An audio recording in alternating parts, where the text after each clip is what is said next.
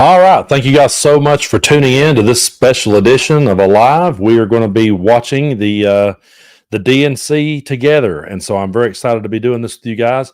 But before I bring the DNC on the screen and we just sit here and look at it together for the next couple hours, I want to let you guys know that I have had several clone accounts as of late. A whole bunch of people that are, pretending to be Tennessee Brando on all social media sites. And already in the group chat, we've had someone popping up sharing links with my name. I'm not sharing links to any of you. Just know that right out of the gate. I do reply sometimes to comments as we're doing these things. But if you see anything, click here, you just won this. It's all BS. So be sure to not follow or click on any of those things. I just wanted to give you guys that warning before we get rolling here. Now, I've never done this. This is new to me. So we're going to be sitting here just reacting to the DNC. I automatically assume that you guys are, going to be watching it too. So let me get it up here on the screen and get it rolling. And we're going to have fun with this, folks, because we got a whole lot to be excited about. That's the thing. There's so much right now around this election to be excited about. We've got a hell of a ticket. And we've got so many great voices on our side. Last night was absolutely just off the charts. I had to come back and recap all of that because I was out of town visiting a friend yesterday. But came back, recapped it, and I'm just so proud of our ticket. So proud of all the voices. Me and my mom has been re-watching the whole thing all day. So, yeah, thank you guys so much for being here with me. I'm just trying to bring it up here so I can see what we're doing here together and I can read the comments better. And like I said, if you see anybody in the comment section telling you they're Tennessee Brando and telling you to click on a link, do not click on any of those things. So I'm doing good this afternoon. Thank you guys so much for asking. Hope everyone else has had a good one. Let's go ahead and bring this up on the screen here, and let's join the DNC and see what's going on. It's going to be great. Trump could win this election when he lost the last election. Like, the last election was rigged. Like, but he lost 62 court cases. They're always like, oh, but the judge. Adam Mockler, by the way, has been doing an absolute great job. Dialogue tree, which just blows my mind. Republicans are. Adam has been doing a great job as of late. He's been crushing it, and he's crushing it at the DNC. Oh, there he is with Harry. That's awesome. No matter what facts you present to them, what truth you propose, it's always, well, Donald Trump said it, so I believe him. I'm like, wait, sorry, the guy that told there were 30,000 lies during his presidency, that's the most reliable source of information? According to them, it is. And they just keep doubling down and doubling down. It's crazy. You've seen it firsthand. Absolutely. 1 second, let me just make sure.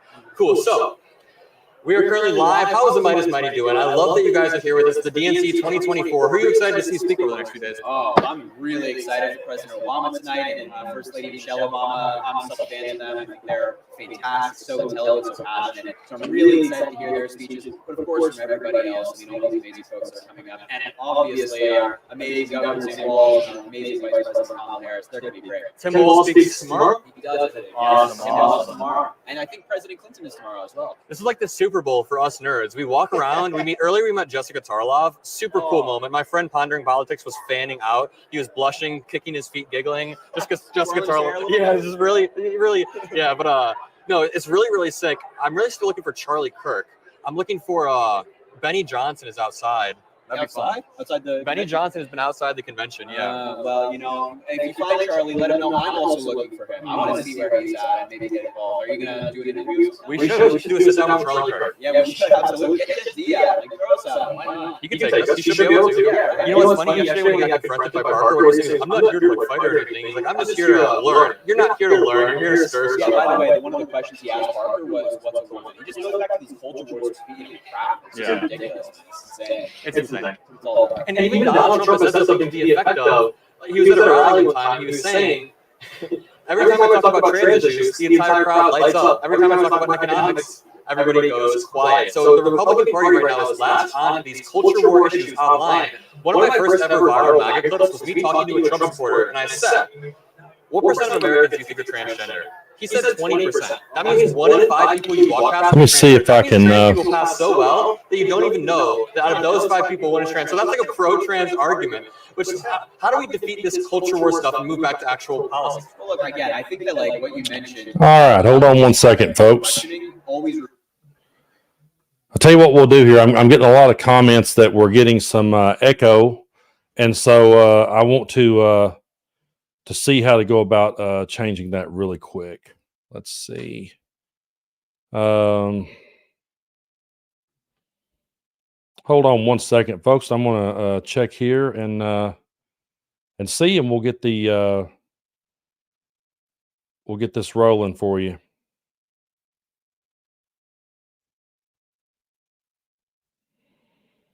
All right. Thank you guys for bearing with me. We will get right back to it.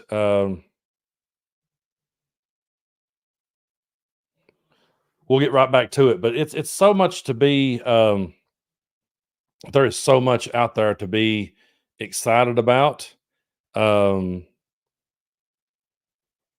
much to look forward to. We got a hell of a good ticket, and so we're going to work on fixing the echo right now. So thank you guys so much for tuning in and being here with me. We'll try to see. Like I said, I've never done this before. I've never actually sat and watched something live. So I'm sharing the screen with you guys at the moment, and for whatever reason, I'm getting some echo. So we're gonna figure out why here in just a moment.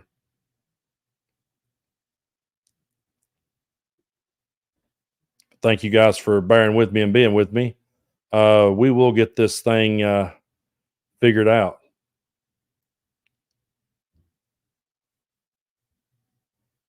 But yeah, they're absolutely crushing at the DNC. I really loved everything that I've seen from last night. Like I said, I was out of town working with or visiting with a friend, and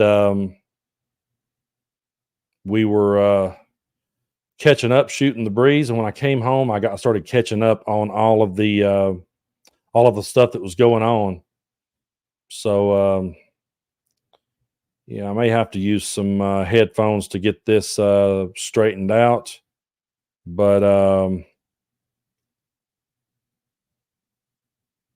let's see if this changes anything at all.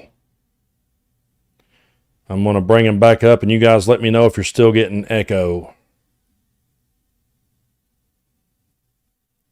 Reveals what their actual intentions are. So you say like, oh, you actually kind of align with Kamala Harris. So let me know if you're still hearing echo on your end. In school, it's like, okay.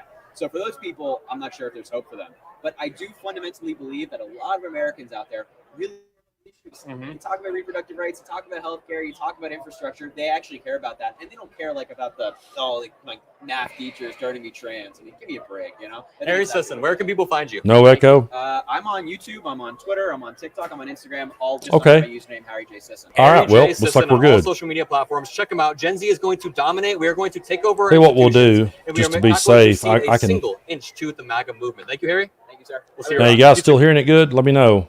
Because I brought it down just a little bit on my end. I think that a lot of what you might have been hearing was the echo coming back into my microphone. Is it legal for us to be standing here?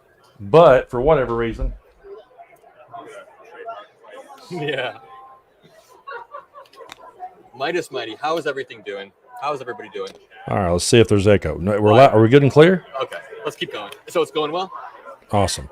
Cool, guys. Something interesting is I have no way to really monitor if everything is, so if chat is liking something or not liking something, I don't know. So right now we're just kind of going on the fly, seeing how everything's, let's see if we can go find a Charlie Kirk or a MAGA Republican of that type. All right, sounds good. We're Thank you guys so much behind the scenes near the media booths. Show that booth right there. Pretty cool stuff. For bearing with me on this We're one. doing some interviews. iHeartRadio up there. We've got surrogates and politicians taking pictures. Yeah, the glasses are missing, by the way. Excuse me, sir. Yeah, I'm not wearing the glasses indoors. I have known some people that did that though. Very soon here. But have you seen any in here? yeah, we should be getting started. I'm going to go ahead for now. President Barack And we will. Well, wait a minute. Obama will be speaking at the DNC tonight. Oh, awesome! Did you guys just hear that? Powerful. Obama is going to be speaking tonight. That is going to be super cool. Barack Obama is like what Donald Trump thinks he is. Barack Obama is the best speaker, who's charismatic, who actually cares about people. All right, so I'll just we will bring that back in once this thing gets rolling. But guys, thank you so much for being here with me. This is going to be a whole lot of fun. I hope everyone is looking forward to this.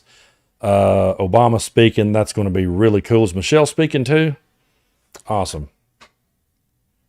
That is great. So, yeah, I imagine what you guys was hearing earlier was probably where I'm hearing it back. So I've got headphones on now. We should be good when I bring the audio back in. But, so who was your guys' favorite from last night? There was a whole lot of good ones. There was a whole lot of good ones. So I'd love to hear from you guys and let me know who you enjoyed hearing. I thought, I really thought hearing Hillary Clinton was something to hear because she's the queen of I told you so. And she, she really, I mean, you go back and look at all the things she warned us about that Trump would do. It all happened. If you go back and play some of those clips from back during the debate when she was warning about what was going to happen, she let us know that up front. And I just felt like watching her that it was like, I was glad to see her getting the love and appreciation that she deserved. Jasmine Crockett, absolutely. I mean, she's going to bring it. She's going to nail it. She always does. I loved Jasmine. And yeah. Thank you so much. Jasmine was great. Biden was awesome. It was great. It was great seeing Joe Biden get the appreciation he deserves and get his flowers while he's still with us. But I saw the comment about I'm a never Trump guy. That was so. That's one of the funniest things, folks, that I've seen in years. And yeah, I really did enjoy seeing that. That was super funny. But yeah, we're going to get rolling here with it as soon as they get rolling on in it. Adam Mockler is absolutely crushing it. I'm so glad that we got voices like that in Gen Z, who are crushing it. And so Adam's one of the best out there. I'm glad to call him a friend. And yeah, just getting everything situated here as we get rolling. Let's see where we're at in their feed now. I want it to work. And I want it to work because the people came out and said, we're not having this. And bringing it back to democracy, not only would democracy at home be at stake because of Donald Trump's constant attempts to entrench his power as the president of the United States, but democracy abroad would be at stake. He would cede land to Russia. He would probably abandon Taiwan. Donald Trump would ruin all of the alliances that we spent decades. All right.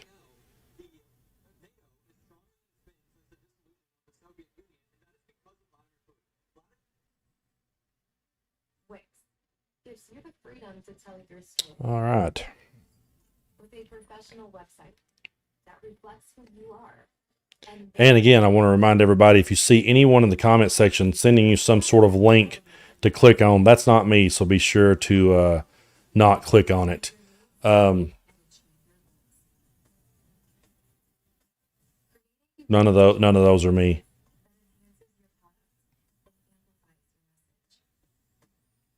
Expand your website with content that pushes your business forward. Share content that matters to your audience. And present it the way you envision it, from the biggest ideas to the smallest details. Your website. All right. Yeah, we'll just sit here and keep shooting the breeze till they really get rolling. Well, I did not know that. Someone just said Luke Beasley got COVID at a Trump rally. That's the thing. Back in 2020, one of the things that was so super frustrating was just all the people that gathered back then for Trump. And then, once Trump lost, they were like, well, I can't believe he lost because there was crowds gathered to see him. And I'm like, the reason that we weren't out gathering is because we weren't idiots, So, yeah. Hope everyone is doing good. And We're just getting the ball rolling here as we go into DNC night 2. So hope everyone is doing well. First of all, it's like 4 people walk past and just go, "Oh my God, it's politics for all." But also, not only would Donald Trump essentially, let me see how I can word this. What were you just talking about? Yeah, I'm going to listen to Adam here just for a second because he's undermine- absolutely killing it out He here. aligns himself with the dictators. That's where I was heading. He not only does he align himself with the dictators of the world, but if we think about the way his second term would go, he would put people around him that align with him so perfectly. For example, J.D. Vance said he would not have certified the results in the same way that Mike Pence did. So when we're talking about the real threat of a second Trump term, it's that he actually learned from his first term. He doesn't learn often, but he learned that if he stuffs loyalists around him, people like J.D. Vance, people like Rudy Giuliani or Mike Lindell, people that will follow him to the edge of a cliff, that is how he can further this democratic backsliding in America. And my worry is that people think a second Trump term will be like the first Trump term, the guardrails will hold. It won't be like that, right? No, first of all, I don't think people should look at it like the second Trump term. There will be nothing after the second Trump term. We will never have free and fair elections again the way we think of them. We will have elections like they have in Russia, where we have an election, but we know who's going to win. The thing is, I don't think Donald Trump himself got any smarter. I think that the people around him got smarter. Donald Trump didn't choose those Supreme Court justices. The Federalist Society did. Donald Trump didn't write Project 2025. The Heritage Society, the Heritage Foundation did. Yep. And so he has surrounded himself with people who are smarter than him, have more ambition than him, and he just wants to be Mr. Man in charge. And the worst people in the universe will be running our country. And these are people that are worse than Steve Bannon. These are people that are just out here to, as Steve Bannon said, burn it all down. He's a Leninist. He wants to burn it all down and rise something out of the ashes that we wouldn't even hope to recognize. And She's absolutely spot on right there, folks. He does. He wants to burn everything down around us. He wants to burn it all down and then start over. Shit. to make sure other people aren't either. Now, you name dropped Project 2025, so I want to end this with talking about Okay.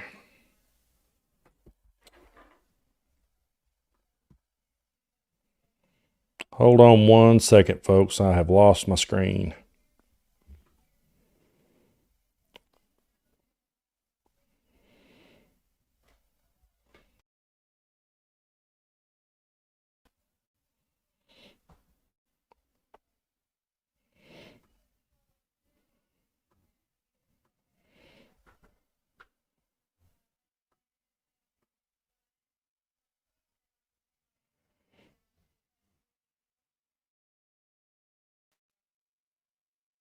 All right, hold on 1 second.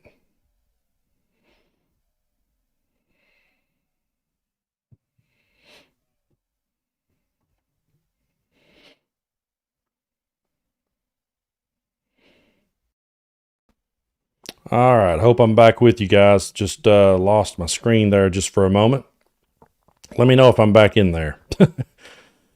Like I said, I'm navigating new waters tonight. I'm going in places I've never been before, streaming along and showing you guys some stuff. Okay, good.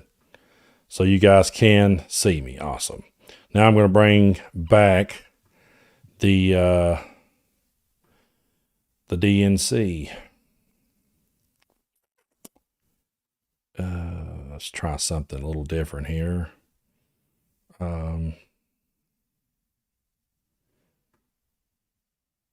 Okay.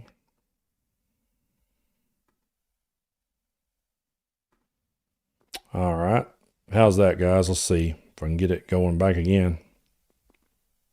Let's pick apart Donald Trump's argument that he has nothing to do with it. I'll start. First of all, Donald Trump has been seen mingling with the president of the Heritage Foundation many times.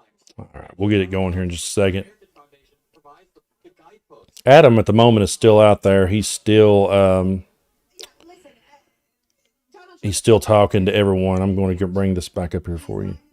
About Project 2025, just like he was lying about knowing about the guy who talked about his policies, saying he's just a coffee boy. Anyone that Donald Trump wants to distance himself from, he suddenly doesn't know anymore. He knows very well There we go. who the Project 2025 people are, who the Heritage Foundation people are. We all know that J.D. Vance is actually probably the placeholder. If I were Donald Trump, quite frankly, I would look out for open windows if I won this election, because they don't need Donald once they won the election.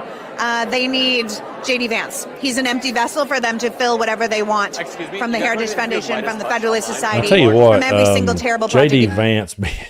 J.D. Vance being an empty vessel for them is pretty damn terrifying when you think about it. The fact that, and the thing is, Trump's kids, really, more so than anyone, that's who was really pulling for Vance. And it just shows you how out of touch Trump is with everyone and with everything. The guy is just so badly out of touch. But he listened to his kids who have no experience at anything, but his kids are listening to the Heritage Foundation. They're listening to those kind of people, and that's why they decided to get J.D. Vance. They thought that would be a good idea. It was a ridiculous idea, and J.D. is just going out there continuously, just absolutely butchering it. Every time he gets behind a microphone, he just keeps burying himself to the point where you say to yourself, you're like, okay, is this for real? Like, is this guy really blowing this bad? I mean, that's what's so cringe to me, is just how awkward and cringe that JD truly is, and how he just keeps making a complete and total mockery out of everything. But, Trump's kids said go for it, and so he did. He followed their lead, which goes to show you again, the guy just doesn't know what it is that he's talking about. He truly doesn't. So, yeah, the DNC is getting warmed up here and started. I can't wait till people starts taking the stage. Yeah, he wants Swiss on a Philly cheese. Oh man, that was so great.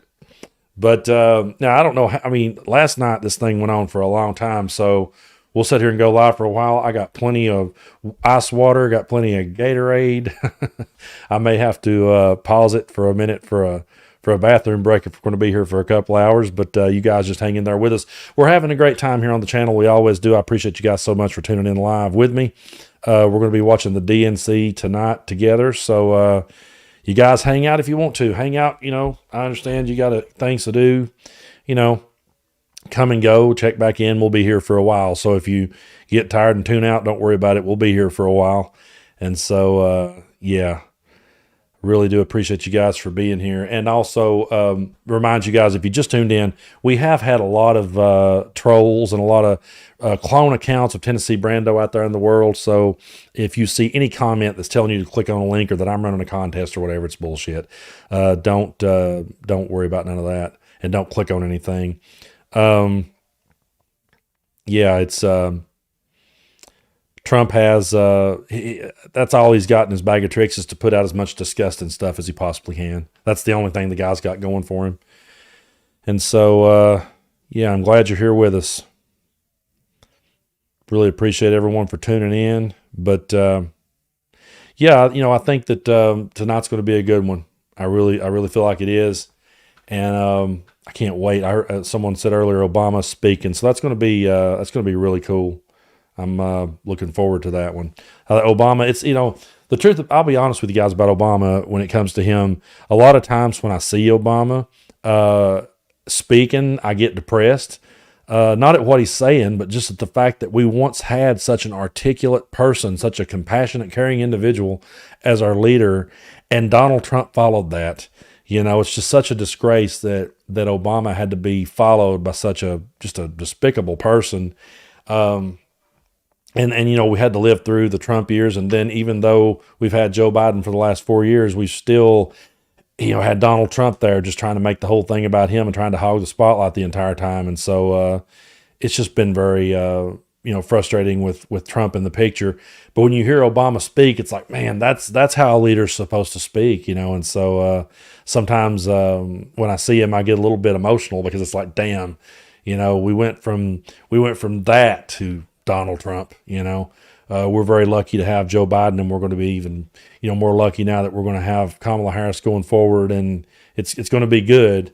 But like I was saying in videos that I've made here recently, it's going to take us a lot of time to redo the damage or to undo the damage that Donald Trump has done to democracy and to people's faith and trust in it. You know, that's the thing. He really has damaged our, people's faith in democracy, people's faith in science and medicine and media, everything. He's sown so much distrust in the world that it's going to be a hard time to, putting the toothpaste back in the tube, that's going to be pretty hard to do. And so we just got to keep moving it forward, folks. We really do. And I want to thank everybody out there who's tuned in tonight. If you haven't already, be sure to hit that subscribe button. I usually like to do this whenever we're going live. I like to know how many subscribers we had when we started and how many subscribers we had when it ended, because, a lot of people watch my channel all the time. And just because that's what they watch so much, it just automatically kind of appears in their news feed because it's in their algorithm. But if you haven't already, be sure to hit that subscribe button. And you can also hit a notification bell if you feel like it. That way you know the exact moment that I post a video. Well, we just cracked 290,000 subscribers here on the channel. Man, thank you guys so much for that. That's truly awesome. So we're less now than 10,000 away from hitting 300,000. That's a massive milestone, and especially considering that we literally just hit, we just hit 250 a few weeks ago. We hit 200, although we hit 100 back in March. And so to gain 200,000 more since March is pretty damn cool. I appreciate you guys so much for being here with me. And every so often we'll hit that refresh button and see how many. The last live we did, we gained several. There's been several lives that I've did where we've gained a couple of hundred subscribers just because I'm reminding people, hey, be sure to hit that button if you haven't already.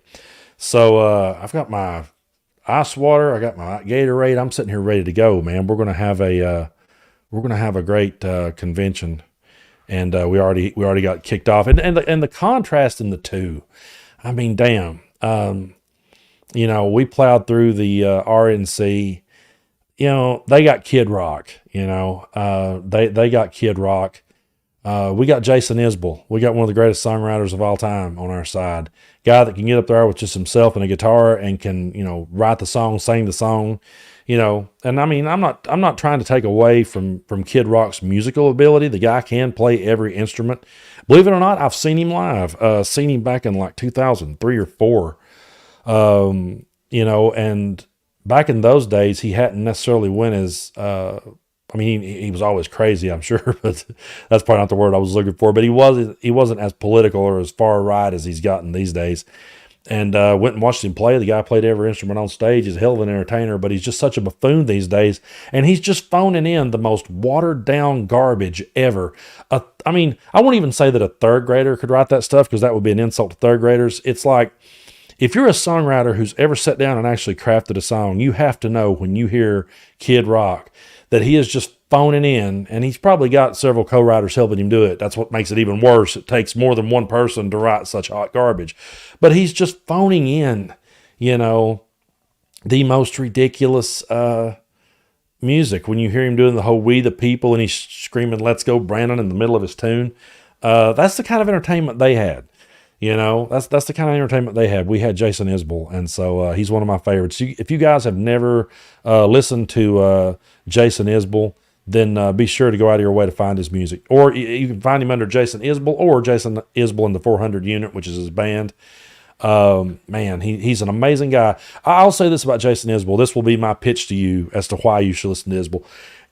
If I had a friend who only went to a show to hear someone sing, and they just loved someone who had a good voice, Jason Isbell's got one of the best voices I've ever heard. So if all you want to hear is someone sing, Jason Isbell's got you covered.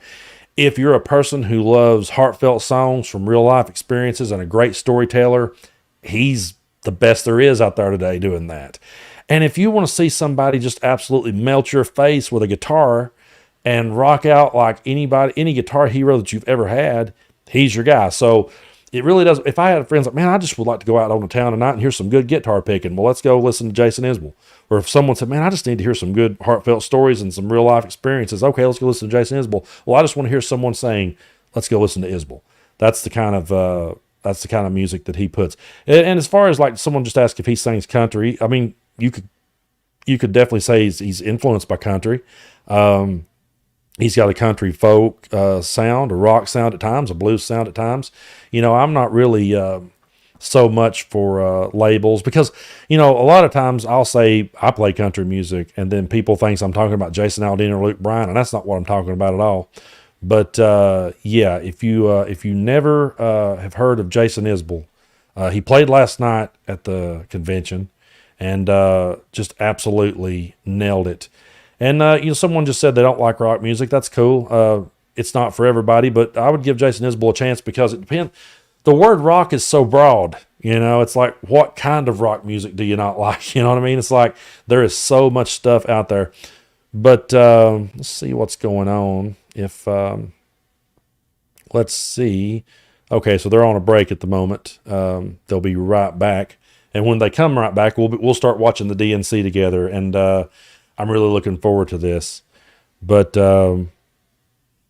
yeah, man, thank you guys so much for being here. It's truly cool to have you guys, and I appreciate you for being here.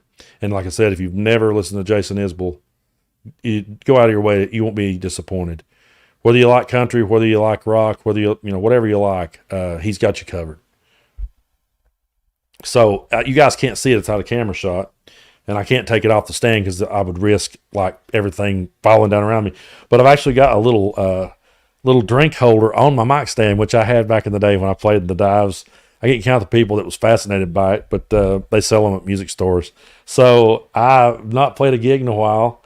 And I was going through my bag the other day, my cord bag, and found this. And I thought, you know, a lot of times I'm sitting there doing the lives, and I really could have a place because I'm always afraid I'm going to dump my drink in the MacBook. That would be a disaster. So, again, got my ice water, got my Gatorade.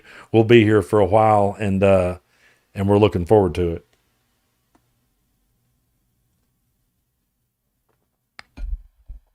Hello from Georgia, my neighbor. Good to see you. Love the Hunter S. Thompson painting. Yeah, man, Hunter Thompson's one of my biggest idols of all time. I've also got some Hunter S. art on my arm. I got the Gonzo fist, buy the ticket, take the ride. I've also, if I can get it in a shot here, I've also got the bat from Fear and Loathing, the mushrooms. You can kind of connect the dots here. You can kind of connect the dots, but it looks like we're rolling here with the DNC. So let's bring them back on and let's see what we got going on, folks. This is going to be good. Let me know how we're doing. Let me know if we have any echo or anything to that nature. Let me make sure that you guys can hear it. You guys should be hearing it now, so let me know if everything is working well. The party will now come to order.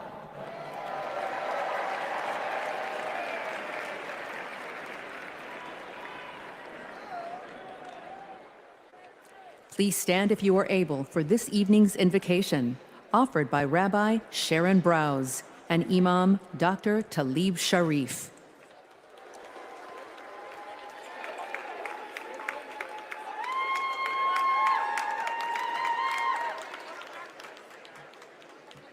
We have gathered together this week to craft a redemption story for America. My faith is sustained by a redemption story. A people beleaguered and bereft, traversing the desert on a journey from degradation to dignity, from darkness to light. Holy One, help us write America's redemption story, a story of ceaseless striving toward a true multiracial democracy, rooted in equal justice, where every person is treated as unique, mighty, and worthy of love. In this story, politics is not a vehicle for repression, bigotry, or personal profit, but a call to service.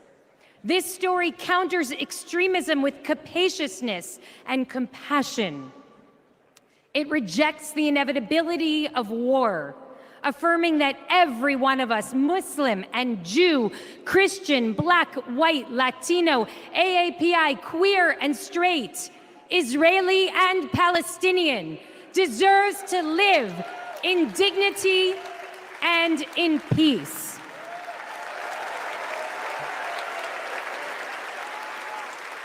Some say that this story is impossible, but we know that the God of redemption specializes in the impossible, and so must we. May we be guided. Okay, we're getting this thing figured out here, folks. They're getting started, getting it kicked off, and thank you guys so much for being here with us. We're going to bring that back up here for you, but we're still learning the ropes of all of this. So bear with me, and I'll bring it back up. The DNC is just now getting started.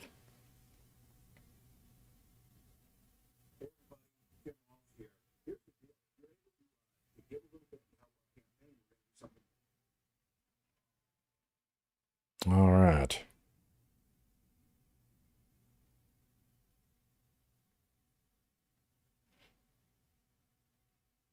Please welcome Aristotle Garcia Byrne to sing our national anthem.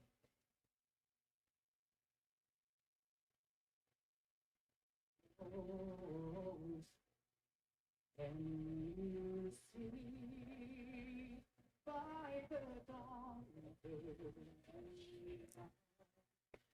what so proudly we hailed that it was us who God's All right. Well, we don't want to do that. All right.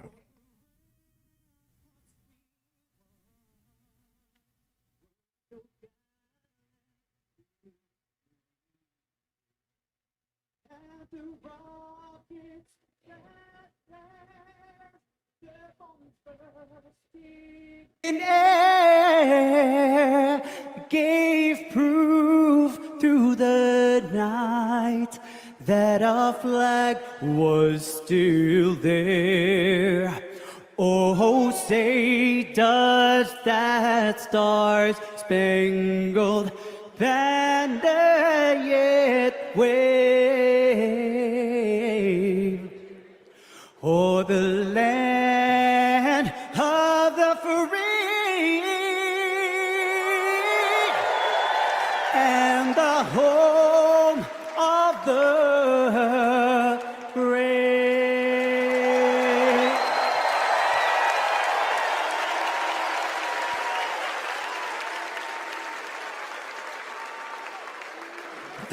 Thank you, Aris. Folks, give it up for Aris one more time.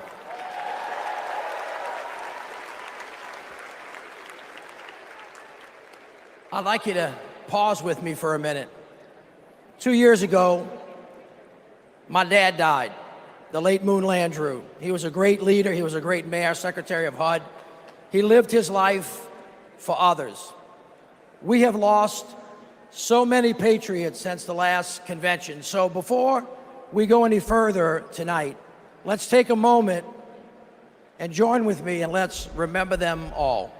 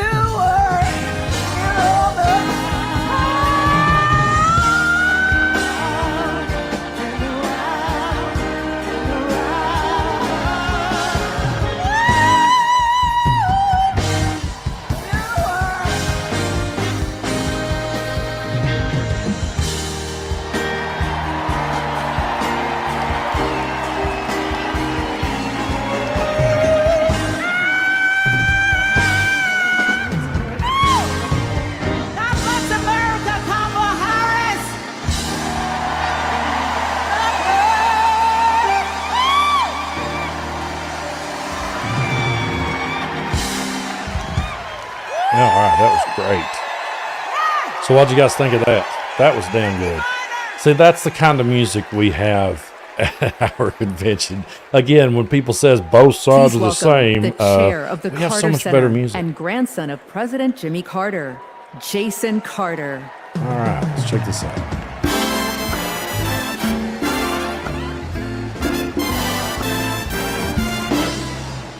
Hello, I'm Jason Carter. My grandfather, President Carter, will have his 100th birthday in October. I call him Pawpaw, and I can tell you that he wishes he could be here tonight. He and my grandmother led their lives with an unwavering faith in God, a respect for human dignity, honesty, and a commitment to loving their neighbors as themselves. Those principles guided them throughout their lives, including during their 4 years in the White House and the 4 decades since. For my grandfather, it was never about fame, recognition, accolades, or awards. His legacy is measured by the lives he has touched and the good he has done. Kamala Harris carries my grandfather's legacy. She knows what is right, and she fights for it. She understands that leadership is about service, not selfishness, that you can show strength and demonstrate decency, and that you can get a whole lot more done with a smile than with a scowl. Pawpaw is holding on. He's hopeful. And though his body may be weak tonight, his spirit is as strong as ever. My grandfather can't wait to vote for Kamala Harris. She reminds us all that the promise of America remains unchanged. We are one nation, indivisible, with liberty and justice for all. And my grandfather knows that with her as our next president, we will keep that promise. Thank you.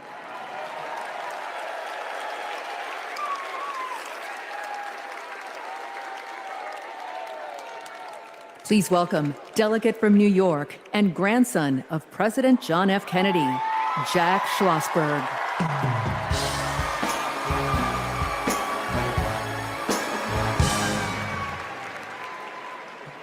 Hi, I'm Jack Schlossberg. President John F. Kennedy is my grandfather, and he's my hero. JFK was the youngest person ever elected president and the first Catholic. He sent a man to the moon, fought for civil rights, and navigated the Cuban Missile Crisis peacefully. Most of all, he inspired a new generation to ask what they could do for our country. Tonight, JFK's call to action is now ours to answer, because once again, the torch has been passed to a new generation, to a leader who shares my grandfather's energy, vision, and optimism for our future. That leader is Vice President Kamala Harris.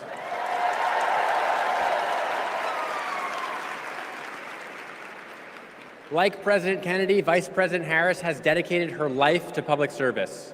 She believes in America, like my grandfather did, that we do things not because they're easy, but because they are hard. As president, she will fight for working families. She will expand investments in clean energy so that my generation will have clean air and good jobs.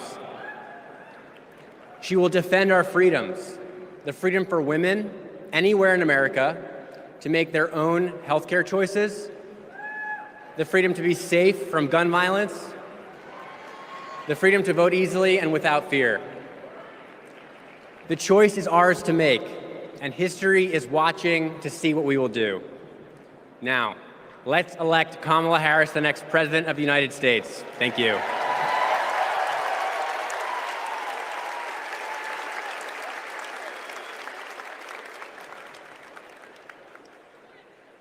I thought the same thing. All I right, thought, America, how y'all doing? wonder what he does think about about to have RFK a Jr.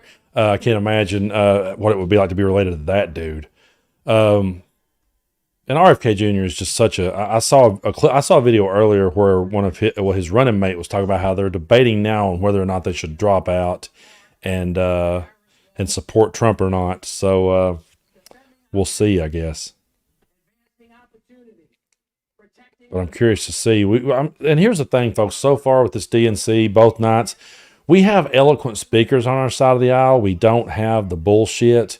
We don't have the WWE style rhetoric, the Jerry Springer style bullshit that the WWE, I said WWE, there we go, that Trump has.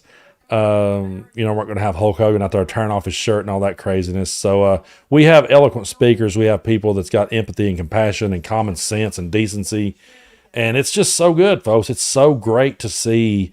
It's just so good to see a good ticket and see people out there who understand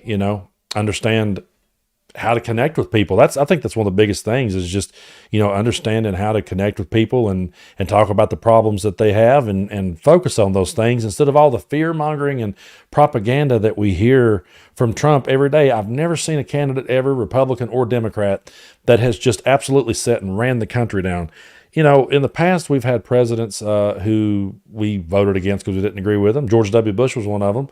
But I didn't agree with his politics. I didn't agree with the way he went about things, but he was still talking about America in a positive way, even at times when things weren't so positive. He still was putting that out there. They don't do that in Trump world. Trump, it's just absolutely, let's go out here and let's run the country down. Let's just insult it every day. Talk about it being a third world country. That's his style. That's his rhetoric. Let's see who we got. And this is something I'm glad to see. Let's go join back in here because I want to see them. Anytime they're talking Project 2025, we need to pay attention. So you guys check this out. My fellow Americans, my name is Malcolm Kenyatta, a proud son of Pennsylvania. And as you saw, I brought back Trump's Project 2025. All 900 pages of it. And it's interesting because usually Republicans want to ban books, but now they're trying to shove this down our throats. It is a radical plan to drag us backwards, bankrupt the middle class, and raise prices on working families like yours and mine.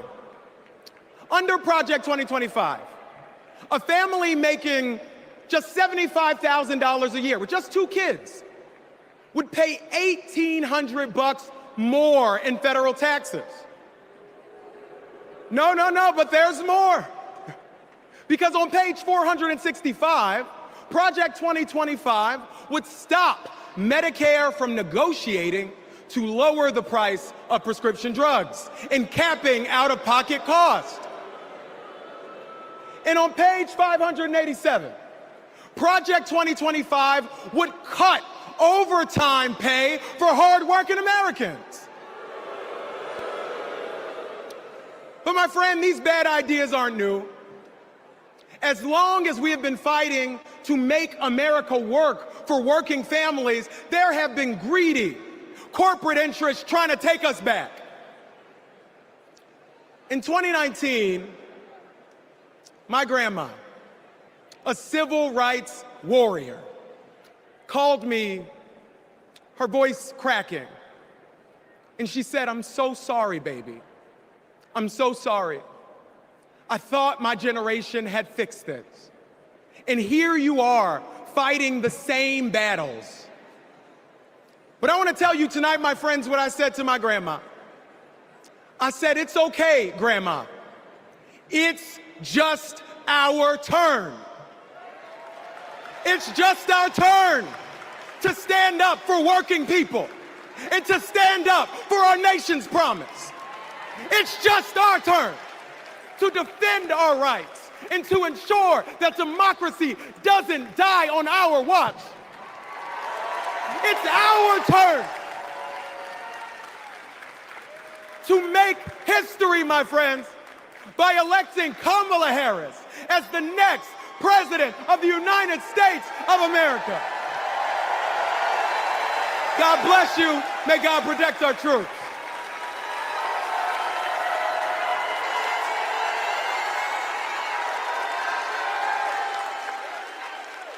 Don't know why, but I feel like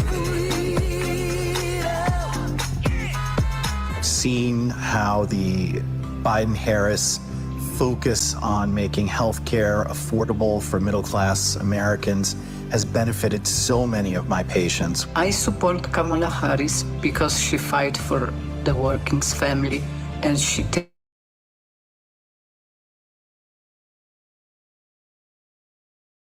There we go.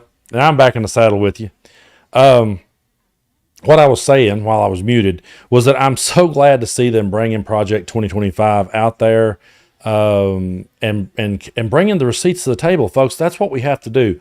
We have to bring the receipts. You can't sit back. Some people will say that I know what the other side's saying, and I'm not even really paying too close attention to what they're saying, but they're going to say that, you guys are just trying to sow more division.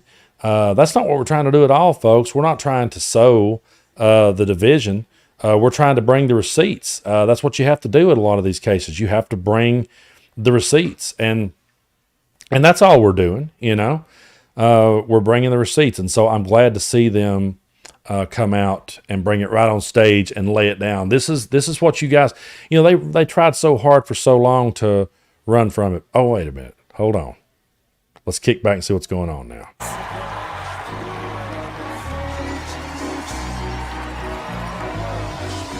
I thank God for this moment in time where Kamala Harris will change the world for the better with love, hope, and grace. We fortunate.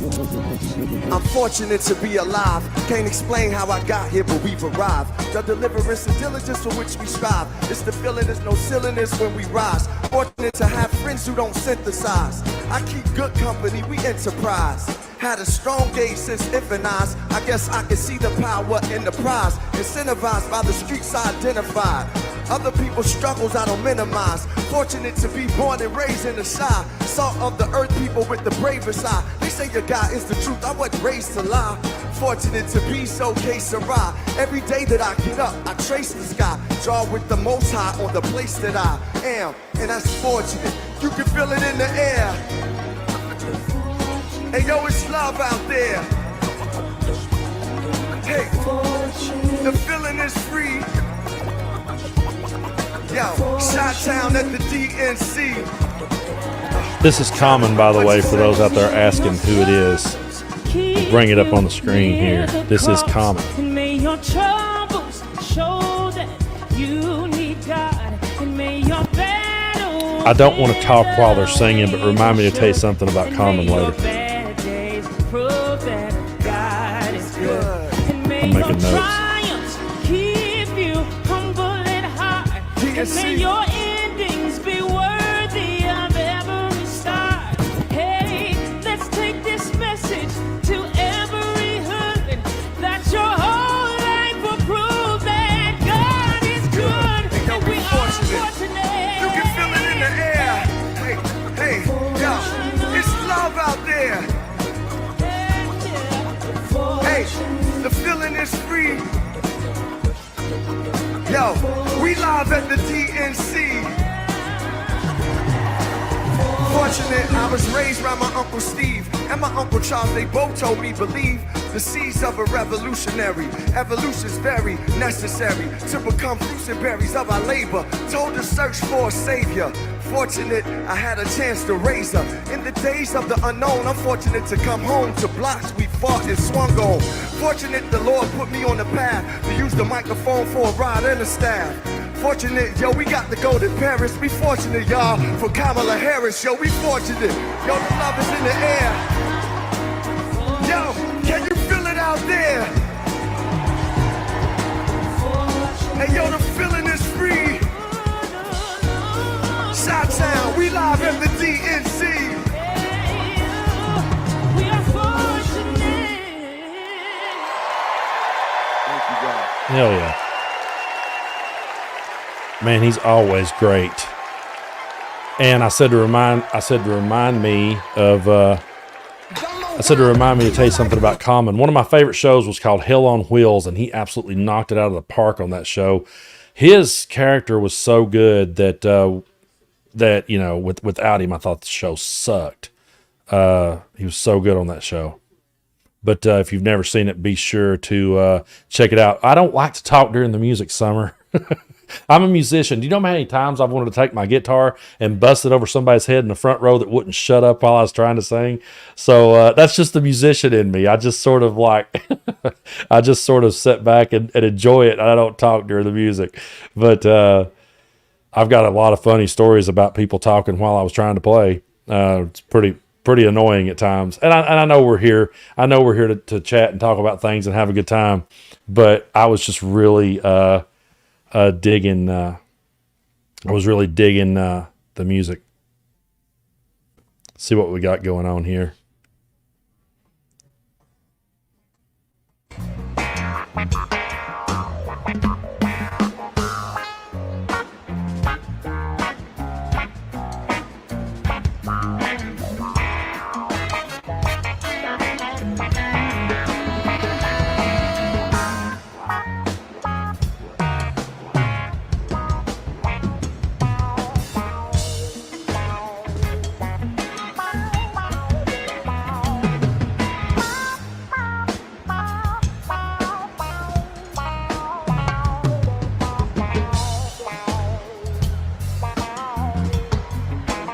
Again, the vibe is just so much. Different here at the DNC as opposed to the RNC. But the vibe is just completely different. There's energy in the room. I want to point this out, folks. I really do. I want to point this out. There is an energy in the room here at the DNC that wasn't at the RNC. The RNC was just filled with a whole lot of rage and just a lot of negativity, and we're seeing positivity here, and this is great to see.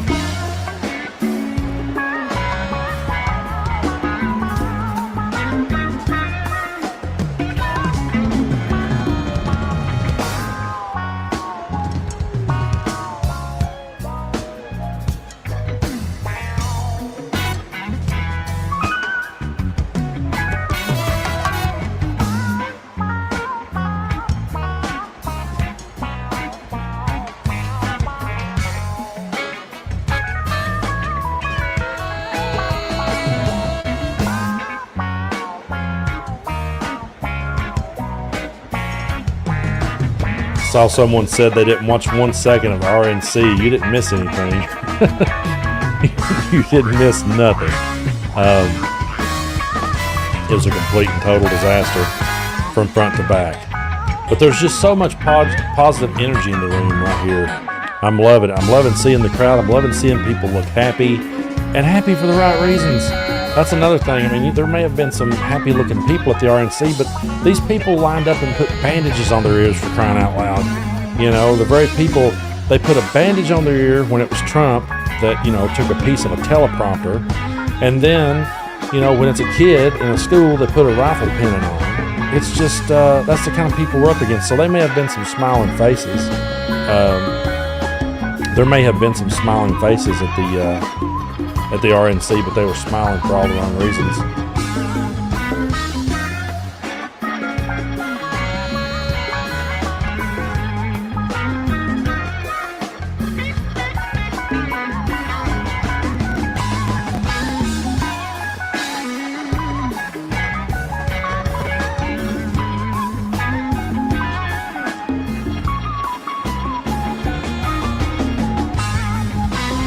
All right, well, while they're jamming out some funk, how you guys doing tonight? Are you guys excited about the DNC? You excited to be here? Excited to see this energy in the room, this good energy?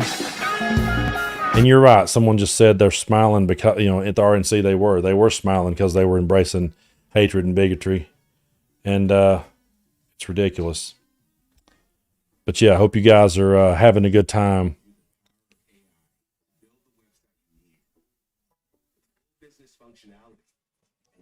All right. Yeah, we'll probably be here for a while. I went ahead and stocked up on some ice water and some Gatorade. I was like, I'm going to be there a while.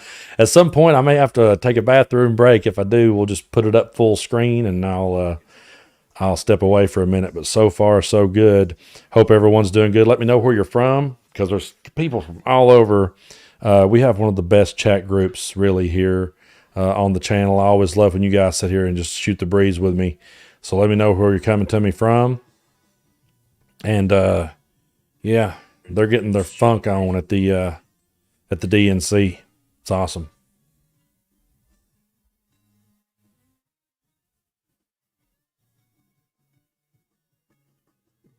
All right, Colorado, Texas, SoCal, Tennessee, Mesa, Arizona, Massachusetts, North Carolina, Wisconsin.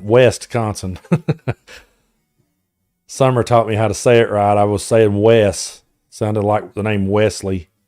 Baltimore, Austria, awesome. Ohio, Oregon, Charlotte.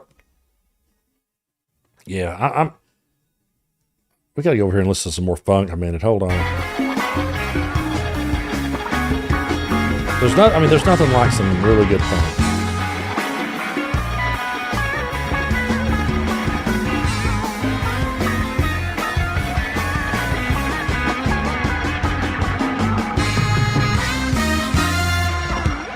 East Tennessee, Maine, Kansas, Kentucky. Awesome.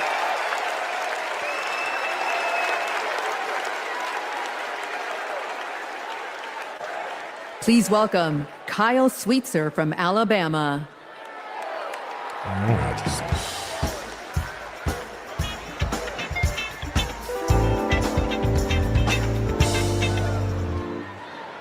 I voted for Trump not once, not twice, but 3 times. You see, I work in construction. I work with my hands. He told us he'd look out for blue-collar workers. So I made my first ever political donation to Trump. And I donated to him many times throughout his presidency. But then I started to see Trump's tariff policy in action. Costs for construction workers like me were starting to soar. I realized Trump wasn't for me. He was for lining his own pockets. Now, I'm not left-wing, period. But I believe our leaders should bring out the best in us, not the worst. That's why I'm voting for Kamala Harris. She's tough. She's going to tackle inflation. Trump will make it worse. I'm voting for Kamala Harris because she'll make us proud to be American again. That's awesome. They need this every night at the DNC. Nobody's ever called me weird. I'm a lot of things, but weird I'm not. The late, great Hannibal Lecter is a wonderful man. You know what I'd do if there was a shark or you get electrocuted? I'll take electrocution every single time. Bing, bing, bing, bing, bing. She said Kamala has one big advantage. She's a very beautiful woman. I'm a better looking person than Kamala.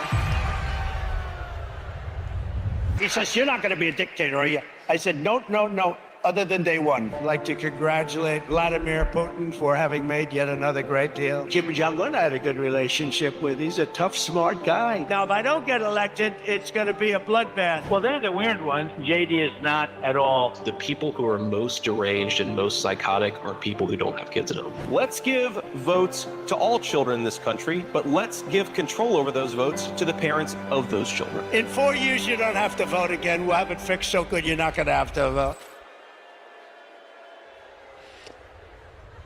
That was great. Oh man, that was so good.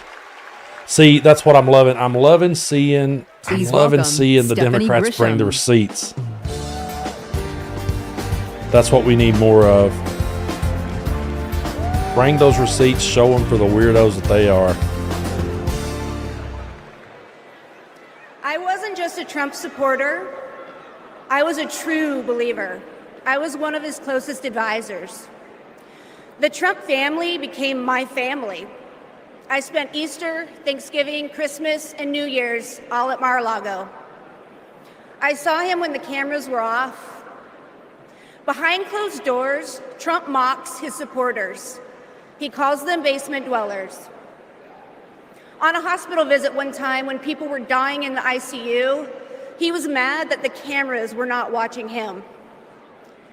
He has no empathy, no morals, and no fidelity to the truth. He used to tell me, "It doesn't matter what you say, Stephanie. Say it enough and people will believe you." But it does matter. What you says matter, and what you don't say matters. On January 6th, I asked Melania if we could at least tweet that while peaceful protest is the right of every American, there's no place for lawlessness or violence. She replied with one word: no. I became the first senior staffer to resign that day. I couldn't be part of the insanity any longer. When I was press secretary, I got skewered for never holding a White House briefing. It's because, unlike my boss, I never wanted to stand at that podium and lie. Now here I am, behind a podium, advocating for a Democrat. And that's because I love my country more than my party. Kamala Harris tells the truth. She respects the American people, and she has my vote. Thank you. All right, that's great. See, again, that's the kind of receipts they need to be bringing. Bring up people that once upon a time was for Trump, that finally seen through it. That's what we need more of. What do we do every day on the channel? We bring the receipts. We let people know. You know, we don't just, you know, to anyone out there who says that that we don't, you know, that we just make this stuff up or create hyperbole, that's bullshit. You know, we always bring the receipts. We always let people know exactly what it is that we're saying. And so this is great. I mean, they're making these videos. They got the weird one tonight. You know, last night we had the one about how bad Trump bungled COVID. We had the one about how that Kamala is the prosecutor, he's the felon. Tonight we got one about how they're weird. We saw Republicans come out, because I can't count the people that reaches out to me to question why I'm saying the things I do. And I'm like, it's not about politics, folks. It's not. It's got nothing to do with that. You know, it's about the threat that he poses to our democracy, and it's about the fact that we don't want to live under an authoritarian dictator. So, yeah, let's see who we got coming up here. But this is great. I'm just so glad to see them bringing the receipts, bringing out the former Trump supporters. Tonight, let's see who we got is here. Hope. As a woman who has struggled with fertility, I have not always been hopeful, but today I am. I'd always dreamt of motherhood, and coming from a large Bangladeshi American family, I imagined it'd be easy. It wasn't. My husband and I tried to conceive. We failed. We tried and failed again and again and again for 6 long years. Finally, I got pregnant. We were overjoyed, but then I miscarried. I was devastated. It was only after sharing my story online and hearing from women about their experiences with IVF that I felt a tiny glimmer of hope. So I started the IVF process. But just a few weeks before my egg retrieval, I learned I was pregnant. Today, we have 2 beautiful daughters. But this is not everyone's ending. For many women, IVF is the only choice. That choice and more is at stake in November. The freedom to plan your family, the hope of having a family at all.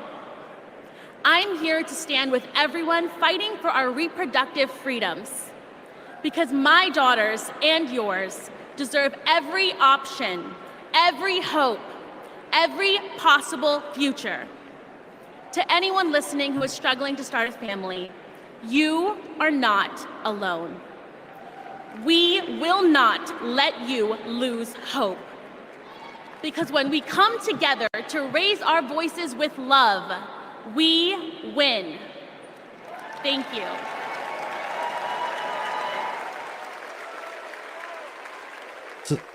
Again, Please here we go. welcome Again, Michigan folks, this is the Senator kind of receipts we Gary need to be Peters. bringing. Let people get up there. Let people tell their stories. That's what we need more of.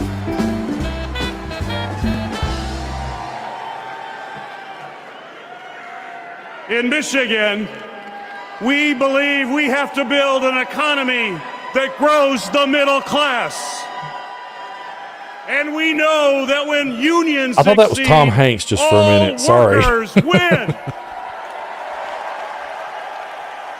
I thought Forrest Gump had I was made it. raised in a union household. My father was a teacher, and my mother a nurse's aide.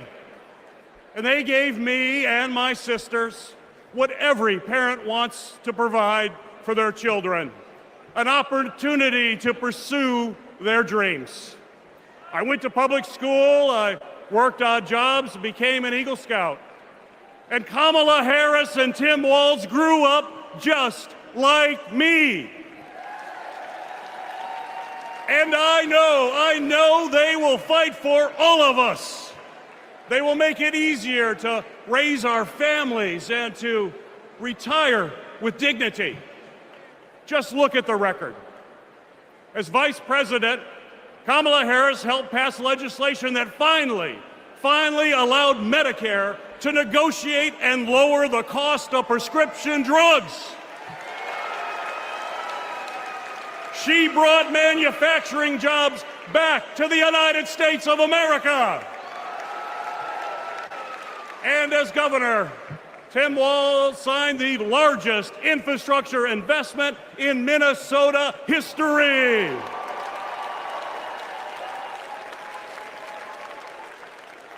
And on the other hand, we have Donald Trump and J.D. Vance.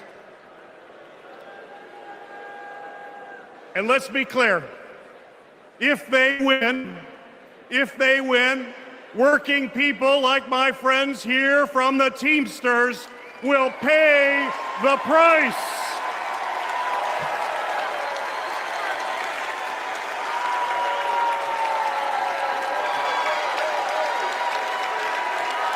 Their Project 2025 agenda is the same old, gut overtime pay, cut healthcare programs, and give billions in tax breaks to billionaires.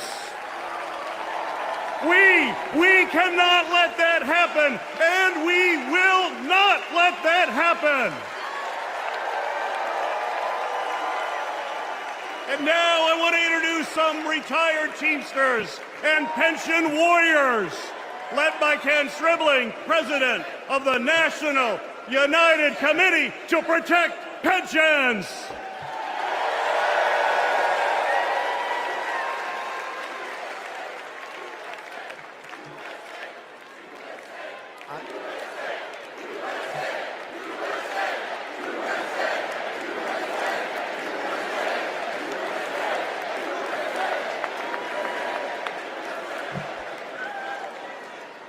I am Kenneth Stribling, a proud retired Teamster from Local 200 in Milwaukee, Wisconsin. I hope you don't mind, but I brought some friends. Pension warriors from the NUCPP. I found out in 2025 my monthly pension benefit was going to be reduced in half. Not long after that, my wife, Beverly, was diagnosed with terminal cancer. I didn't know how we were going to make it. So I went to a retirees meeting in the basement of a small church. At that moment, I knew we were not going to go down without a fight. Beverly made me promise never to quit until we made this right. So we organized a nationwide grassroots movement. For 6 years, we fought hard. And finally, we had a breakthrough. After 50 days in office, the Biden-Harris administration passed the American Rescue Plan, including the Butch-Lewis Act, to save our pensions and secure our retirement. They got it done without one single Republican vote in Congress. They saved over 1 million pensions, including 33,000 from my state, Wisconsin, 52,000 from Pennsylvania, 61,000 from Michigan. As president, I know Kamala Harris will have our backs. She will fight for our retirement, Social Security, and Medicare. Beverly passed away in 2019, but I kept my promise, because a promise is a promise is a promise. Thank you. Awesome. You'll literally Again, never see this folks, discount like I said, again these are during the renewal receipts by that we need to be Anderson's bringing. flash sale. Save Right here. These are the kind of receipts we need to be bringing. We need to be hearing from real people what they've been through. So good to hear from people who once upon a time supported Trump, but now they realize, you know, the error of their ways. That's just so cool to see. Did they have that? I mean, I didn't watch every single minute of the RNC, but did they have, you know, Democrats coming out and saying that, you know, I used to be for that, but I saw the light with Trump? I don't think there was any of that. So we're seeing so much good stuff here tonight. I hope everyone's doing good. Thank you guys so much for tuning in, being here with me on the channel as we just sit here and watch the DNC together. I hope everyone is having a great evening. And I'm so glad that that we're seeing them bring the receipts. It's so good. So if you haven't already, be sure to hit that subscribe button, share this video, let people know where we're at, what we're doing.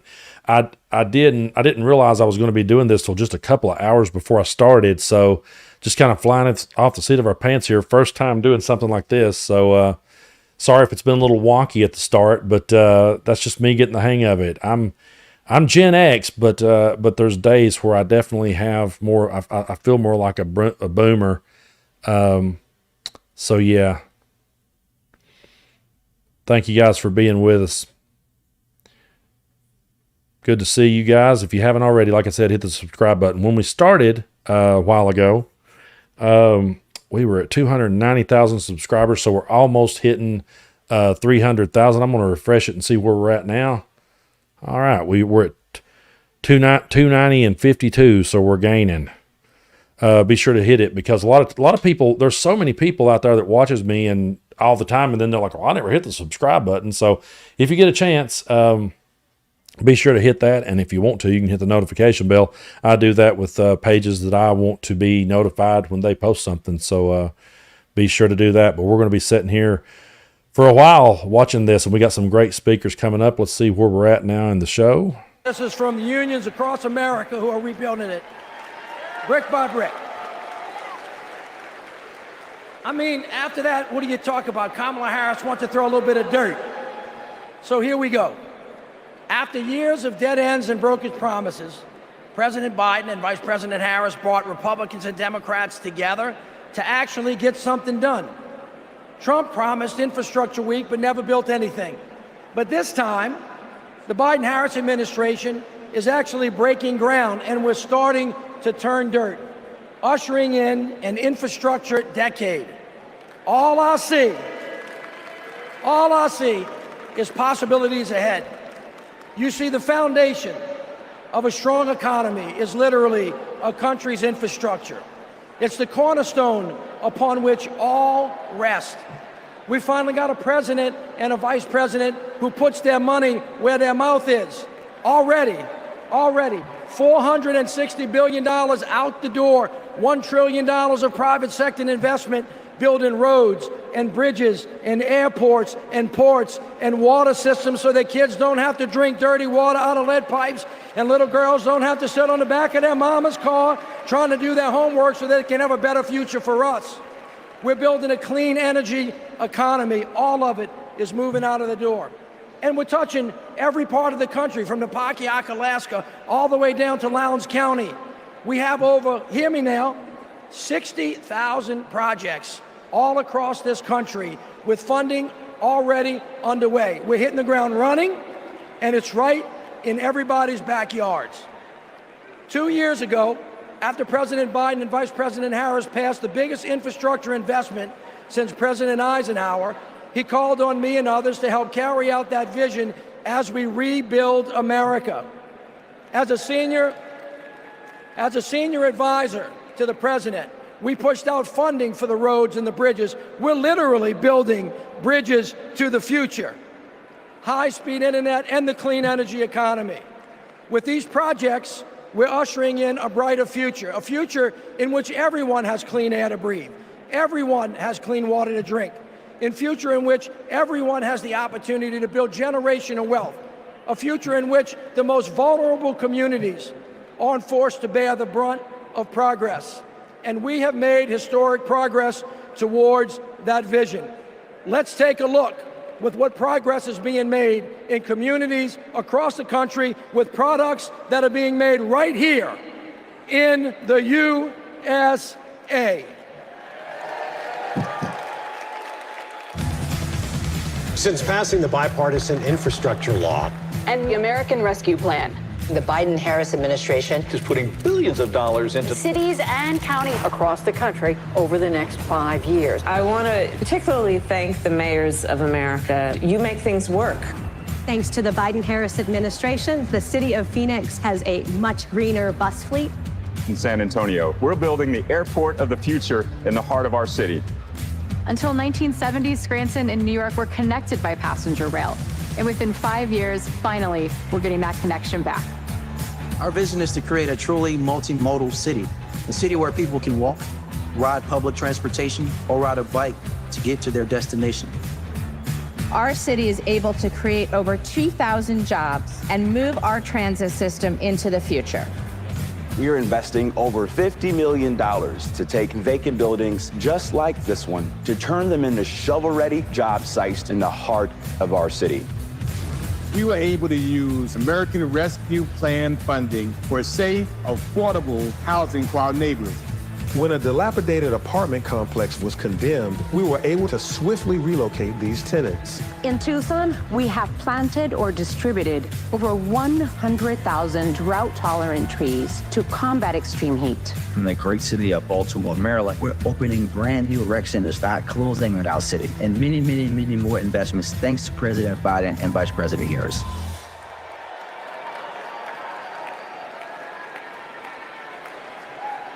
All right, we'll see what we got coming up next. All right, everybody, what a way to start. But you ain't seen nothing yet. We got a great night planned, and it all starts off, all of you get to participate in this, in the roll call. It starts off with something I want to say special thanks to Wayne for gifting 10 right Tennessee Brando memberships. I really appreciate that, Wayne. Thank you so much for doing that. Really appreciate you.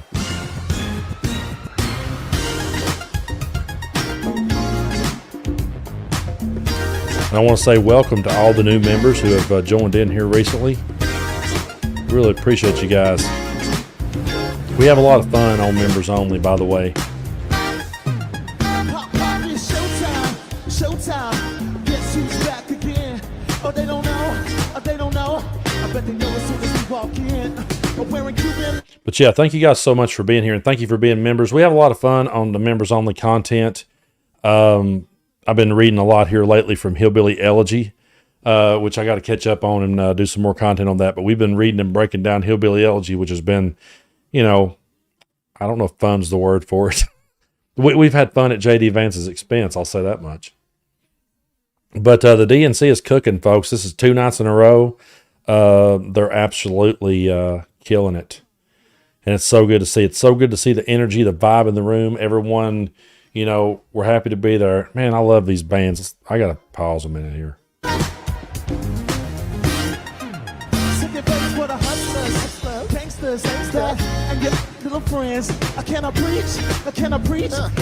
Again, there's so much better energy in this room than was at the RNC. Gotta blame it on Jesus. Hashtag ready for me. I'm a dangerous man with some money in my pocket. Keep up. Well, if you haven't read the book or seen the movie, They're both pretty bad. They're both pretty cringe. The movie, Glenn Close is one of my favorite.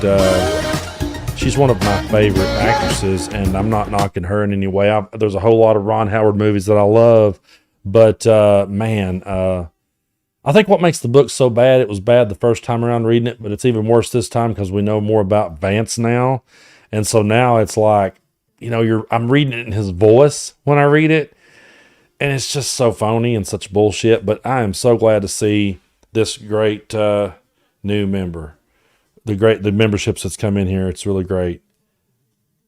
Shout out to the Vol Queen, been a member for 10 months, and we have a lot of fun on there.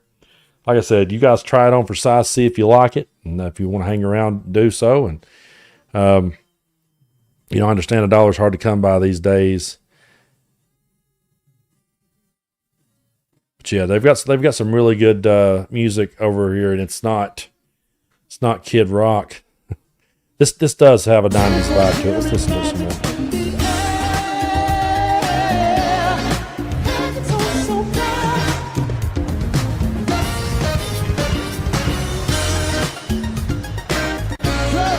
What y'all trying to do?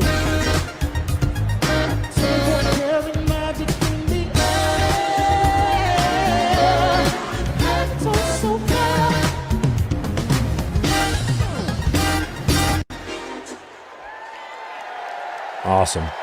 Again, man, it's just so good to see this kind of vibe. The movie I was talking about was Hillbilly Elegy, that's based on the J.D. Vance book.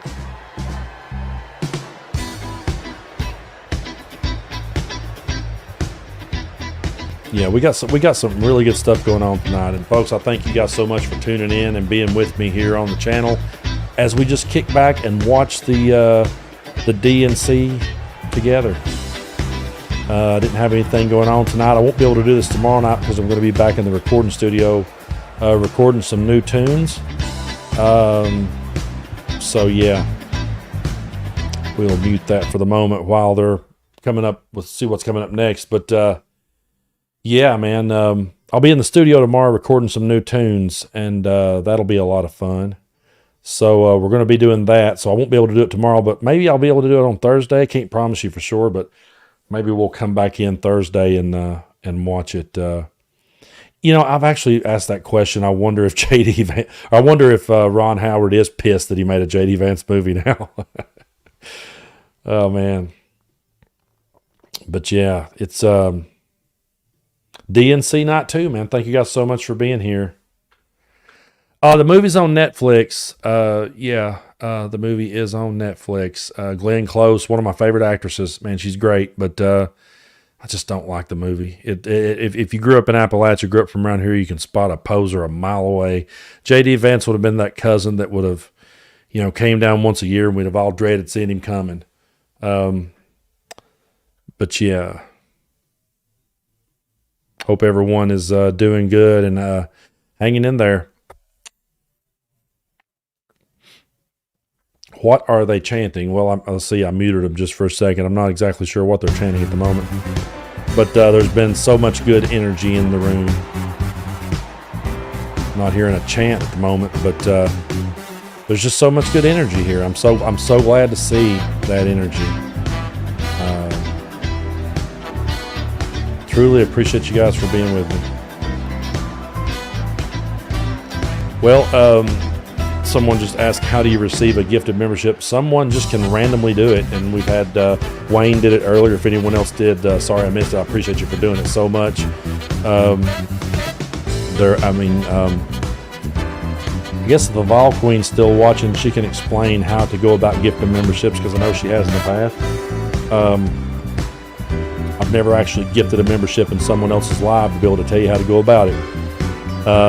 Again, I'm just sitting here trying to navigate this spaceship from my end. I don't know very many people, honestly, that did like the movie. We'll mute that for just a minute. People around here, like people in my part of the world, I don't know of anyone that really enjoyed that movie. We just all saw it as a slap in our face, and saw it as an insult because it just exploited our heritage, exploited who we were.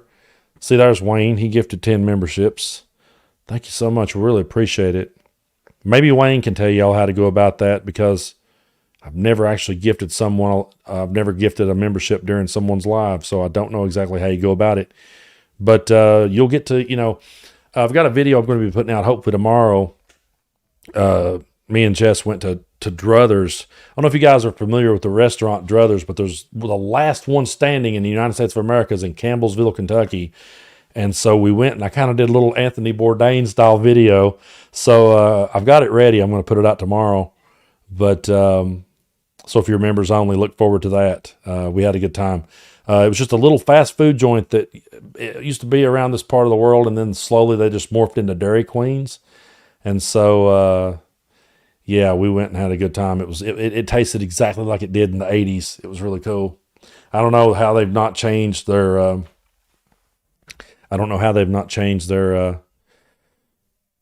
vendors over the years, but apparently they're getting it from the same people, because it was great.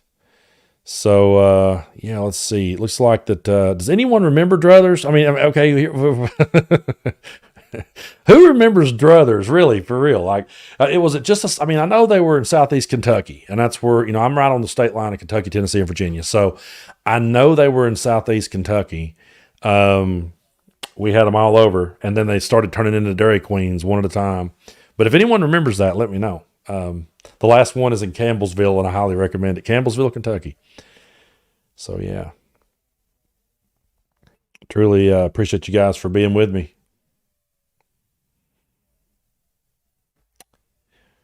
Well, if you've never heard of it and you're ever in Campbellsville, Kentucky, it's just a little fast food joint, but man, it's really good. Oh, good. Oh, yeah. Yeah, I love like those, not to get off subject here tonight, but I love a lot of those, those fast food joints that you had growing up that kind of just disappeared. Rack's roast beef was another one. Now everything's Arby's. But back when I was growing up, they had Rack's, and there's one left in Harlan, Kentucky. I think there might be a few more of those around the country. But ever so often, I just get the craving and drive an hour over to Harlan and grab me some Rack's. I have to drive longer than that to get to Campbellsville. I'm quite a ways from that. Sorry, I didn't mean to kick my table out from under me. But, yeah. Not rats, no. R-A-X. Like R-A-X, yeah, not rats. But I've ate at some places. I played music at a place one time in North Carolina, and the place literally had a pet rat. No joke, like Splinter on the Ninja Turtles, man. This thing was just running around the room, and I was like, holy crap, there's a rat. They're like, don't do nothing to it. It's our pet. I'm like, dang, I'm glad I didn't order the cheeseburger, But, yeah, we're having a good time here. And so, man, you guys had Clancy's in Indiana? We had a Clancy's in Middlesboro, Kentucky, home of Lee Majors. Yeah. That's awesome. No, I've not ate a tree rat. I have not. I've ate squirrel, ate rabbit, different things, but no tree rat for me. So there was a Druthers in Bristol, Pennsylvania. Awesome. Yeah, and Dairy Queen's great. Don't get me wrong. I love Dairy Queen, but it's just they wiped out the Druthers around here. So, yeah. Rax's roast beefs are light years better than Arby's. If you've never had the chance to get one, they're just so much better. They toast the buns and they're buttery, and I don't know, it's just so good. But yeah, we're having a good time here, watching the DNC together. If you haven't already, hit the subscribe button, share this video, and let everyone know we're over here doing our thing. We're gaining subscribers as we're sitting here. We started off the show at 290,021. I just refreshed it, and we're up to 2,090 and 66. So we're closing in. We're getting closer and closer to 300,000. But yeah, thank you guys for being here with us. There's so much good energy. I'm so excited to be able to just sit here and do this. Like I said, I stocked up on some water and Gatorade before we started because I knew I'd be here a while. May have to take a bathroom break at one point. If I do, you guys just bear with me. We'll be back and we'll hang in there together. But yeah, man, we have a lot of good time here on the channel. Someone just said they found me on TikTok and then saw me here. I'll be honest with you. I don't post a whole lot of content on TikTok anymore. If I do, it's the shorts that Hayden edits for me on Midas Touch. I share those over there.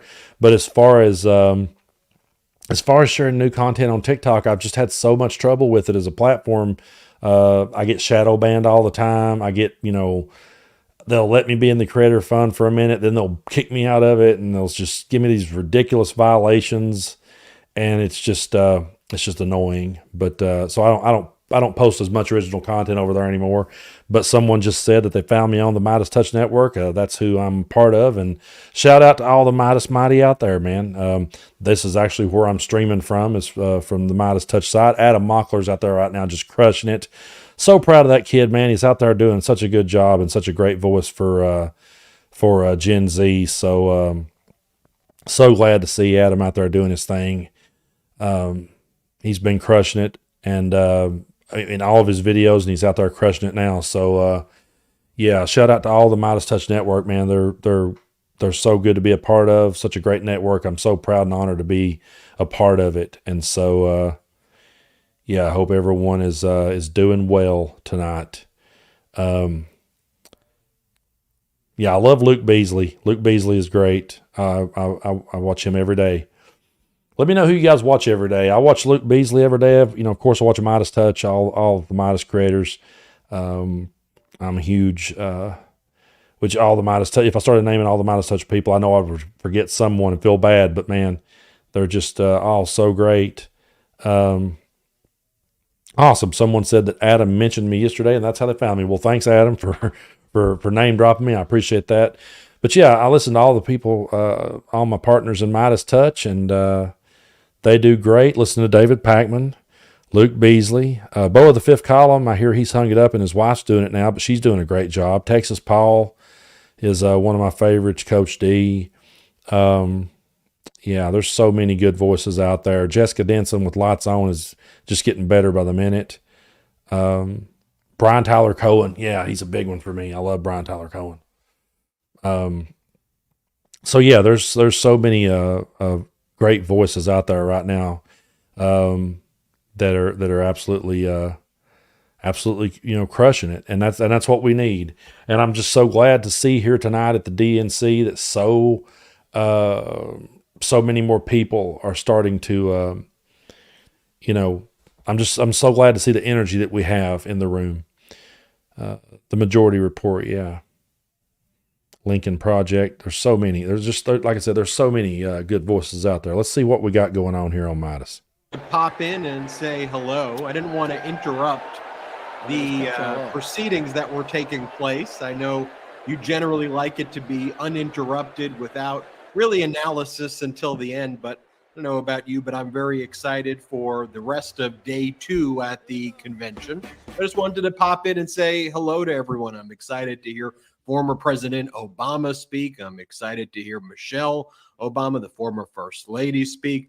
I thought the DNC's done a great job with some of those, short videos that they've been doing, highlighting the former Trump voters, highlighting Donald Trump's weirdness. That video they put together looked like a Midas video, where they said he's weird and dangerous. That was pretty cool. Want to give a shout out to Adam Mockler. He's doing a great job interviewing everyone. What's up there, Adam Mockler, right there, saying hello right there to him. Adam Mockler on the blue carpet. Why don't we check in with Mockler for a second, hear him in his interview, shall we, folks? While as soon as the speaker comes back on, I'll make sure we cut to the speaker. But again, I saw lots of people in the chat saying, where am I? I'm here. I'm with you, Midas Mighty. I'm watching it with you. Let's go to Adam Mockler for a second, huh? We play, then we get serious again. We cry. Like, I don't know about y'all, but last night I cried when Joe Biden came out, right? And he was hugging Ashley, and I was just like, damn. It was really good. It was good. Even cameraman Nate was telling me, wow, President Biden absolutely killed it. Did you cry? Did he cry? He was bawling his eyes out. Cameraman Nate's really sensitive. People don't know that about him. He's a big guy. I know Nate, but he's so sweet. He's so sweet and sensitive. He's apolitical, but no, on a real note, largely apolitical. today we were talking, we were saying that was a good speech. It was a decent speech. I think President Biden had the energy that he needed. I think that it was a good exit from his 50 years. No, it was the beginning of the end, it feels like, of his 50-year service in American politics. What was your takeaway? My take was the fact of how much he's done for all communities, but he's done more. That's the president. He has done more for my community than any other president.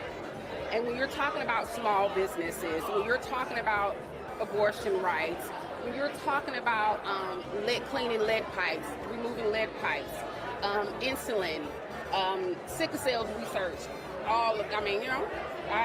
that's what I look at. Make sure you guys tell Politics Sis that she is killing it right now. The Midas Mighty. Tell Politics Sis that she is killing it. Let me ask you. Okay. You said that reproductive rights and fighting for women of color, those are some of the most important issues to you, correct? Yes. What is at stake for women all across America? Tell the Midas Mighty on Midas Touch. What is at stake for women across America? When it comes to our reproductive rights, our life. That's it, our life. Because our life depends on voting. If we don't get out and vote, more and more women will die. That's what at stake. I said abortion, when it comes to abortion, like when you're going to the emergency room, we have sepsis, anything like that, they're turning you away. Look, if you have an abortion because of them, you can not have a baby again. You can severely hurt yourself. So many things can happen, and you can die, but people are already dying. And why are MAGA Republicans, why is Donald Trump attacking VP Harris on her identity and her race rather than going after policy? I want to hear what you think about that. We know he's racist. Oh, yeah. But he does not like to see a black woman who's more smarter than him, who's more intelligent than him. That's what it is. And I'm scared. I don't know about y'all when the debate starts. I'm a little nervous about that because either he's going to say a bad word or he may do something crazy. But what I do know is that she's not Hillary Clinton. He's not going to be able to walk behind her like he did Hillary Clinton. And there's no disrespect to Hillary. I love her. Kamala takes no BS. We were talking about this earlier, but Donald Trump successfully put Hillary Clinton on her back foot throughout the entire campaign. Hillary Clinton was always on the defense. I didn't do this. This is false. This is not true. Kamala Harris is not letting anything get to her. Everything bounces off her. She doesn't even react. And that is, to build on your point, Kamala Harris is not Hillary Clinton. She is not reacting. She's not biting, which is amazing. Look, Kamala is a prime example of black women in the workforce or in the political arena, how we deal with things. We have tough skin. And sometimes we lose our friends, we lose our family, and we lose our jobs because of being hated. And for her, she's a woman, she's black, right? And she's Indian. Those three things alone, it makes her tough. Yep. Thank you for talking to us, Politics Sis. Again, in 5 minutes, we're going to be like, hey, let's hop on for one more segment. So we are live on the blue carpet right now. We have politicians and surrogates about to walk past, about to be doing some amazing interviews. Make sure you guys are supporting Midas Touch. Make sure you guys are looking up at we're close to 400,000. Yeah, absolutely. Make sure you guys are supporting Midas Touch. Adam's out there crushing it right now. And, be sure to support the Midas Touch Network. They're closing in. We are closing in on the Midas Touch channel, closing in on 3 million subscribers. May have hit it already. Adam Mockler, everybody, with Politics Sis. She's crushing it as well. A great interview. We're going to bring you more coverage of the DNC as soon as we get the next speaker. I was seeing a lot of people in the comments asking where I was. I wanted to be very respectful of your viewing experience. You see a whole lot of me throughout the day, maybe slightly even too much of me, according to perhaps my wife and some others.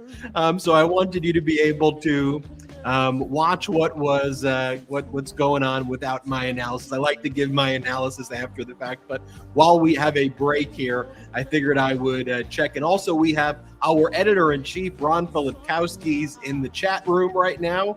He's taking questions. And by the way, let's give a hat tip to Filipkowski and that editorial team.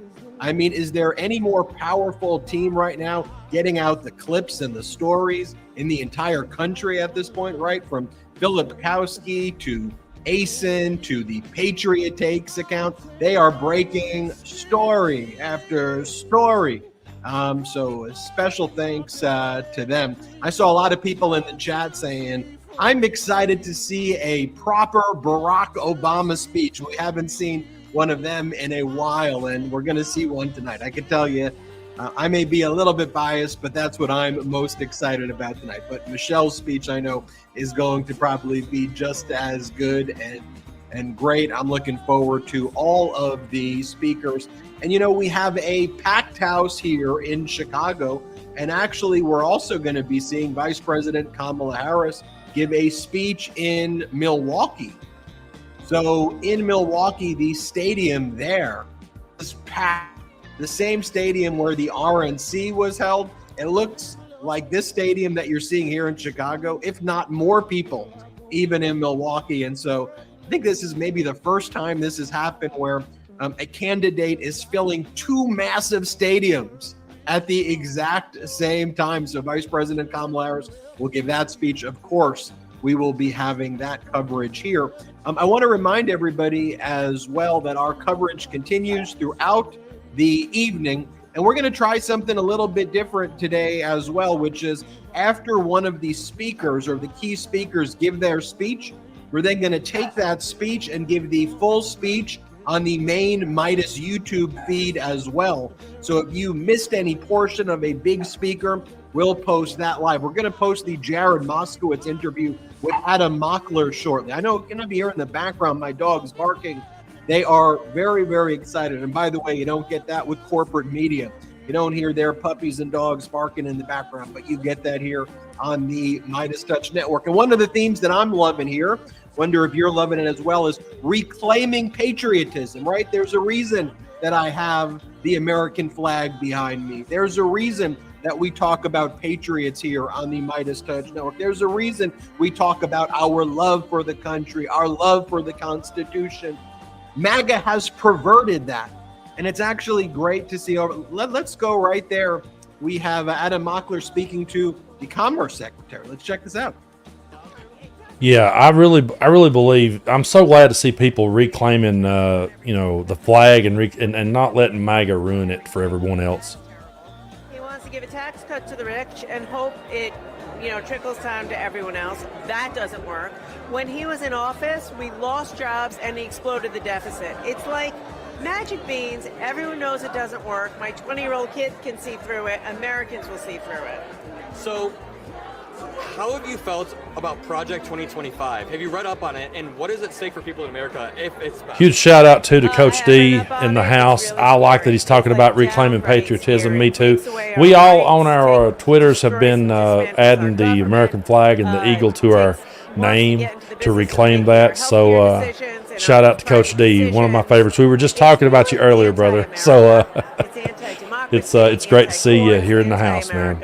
The scariest part is that Donald Trump has already tried to do the Schedule F executive order his first term, and that Schedule F executive order said that he could appoint tens of thousands of loyalists in the government. So if Donald Trump gets back into office, he won't make the mistake of having Mike Pence. He'll have J.D. Vance, which is also a mistake.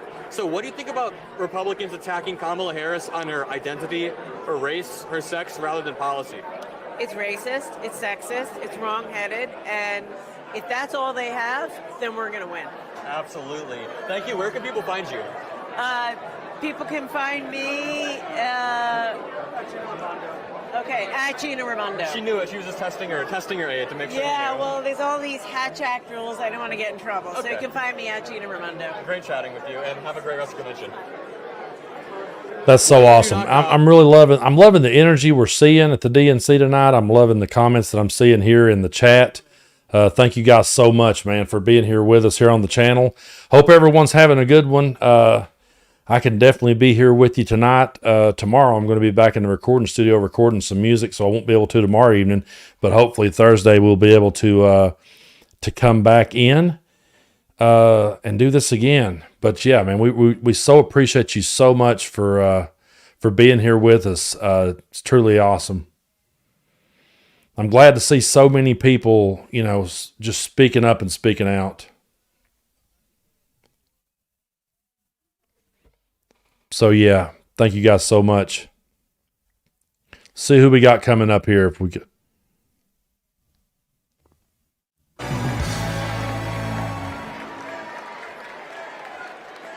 Well, good evening, delegates. My name is Jason Ray, and I'm honored to serve as the secretary of both the Democratic National Committee and the Democratic National Convention. I remember watching my very first convention on television when I was just 10 years old. It was the 1996 convention right here at the United Center. Now, nearly 3 decades later, I could not be more thrilled to join you in making history as we nominate Vice President Kamala Harris.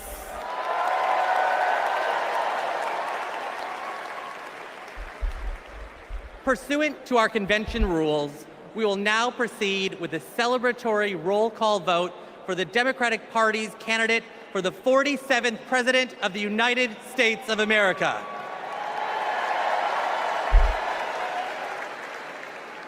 As a reminder, our nomination was made official on August 6th upon the certification of the virtual roll call.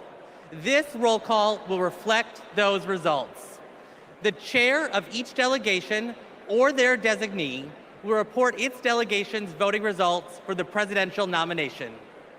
Pursuant to the rules, the roll call will follow the alphabetical order of the states, with the District of Columbia and Puerto Rico, the territories, and Democrats abroad treated as states for the purposes of the alphabetical roll call. Delegates, are you ready? Let me hear you. Ladies and gentlemen, my name is DJ Cassidy, and I'd like to welcome you all to the Democratic National Convention roll call. Now we're going to pass the mic from state to state so that all our voices are heard all Yeah, folks, this is super cool. This is really cool. I'm really enjoying this, and I thank you guys so much for tuning in with me tonight and sitting here. And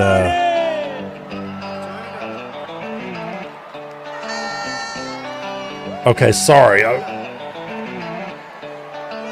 Alabama, how do you cast your vote? Never thought I'd hear Sweet Home Alabama at this. That's pretty cool. Oh, damn. Ronnie Van Zant sang that song one time, made $1 million. I sung it 1 million times and never made $1. On behalf of the great state of Delaware, home of our beloved 46th President of the United States, Joseph Robinette Biden Jr., it is our honor to unanimously cast our 34 votes for the next President of the United States. This is super cool. President Kamala Harris! This is awesome.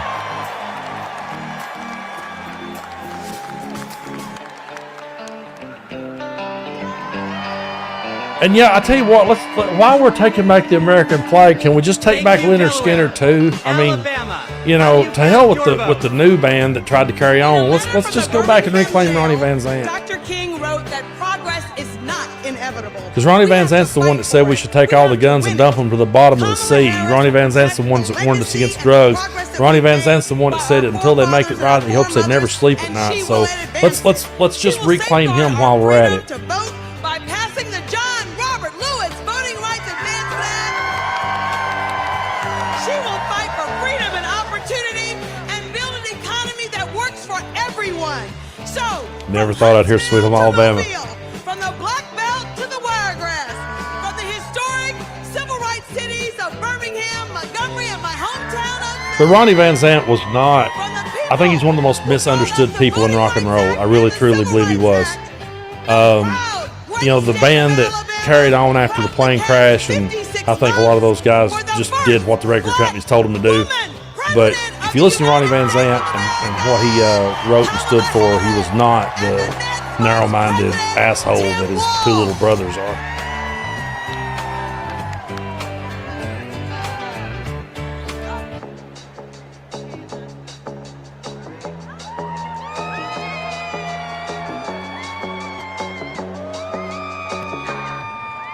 Alaska, how do you cast your vote? Alaska's motto is North to the future. And that's exactly where Kamala Harris and Tim Walz are going to take us. A future full of opportunity for everyone.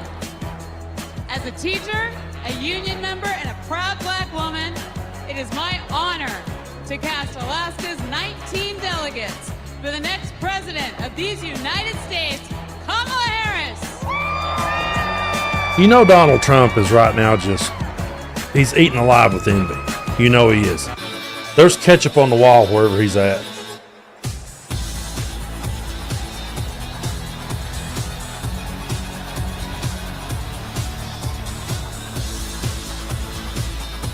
American Samoa, how do you cast your vote?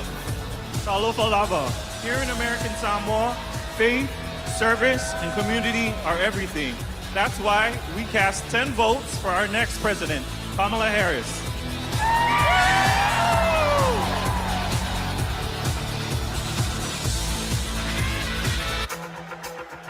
Now, once again, my name is DJ Cassidy, and this is the DNC roll call.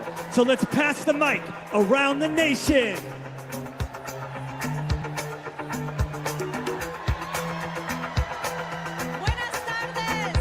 Arizona, how do you cast your vote? Buenas tardes from the Grand Canyon state of Arizona, the future of the Democratic Party, where we've been bringing the heat since 2020, electing Democrats up and down the ballot. Our diverse coalition is proud to cast our 85 votes for Kamala Harris.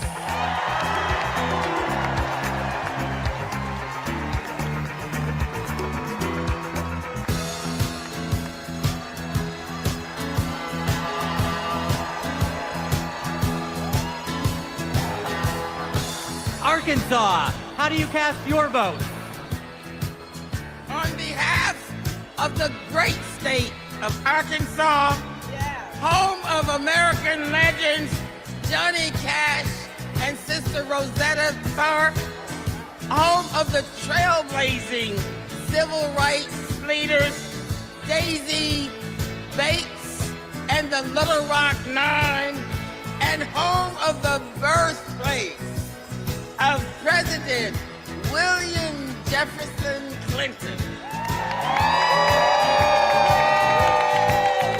who inspired all of us in a place called Hope. Arkansas casts our votes for Vice President Kamala Harris and Governor Tim Walz.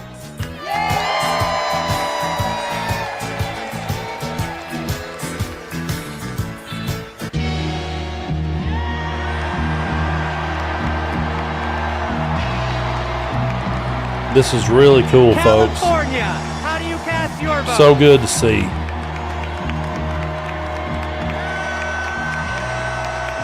Mr. Secretary, the great state of California passes at this time. California passes.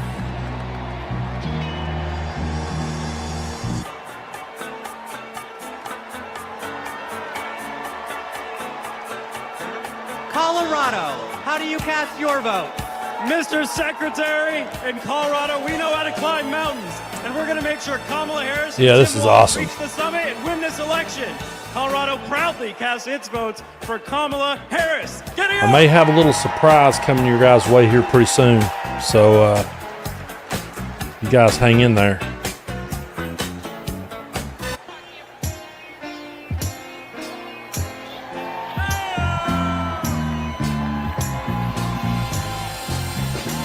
Connecticut, how do you cast your vote? Connecticut, the Constitution state, home of the submarine, home of the jet engine, home of the Yukon Huskies slam dunk, home of Keith Richards lead guitar. We vote. Tonight, we cast 73 votes and one president for the first female president of the United States of America, Kamala Harris. Yeah, you know, we do have hope, folks. That's the thing. We have hope now. Now we're passing the mic all around the world tonight. So let's join together. Here we go, here we go, here we go. Let's go. Yeah, this music is over the top.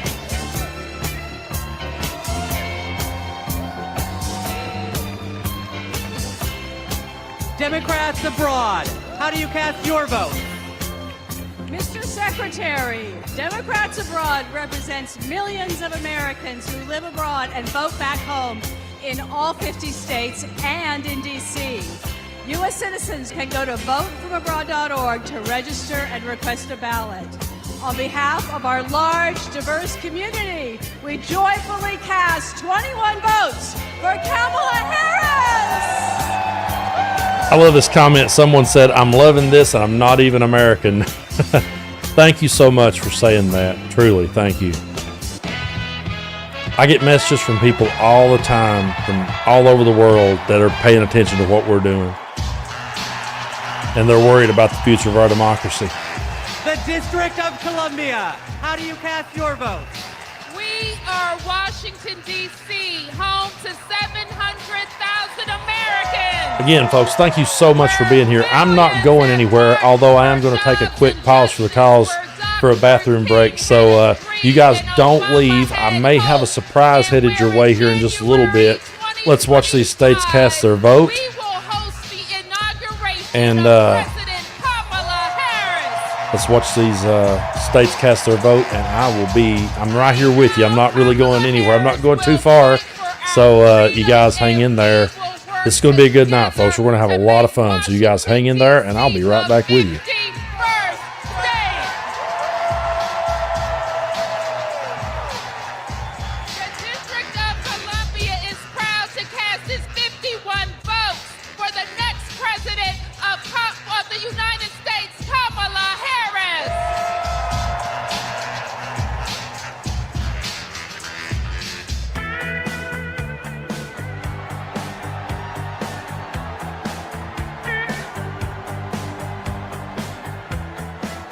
Florida, how do you cast your vote?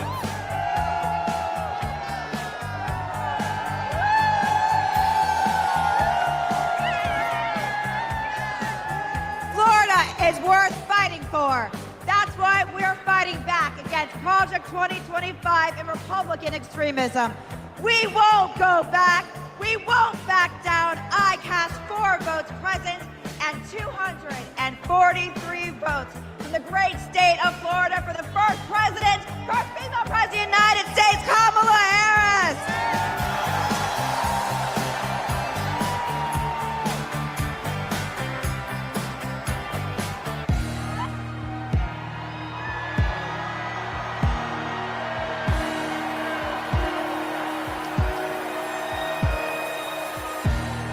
Georgia, how do you cast your vote?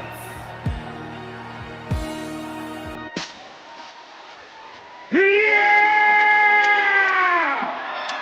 Ladies and gentlemen, we are here tonight to officially nominate Kamala Harris for president. Get loud, another round of shots. DNC, turn out for what? Turn out for what? Hey, turn out for what? Yeah! Turn out for what? Let's go, let's go! Turn out for what? Hey, everybody get your hands up! Hey, everybody get your hands up! Hey, everybody get your hands up! Now, say, we're not going back! We're not going back! We're not going back! We're not going back! VP Harris! Coming to wall! VP Harris! Giving the wall! Hey!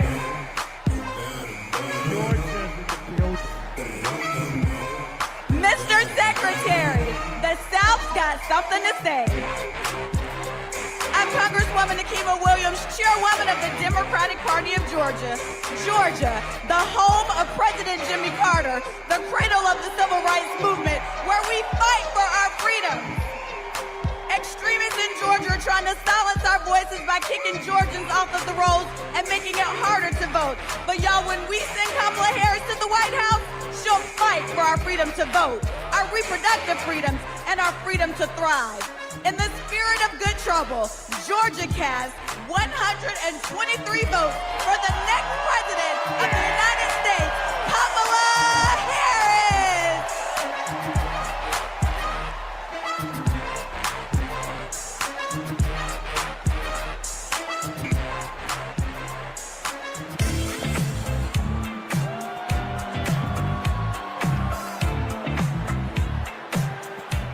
Guam, how do you cast your vote?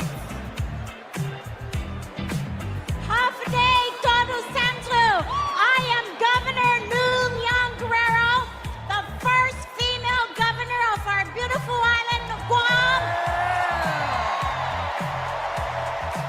The home of the indigenous Chamorro people. And where America's day begins. And we proudly cast our 12 votes to the next first female president of the United States of America. Viva Kamala! Viva Kamala! Viva Kamala!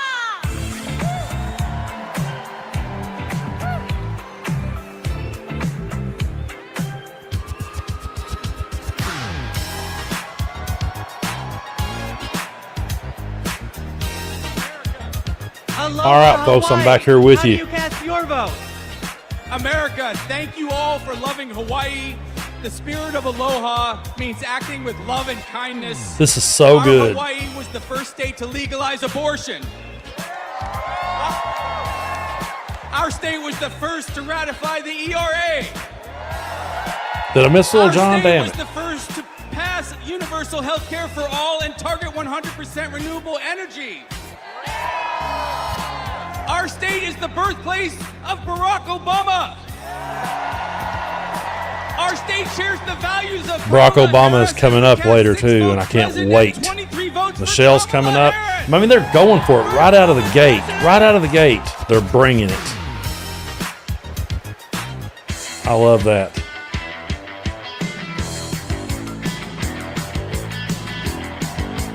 Idaho, how do you cast your vote? Republicans ripped away our reproductive freedoms. The Idaho Democrats. Thank you so much for that, Laura. I truly appreciate you. Thank you for being here, and we're going to feel all that hope and joy. It's great. We are not going back. So yeah, we're sitting here and we're watching 7 votes for Kamala Harris. everyone cast their votes. This is truly awesome. But while we're watching this, I told you guys that I had a surprise for you, and so I'm not going to let you down. Ladies and gentlemen, today is a I celebration. do have a great surprise. I'm so glad now to bring on my good friend Coach D. Coach, how are you, man? What is Chicago. up, man? This is great. You great. Ready? Really enjoying it. Yeah, let me grab my headphones. Here we go. Yeah, man, this is great, dude. It really is. I'm so glad to see this. Let me see if I can get the DNC. There we go. Further back on the screen. Your vote. Secretary, Illinois hear me good? Democrats Yes, I can. are doing the How you been work doing, man? You- to win I've been in great, November. man. Been great. And Just I been am busy. proud Yeah. to introduce How about Yeah, you? did you? Yeah, man. Same. And I had to play catch up today on night one because I was visiting a friend last night, but came in, watched the replay today. So I've actually been watching this stuff all day because I watched the replay and now we're here. So yeah. Yeah, I've been all over it, man. I've just been very impressed with what they got going on here. President Barack Obama. I just like the positive vibe, man. I really like the positive vibe. I love the USA, signs and everything. I love the idea of reclaiming it all. Oh yeah. Me too, man. That's one of the reasons why I hung the flag behind me. There was a time period where that like I said, MAGA just put such a negative spin on everything that you almost they really did, and so I think it's time that the people like us reclaims it. Illinois casts 1 vote present and 176 votes for the next president of the United States, future Madam President Kamala Harris. I want to ask you to turn up my mic volume, so I'm going to do that real quick for you guys. All right. Yeah, I'm hearing you good on my end, but It's hard to tell. This is where I flash back to my music days, man. When I would be on stage, someone in the crowd would be like, "I can't hear the guitar," and I'm like, "What's blaring in my ear?" But so, yeah. Indiana, how do you cast your vote? You know, it's funny, man. I don't even have a big problem with the music being so loud and everything. I still like it. You know what I'm saying? It's still cool. Indiana, me too. welcome me into its heart.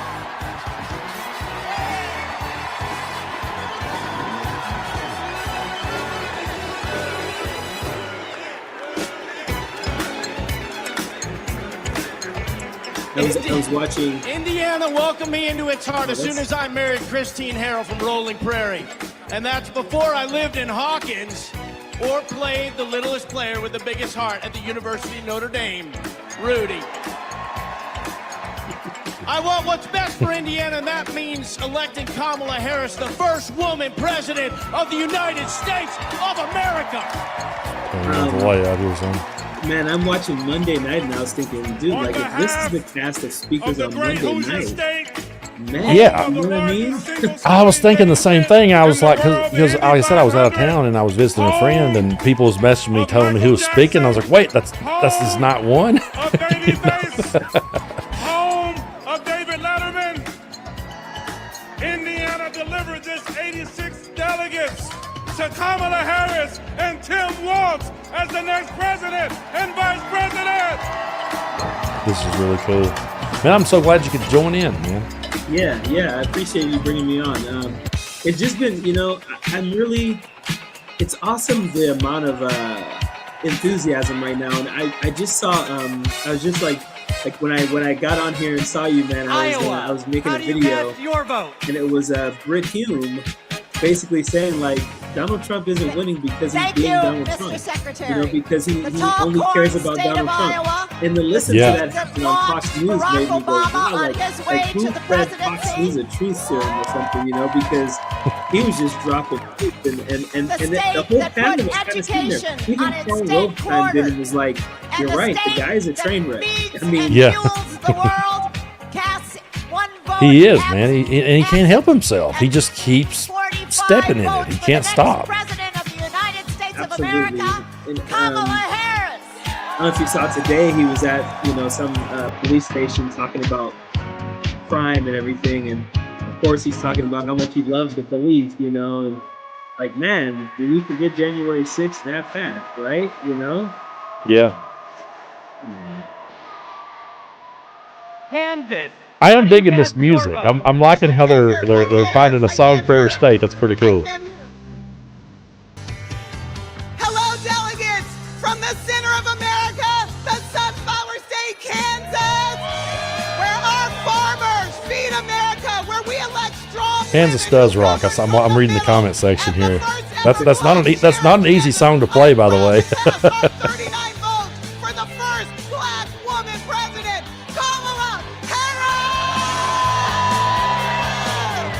This is cool. You know, I was wondering about that whole California passing also. Yeah. And I don't know why they did, honestly. Yeah, I'm not sure either. I think I stepped away when that happened, and I came back and saw the comments. Yeah. Since Here we go. 2021, the Biden-Harris administration has shown up for the Commonwealth of Kentucky, and today we're showing up for Vice President Harris. With this administration, we've broken every record for private sector investment, exports, tourism, wages, and new jobs. Together, we're building the 2 largest battery plants on planet Earth, and we opened the cleanest, greenest recycled paper mill the world has ever seen. We are proud to cast 56 votes for the next president of the United States, Kamala Harris. It's awesome. Talking about batteries, man. Those are only supposed to be built in China, I thought. Yeah, they only build those in China, man. Yeah, for real. Now this is the state I was born in right here. Oh, awesome, man. What part was you? Yeah, what part was you? Oh, really? Awesome, man. Yeah, right in the 8th so ward, awesome. man. We could walk Louisiana, to the French how do you Quarter cast from where your I live. vote? Yeah. Wow. Greetings from Louisiana. Oh, bringing in the heavy hitters too, man. Mr. I love it. Secretary. Yeah. My name is Wendell Pierce, and I'm a proud son of Louisiana. And Louisiana is about family, and I'm surrounded by my family of the delegates of Louisiana. And our great Congressman, Troy Carter. Louisiana casts its votes in support of our democracy, and we stand in line for a more perfect union. And born out of that democracy from the Big Easy, the northernmost Caribbean city, the last Bohemia was jazz. And nothing can be more emblematic of jazz and democracy than what we swing with in the Big Easy. And it's because of that that I am here to cast my personal vote for the next president of the United States, Kamala Harris. Yeah, this is And really now cool. the leader of our party, Mr. Randall Gaines. We don't have a Hulk Hogan or a Kid Rock yet, but I mean, you know, our best. I was saying the same thing earlier. And resilience, and so does Kamala Harris. The great state of Louisiana cast its one vote present, and our 47 votes for the next president of the United States, Kamala Harris. Awesome.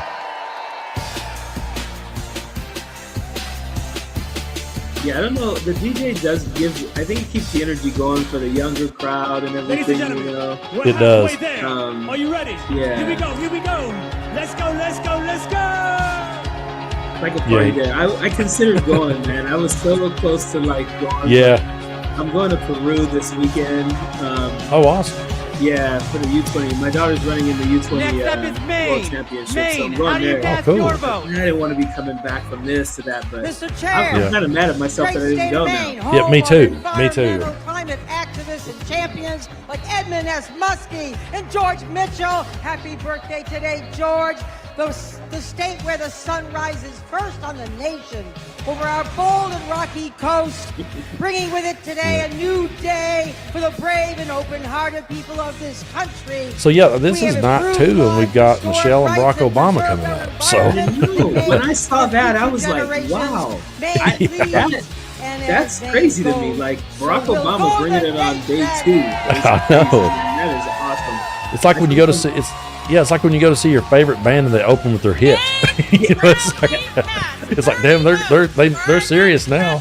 You know. I saw someone say that they saw seeing Hulk Hogan made them sad because Hulk Hogan was their hero. Yeah. I have to say, man, when I was a kid, I was like a junkyard dog, Hulk Hogan, you know, type of guy and everything too, man. Yeah. To see him get up there was Hulk. Oh, I know. Yeah, I know. Maryland. Well, you know, I think one thing with him is he's got this new Real American beer now, and he was probably trying to find a way to promote it. It's sad.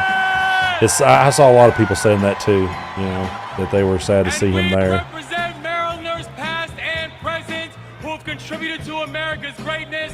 We are the birthplace of Harriet Tubman.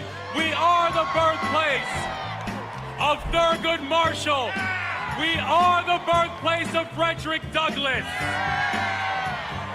We are the place where soldiers defended our freedoms in Baltimore and also in Antietam, and the home of thousands of veterans who call Maryland home. And this community of patriots is proud to cast our votes for the next president of the United States, Kamala Harris.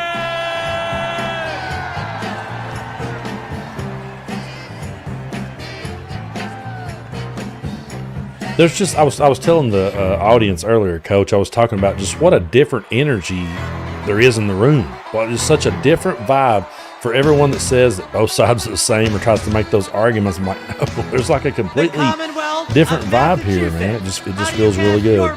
Yeah, when you have one side that talks people about of Massachusetts policies, know something about making when they're history. criticizing Donald The Trump, first they're Thanksgiving in criticizing Plymouth, his the policies, first public school, the first public attitude, library you know, where we don't ban Yeah. books.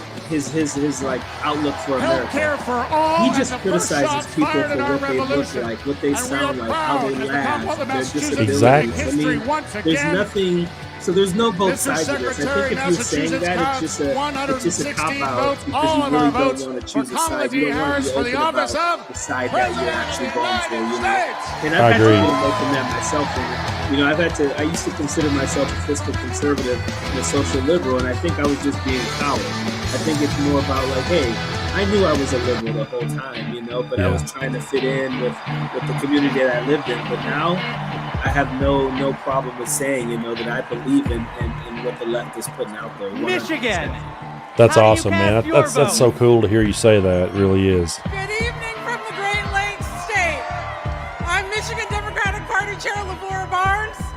Michigan has an incredible story. We put the there is so much good energy in the room, and I'm really enjoying seeing it. It doesn't, you know, like I was saying earlier too, is that what we're seeing here is people happy about the future, happy about, you know, the policies, and happy about what we stand for.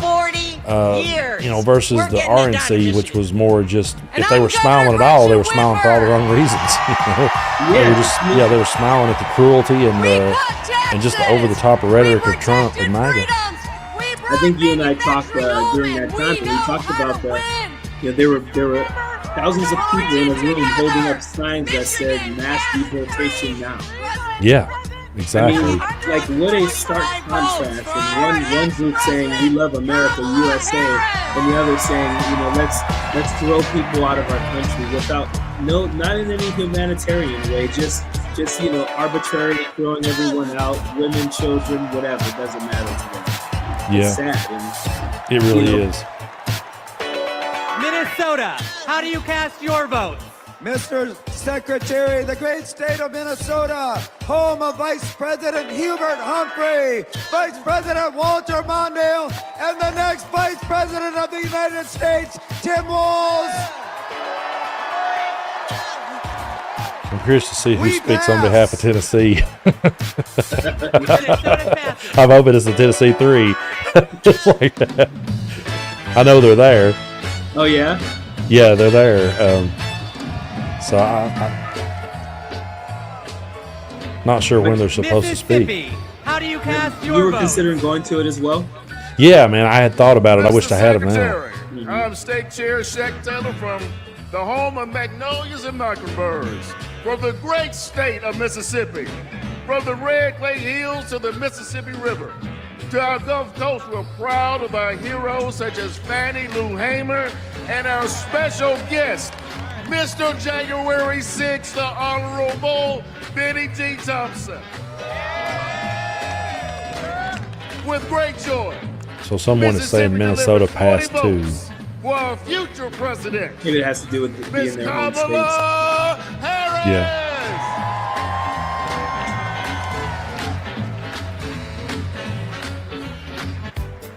Someone in the comment section said it's nice to watch politics and not dread it. Celebration continue. Honestly. No joke. I just feel like, you know, I mean, and you know, we got to talk about, like, Missouri, a lot of how do you Biden cast your policies. I talked about this recently. Biden policies that have been great, and looking forward to Mr. seeing Secretary, Kamala, you know, I'm Russ Carnahan, you know, Chairman kind of of Missouri continue some of Democrats. those and bring her own We're in home too, to you know. Super Bowl champion Kansas City Chiefs. There's so many things to be done, you know, and I think it was either AOC or someone Home talked to about common sense leaders like President Truman, voting for House Senators and Senate Eagleton, candidates as Carnahan, well, because McCaskill, you can't get it done and we will without fire those people. Josh So I Hawley urge and hire everyone Marine all the veteran time Nick to make sure you are not only voting in these federal Voters will elections, reclaim or in reproductive these freedom. presidential elections, Kamala but you're Harris voting is for in your a House lightning and bolt Senate of members energy as and well. hope across Exactly. this country, and we proudly Exactly. That's the point we need to drive home more 2 often. votes present and 68 votes for Kamala Harris and our Midwestern friend, Tim Walz.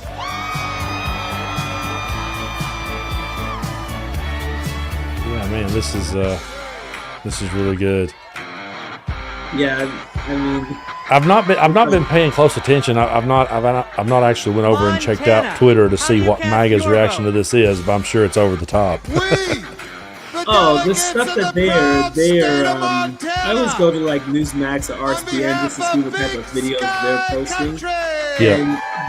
it's all petty stuff, you know. They're talking about the most petty things, nothing to do with anyone's policies. They're saying that, you know, Hillary Clinton should be in jail and all that kind of stuff.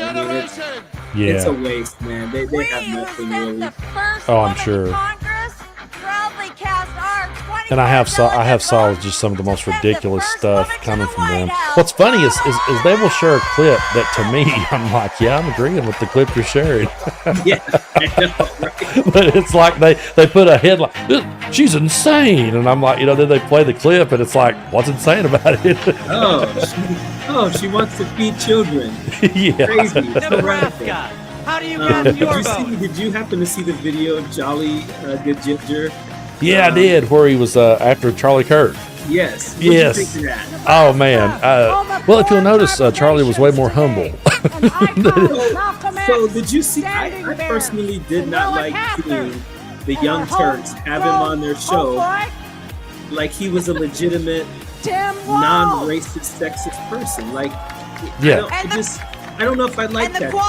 I don't mind listening to conservative voices. There are other conservatives out there who I don't mind sitting and I wouldn't even mind interviewing them or listening to them have a debate. Yeah. But in Omaha, now Charlie Kirk is a disingenuous person. He's not a good person. He says racist things. He goes on college campuses to bully kids. So yeah. I was like, get him, Jolly. I was all for it, man. You know, there's a part of me that's like, I felt a little uncomfortable because I thought he was, you know, but at the same time, I'm like, he doesn't deserve respect. I'm sorry. No, exactly. He doesn't deserve respect. Yeah, I felt the same way. Nevada, how do you cast your vote?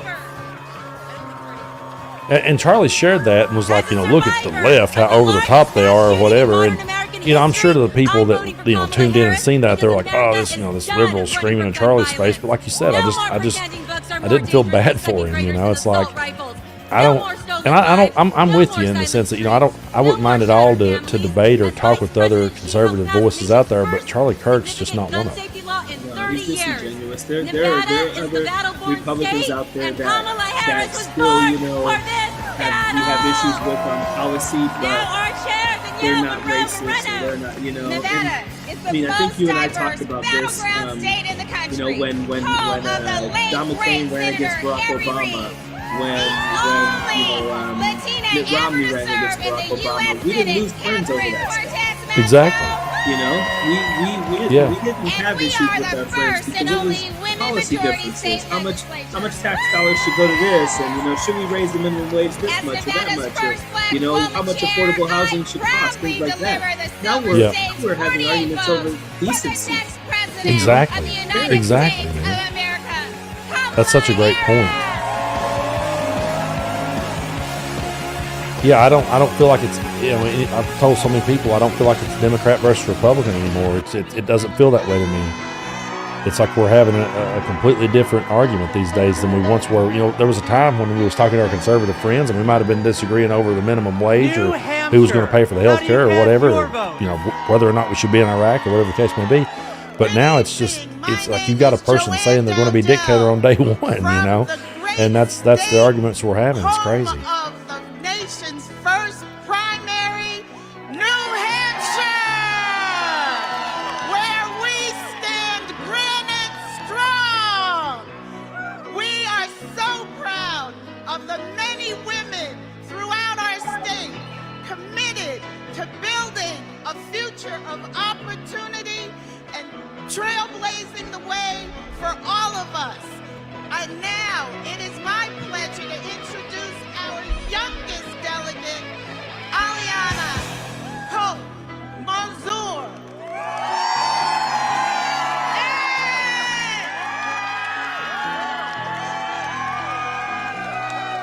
The great Live Free or Die state of New Hampshire casts all 34 of our votes for our next Black woman and first South Asian president, Kamala Harris. Oh no. Wait, is she actually two races?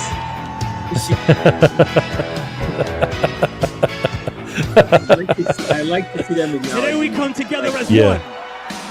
As one nation. under one groove. Nothing can stop us now. So no matter who you are, no matter where you are, represent your state with pride as we unite for the future.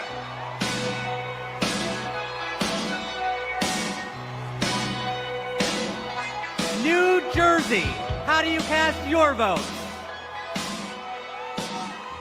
Everybody, I'm Governor Phil Murphy. We're from Jersey, baby, and you're not. In the Great Garden State, we care about protecting women's rights and lifting up vulnerable communities. That's what we mean when we say the Great Garden State. My name is Dr. Joey Perella, pronouns she, her, hers. I'm a proud resident of the Garden State. I'm proud to stand with Kamala Harris and Tim Walz because they stand with the LGBTQ community.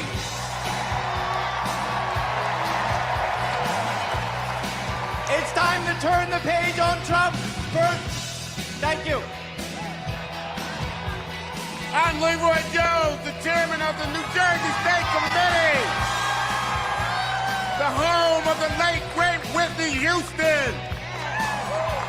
And New Jersey and these amazing delegates cast 2 votes present and 142 votes for Kamala Harris, President of the United States of America. When we fight, we win. When we fight, we win. When we fight, we win.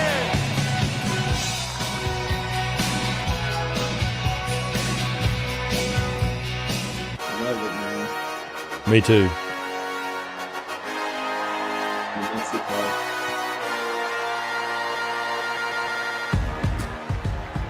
New Mexico, how do you cast your vote? Buenas noches! Chair Jessica Velasquez here with our delegates from the land of enchantment, the great state of New Mexico, where we live our family values, respect women, love our land, our water, our blue skies, our green chili, and our sunsets. We are proud to cast 45 votes for Kamala Harris and Tim Walz.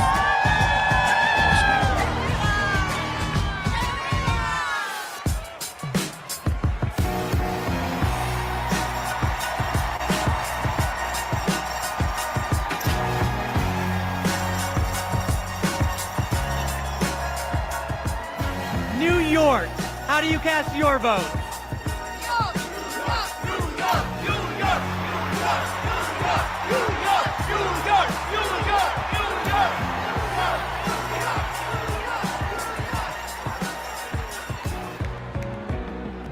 Like Link. Mr. Secretary, Yep. my name is Henry Garrido. I am from the great state of New York. Unions not only built the Empire State, they built a strong middle class across this country. That is why I'm so proud to introduce the governor of the greatest labor state of the country, Governor Kathy Hochul. As governor of the greatest state that ever existed. Hey, for New Yorkers, get used to it. From Seneca Falls, the birthplace of the women's rights movement, to Stonewall, the birthplace of the LGBTQ movement, to Stone King Mountain, the birthplace of the environmental justice movement, and the birthplace of the labor movement.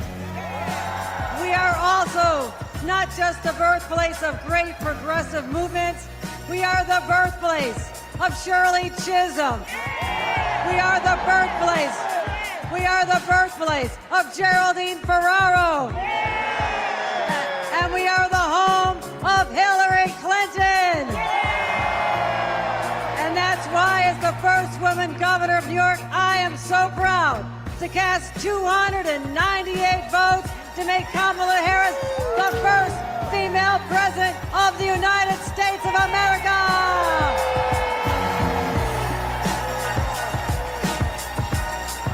Definitely catch up all over the walls of Mar-a-Lago. Yeah, for sure. I would love to, I can't lie. I would love to be a fly on the wall, and just watch his reactions. My name is Anderson Clayton. I have the honor of serving as the youngest state party chair in this country. And North Carolina is the home of folks like Anthony Hamilton. Yeah, Governor Jim Hunt, Dr. Reverend William Barber, Nina Simone. We represent a new South. And we are proud to be that again this year by electing Josh Stein, Allison Riggs, Wesley Harris, Anita Earls, and everyone else that's on our ballot this year. We are going to make sure that we put Democrats on the ballot and in people's hearts and minds. North Carolina gives 131 votes to the phenomenal Kamala Harris.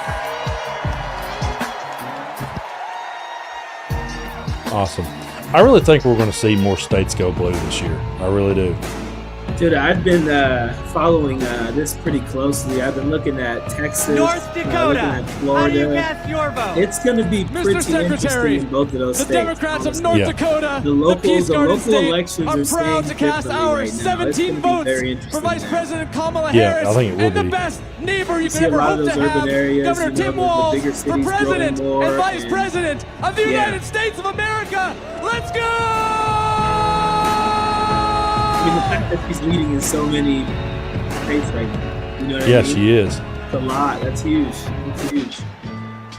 So now, ladies and gentlemen, my name is DJ Cassidy. This is the DNC Roll Call, and tonight, your voice is the future.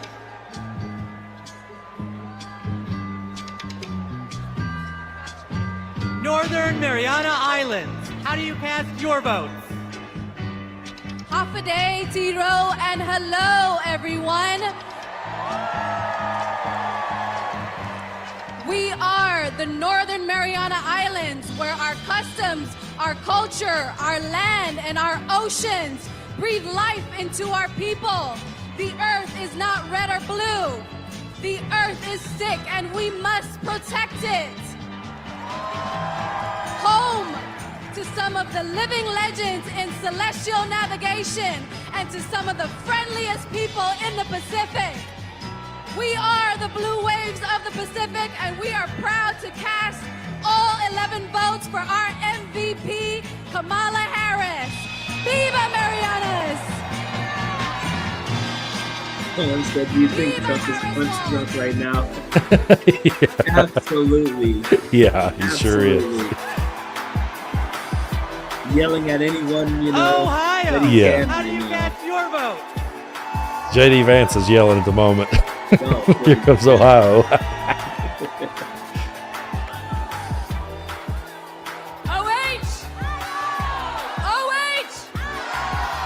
Mr. Secretary, Ohioans know how to make history. We put a man on the moon, and we are the founding home of the AFL-CIO. We enshrined abortion rights in our state constitution by 13 points, and we are going to send Sherrod Brown back to the U.S. Senate. As the first woman to lead Ohio Democrats, I am proud to cast our ballots for the first woman to be president of the United States. Mr. Secretary, we cast 1 vote present and 142 votes for Kamala Harris and Tim Walz.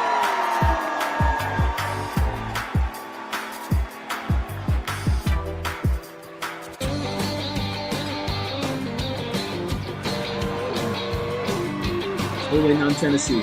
Oklahoma, how do you cast your vote? Hello from Oklahoma, where we fight for the future for all Oklahomans can be proud of.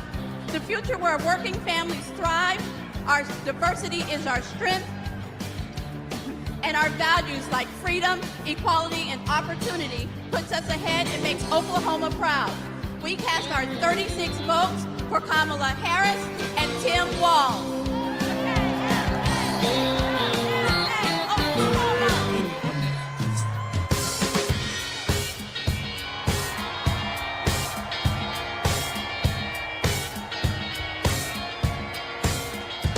Michigan. How do you cast your vote?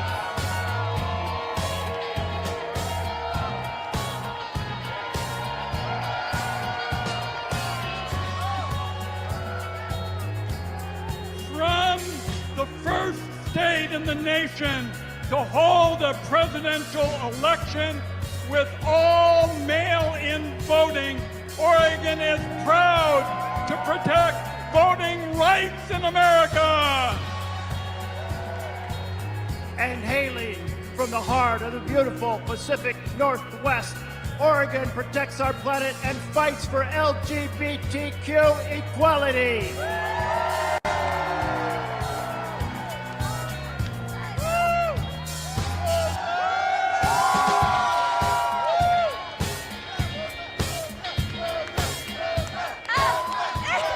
And where we believe that reproductive rights are human rights, Oregon cast 78 votes for Kamala Harris.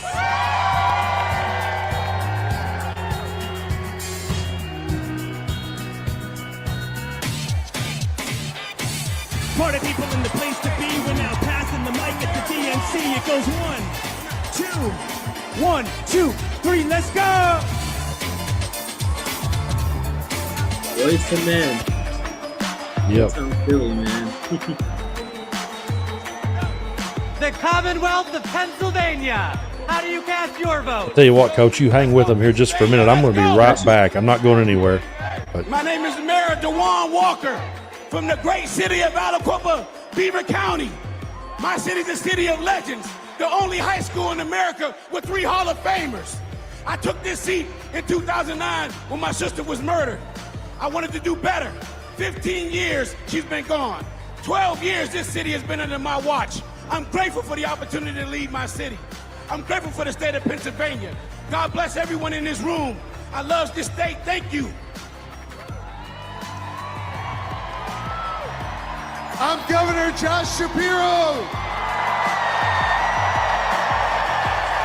The proud governor of the Commonwealth of Pennsylvania, the birthplace of democracy, the birthplace of freedom, the greatest Commonwealth of all. And together, Pennsylvania cast 178 votes for the next Madam President of the United States, Kamala Harris, and Vice President Tim Walz.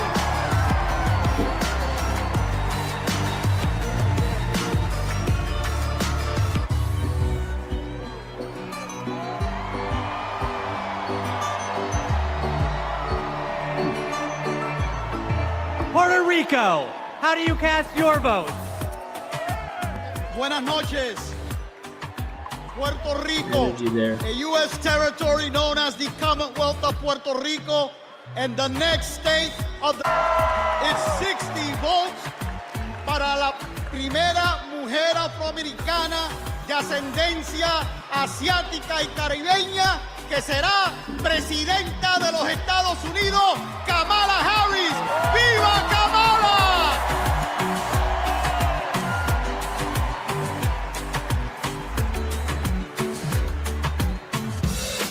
DNC, let's go! I think Shapiro's good. I think Shapiro's good with everything. I'm sure he will have a spot in the cabinet for sure. Now 1, 2, 3, let's go!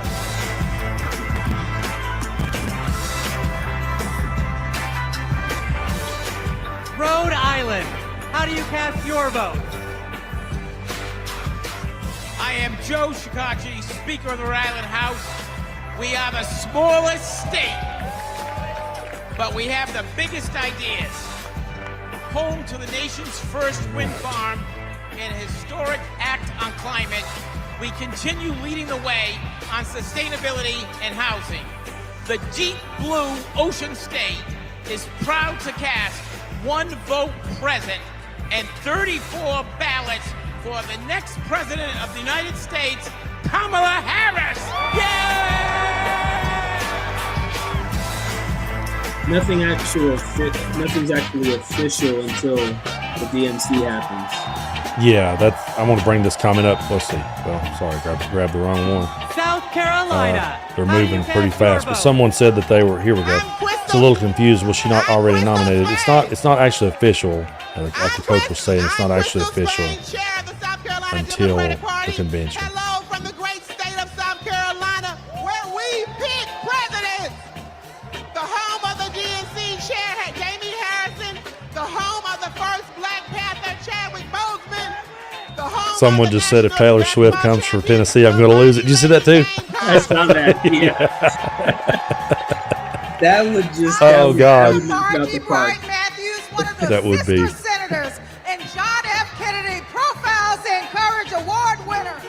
We stopped the total abortion ban in South Carolina. Like us, Kamala has proven that she has the courage to fight and will fight for all Americans. South Carolina is not going back.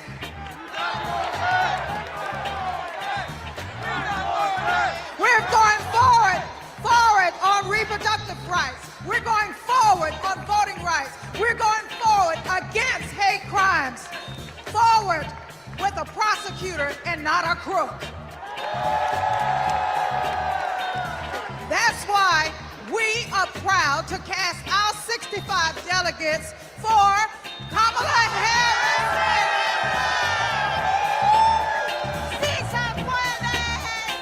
Took my daughters to a Taylor Swift concert back when they were like 10 and 6. Oh yeah? It's crazy, man. Oh, I imagine so, man. I can't imagine. South Dakota, how do you cast your vote? How mitakiapi, chante washte na bechuzapalo. In my beautiful Lakota language, that means hello, my relatives. I shake your hand with a happy heart. That is the spirit of my beloved South Dakota. My name is Chante Redis, and I want to say that my people, the Oceti Shakoan, are still here. The 7 council fires are still here. Let me tell you what a Kamala Harris presidency will mean for me, my friends, and my community. More importantly, more opportunities, more good-paying jobs, better access to health care, and a quality education. That is the future we deserve, and it is the future we will win on November 5th when we elect Kamala Harris. Thank you, Mr. Secretary. The state of South Dakota is proud to be part of such a historic moment in our country's history. We are a land that is proud of our hardworking farmers and ranchers, that celebrates 9 tribal nations and their incredible cultures, where natural beauty can be seen from the Big Sioux River to Mount Rushmore. South Dakota is honored to cast all 20 of our votes for Vice President Kamala Harris, who will soon be known as Madam President. Yep. Here we go. Let's see.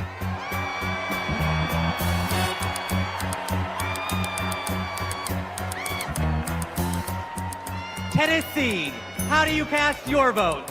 Mr. Secretary, yes. The great state of Tennessee, birthplace of rock and roll, hometown to the blues, home of 7 HBCUs, and the state that gave women the right to vote. From the bluffs of Memphis to the peaks of Mountain City, the movement for justice rooted in love in Tennessee is still strong. It is a movement where kids are free from gun violence, a movement where women have the right to choose, a movement where working people get access to economic opportunity, a movement where those who have been pushed to the periphery are brought to the center, a movement where those who have been pushed down are lifted up. It is alive in Tennessee because we believe that justice will roll down like waters and righteousness like an ever-flowing stream, which is why we are so proud to have been the first state in the union to have pledged all of our delegates to Kamala D. Harris. That's great. Cast 72 votes. He's such a great voice, man. Yeah. Such a great voice. President of the United States, Kamala D. Harris. I felt like I was in church there for a minute. He was really good. Awesome. Party people, come on. TNC, party people, come on. Roll call, party people, come on. TNC, party people, come on. Oh, man. If if we don't flip Texas, I think we're going to flip Texas definitely in our lifetime. I don't know for sure it's this year. How do you cast your vote? Man, it's looking like the way it's been changing, peaking every year. It's every election cycle. It's like went from 10 to 7 to 5% of the vote, I'm Eva Longoria from Corpus Christi, Texas, home of Selena Quintanilla, and I'm here to introduce native Texas. I think it can happen. I really do. I think, like you said, it definitely in our lifetime. It'd be awesome if it was this time. I'm proud to be here tonight representing a tradition in Texas of progressivism and my late mother, Ann Richards, the governor of Texas, and passing it on to another great Texas heroine, Kate Cox. I'm Kate Cox, and I love being a mom. I have 2 beautiful children, and my husband and I have always wanted a third. But when I got pregnant, doctors told us our baby would never survive. And if I didn't get an abortion, it would put a future pregnancy at risk. But Trump didn't care. And because of his abortion bans, I had to flee my home. There's nothing pro-family about abortion bans. There's nothing pro-life about letting women suffer and even die. Today, because I found a way to access abortion care, I am pregnant again. Thank you. And my baby is due in January, just in time to see Kamala Harris sworn in as President of the United States. That's all. Oh, absolutely. I was about to say the same thing. That is great. To hold that chair of the Texas Democratic Party, and as the nation's biggest battleground state with 40 electoral votes on behalf of 30 million Americans. Texas cast 3 votes for president and 263 votes for freedom, for the future, for the first woman to serve as the next president of the United States, Kamala Harris. Yeah, you gotta think about that a little bit. This whole abortion ban thing. You have women talking about that. I mean, Republicans always want to talk about abortion being like birth control, and that's not what it is for a high percentage of women. It's about their safety, home their of life. 8 tribal nations, Exactly. the crossroads of the West, the Beehive State, the host of the 2034 Winter Olympics, the youngest and fastest growing state in the nation, and the next battleground state. Mr. Secretary, we proudly cast 34 votes for Vice President Kamala Harris!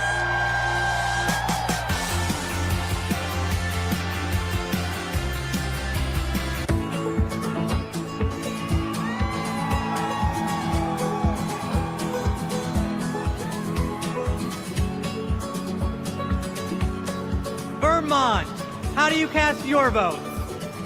Vermont knows the value of public education. We even have a teacher as our congresswoman. And in 1777, we were the first state to place public education in our Constitution. As someone with significant learning disabilities, I know the value of investing in every single child. We are proud to call Vermont home, and we are proud to cast our 24 votes for Kamala Harris because we are not going back.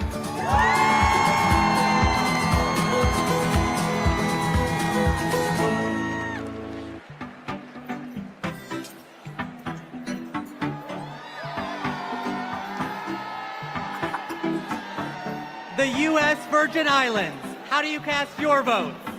Mr. Secretary, we are proud to call the Go Virgin teachers. Islands of the United Yeah. States our home. Absolutely. A place of resistance and freedom. Home of Alexander Hamilton, the first slave rebellion in the Western Hemisphere, the Firebird Queens. We are proud to celebrate a nominee of Caribbean heritage. From America's Caribbean, the place where the sun rises first in America, from the place of great liberty and the vacation home of President Joe Biden, the Virgin Islanders are strong, resilient, and committed and passionate to vote for the next President of the United States. All 13 votes to Kamala Harris!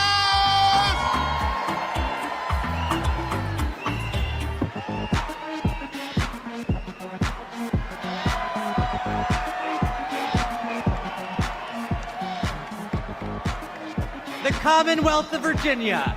How do you cast your vote? Mr. Secretary, the Commonwealth of Virginia is proudly represented by Senator Mark Warner and Senator Tim Kaine, majorities in the House of Representatives with 6 hardworking Congress members and majorities in the General Assembly. We also are proud to be represented by 25,000 hardworking, mostly union workers who build freedom by building aircraft carriers and submarines. Senator Warner. Virginia, for this year, we're going to return Tim Kaine to the United States Senate. Our Commonwealth of Virginia is proud to cast all 119 votes for the next President, Kamala Harris.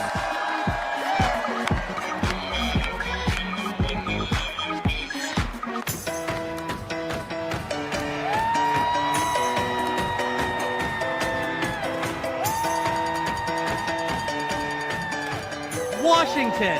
How do you cast your vote?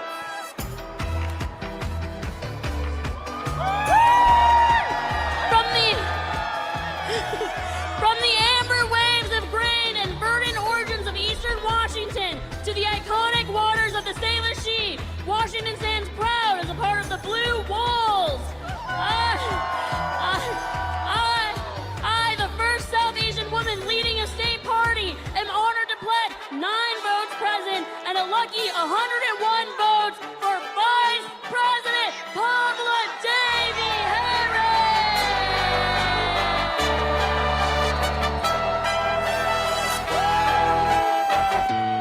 This is a funny question that popped up.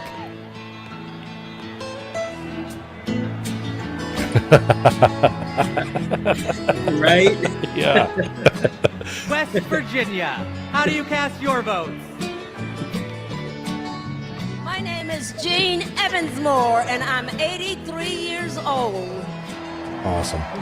And as such, I am the oldest of the delegates in West Virginia. Most 83-year-olds that I know are spending time with their grandchildren or traveling. But I'm here, suited up and ready to battle. Because I will not, I repeat, I will not let everything I've fought for be taken away by Donald Trump.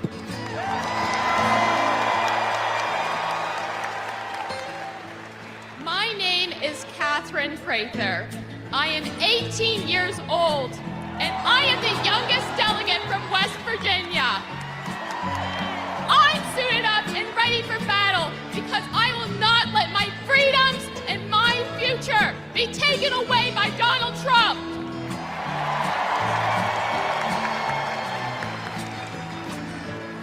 That's why we're proud to cast West Virginia's 24 delegates for the next President of the United States, Kamala Harris!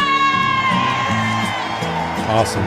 If someone asked if we were laughing at their comments, no, we just thought this was a great comment because there's so many people that have sued Trump for using their stuff.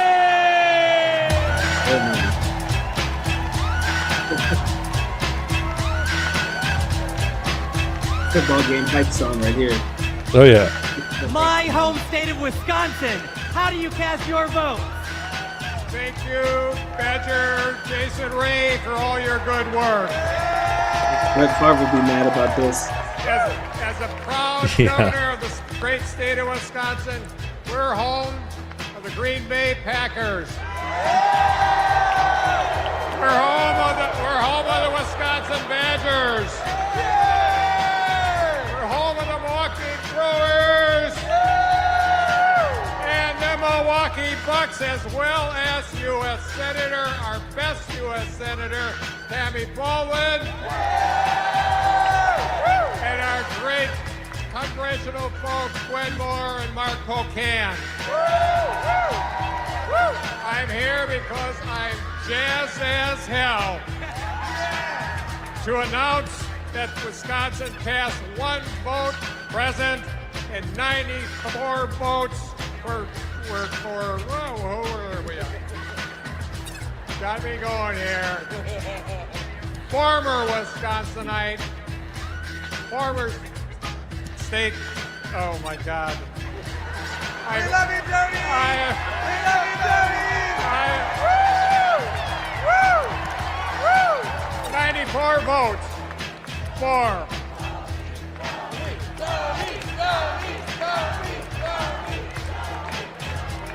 I'll get there, Jason, I'll get there.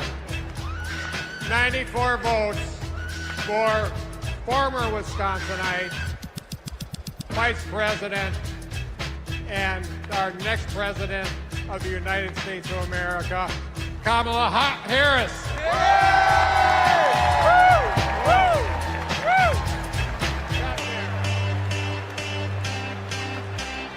The excitement, man. The excitement. Yeah. Oh, absolutely.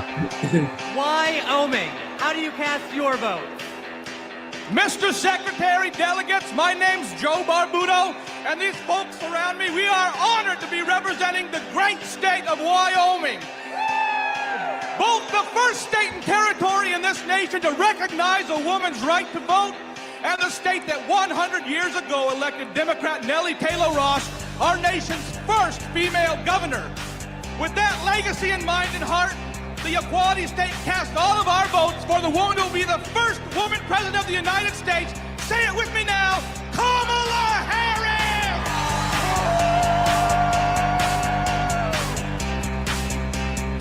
All right. Good job. So we're going back to Minnesota. I got it. They're just The great state of Minnesota, how do you cast your vote? Hello, Minnesota! My name is Hans Storvik, and Tim Walz was my neighbor, coach, and favorite teacher. We were excited to go to his classroom every day, and if you've ever been in high school, you know that can be rare. He opened our eyes to the world. He taught us how to talk about global issues with respect, curiosity, and kindness, even and especially when we disagreed. But he wasn't just a great teacher. He was also a great neighbor and friend. In fact, when he was in the midst of a budget battle as governor of our state, he still found time to attend my brother's funeral.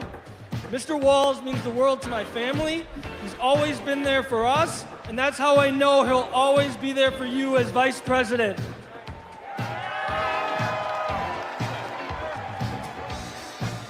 Thank you, Hans. Minnesota, let me hear you. There you go. 14 years in the National Football League taught me a lot about leadership. A good leader cannot be selfish. He has to look out for his team. Coach Walsh is unselfish as they come. He has led Minnesota with honesty and integrity. And in November, Minnesota is going to send Tim Walz and Kamala Harris to the White House. Let's go! You see, when the Republicans were making a deal out of the senator from the Tim Walz great being state of an Minnesota, assistant where coach and not a nearly head coach. everyone votes in purple rain. Really? Yes. Wow. That was the big And I'm scandal Tina last Smith week. from the great state of Wow. Minnesota. The home of the next Vice President of the United States, Tim Walz. Minnesota, we cast 10 votes present, and we deliver 81 votes for Kamala Harris and Tim Walz.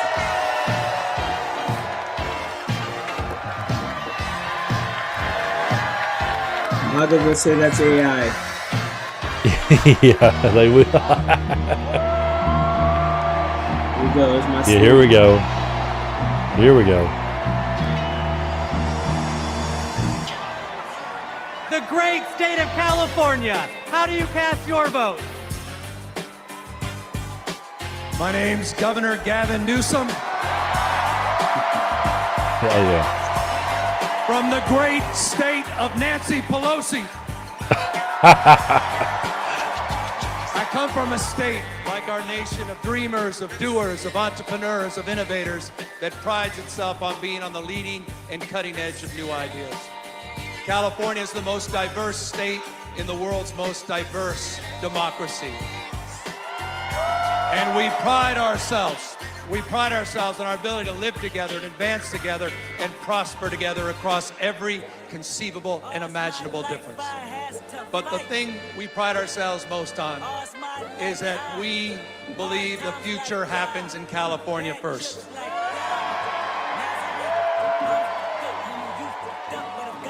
And Democrats, I've had the privilege for over 20 years to see that future taking shape with a star in Alameda courtroom by the name of Kamala Harris. I saw that star fighting for criminal justice, racial justice, economic justice, social justice. I saw that star get even brighter as Attorney General of California, as a United States Senator, and as Vice President of the United States of America. Kamala Harris has always done the right thing. A champion for voting rights, civil rights, LGBTQ rights, the rights for women and girls. So Democrats and independents, it's time for us to do the right thing, and that is to elect Kamala Harris as the next president of the United States of America. California, we proudly cast our 482 votes for the next president, Kamala Harris.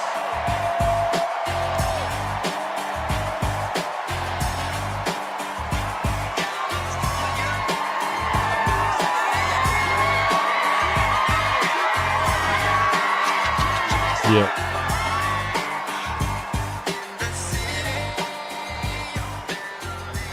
Thank you to everyone who participated in our celebratory roll call. Delegates, please know how That was critical you great. are to this process, both that now was awesome, man. and earlier this month when we conducted our virtual roll call. I am thrilled to reaffirm Kamala Harris as the Democratic nominee for President of the United States. Yeah, I don't know what this would have been like as an open convention. I don't know why people are advocating for that. I think this I don't being either. what it is right now is great. Like no uncertainty, no ambiguity. Pursuant to the Like, convention we're rules of rolling, procedure, you know what I mean? Yeah. Vice President Yeah, we're Kamala united, Harris we're rolling, has been we're moving invited forward. to make an acceptance speech, which she will give Yeah, I on don't know why Thursday, people were advocating August for that 22nd. either, honestly. This is great to see this But kind of now, energy and this kind of unity. A special surprise. It's my pleasure to introduce our party's official nominee for President of the United States, live from my home state of Wisconsin, Vice President Kamala Harris. Awesome.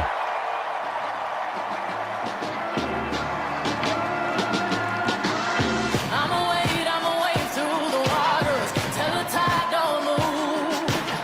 I'ma ride through your borders. Call me bulletproof. Lord, forgive me, I've been running blind and true. I'ma wade through your shallow love till the deep I'm new. Good evening, Milwaukee.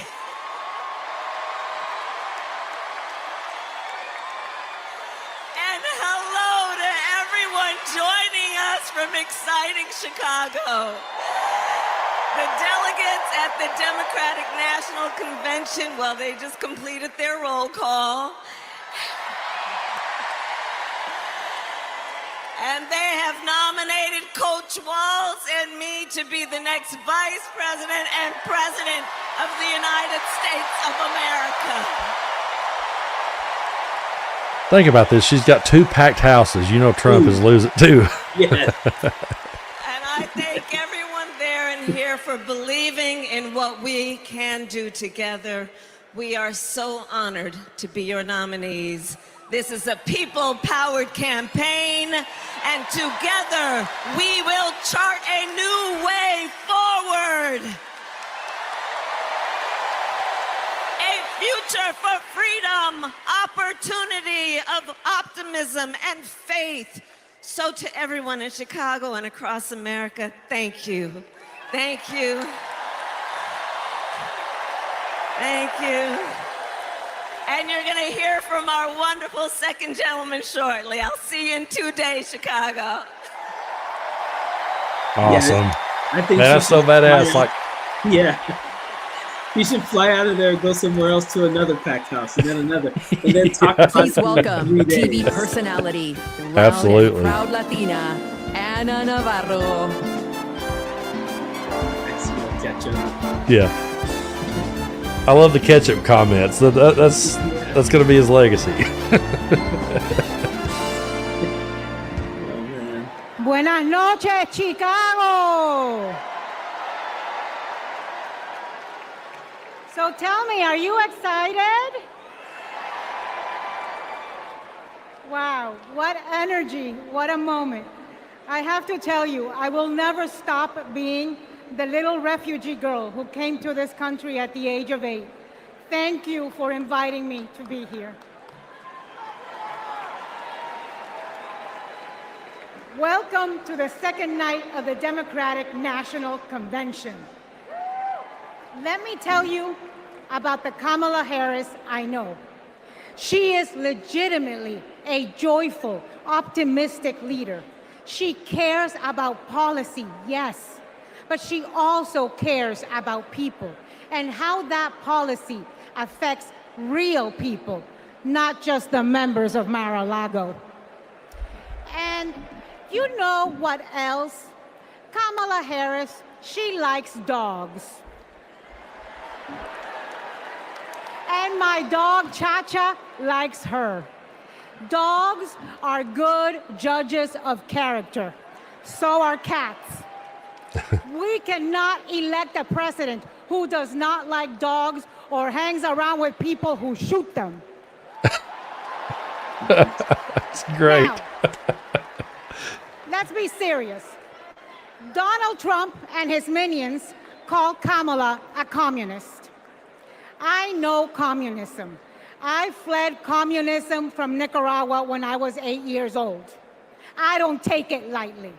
And let me tell you what communist dictators do. And it's never just for one day. They attack the free press. They call them the enemy of the people, like Ortega does in Nicaragua. They put their unqualified relatives in cushy government jobs so they can get rich of their positions, like the Castros do in Cuba. And they refuse to accept legitimate elections when they lose and call for violence to stay in power, like Maduro is doing right now in Venezuela. Now you tell me something. Do any of those things sound familiar? Is there anybody running for president who reminds you of that? And I know one thing, it's not Kamala Harris. That is not the America we love. It's not the land of freedom we treasure. Last night, we heard President Biden say that he loves his job, but he loves his country more. Every American needs to love our country more. Every American has the duty to put our country first. Country first before party. Country first before political ambition. Country first before habit. And in this election, putting country first means one thing and one thing only: voting for Kamala Harris. And that is what this night is about. That is what we're going to talk about tonight. So you know what? Let's get it started. Let's get this fiesta going. Awesome. The ayes are 50, the nays are 50. The Senate being equally divided, the Vice President votes in the affirmative, and the nomination is confirmed.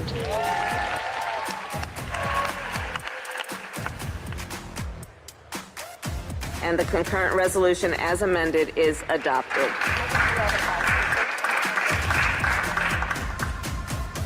The Vice President votes in the affirmative, and the motion to proceed is agreed to. On this vote, the yeas are 50, the nays are 50. The Senate being equally divided, the Vice President votes in the affirmative, and the bill, as amended, is passed.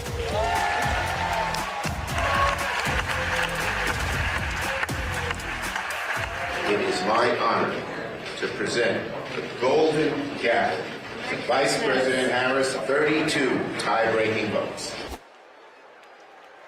Awesome. I love how they're bringing these receipts. I said this earlier. I love the ads they put together. They've all been so greatly done.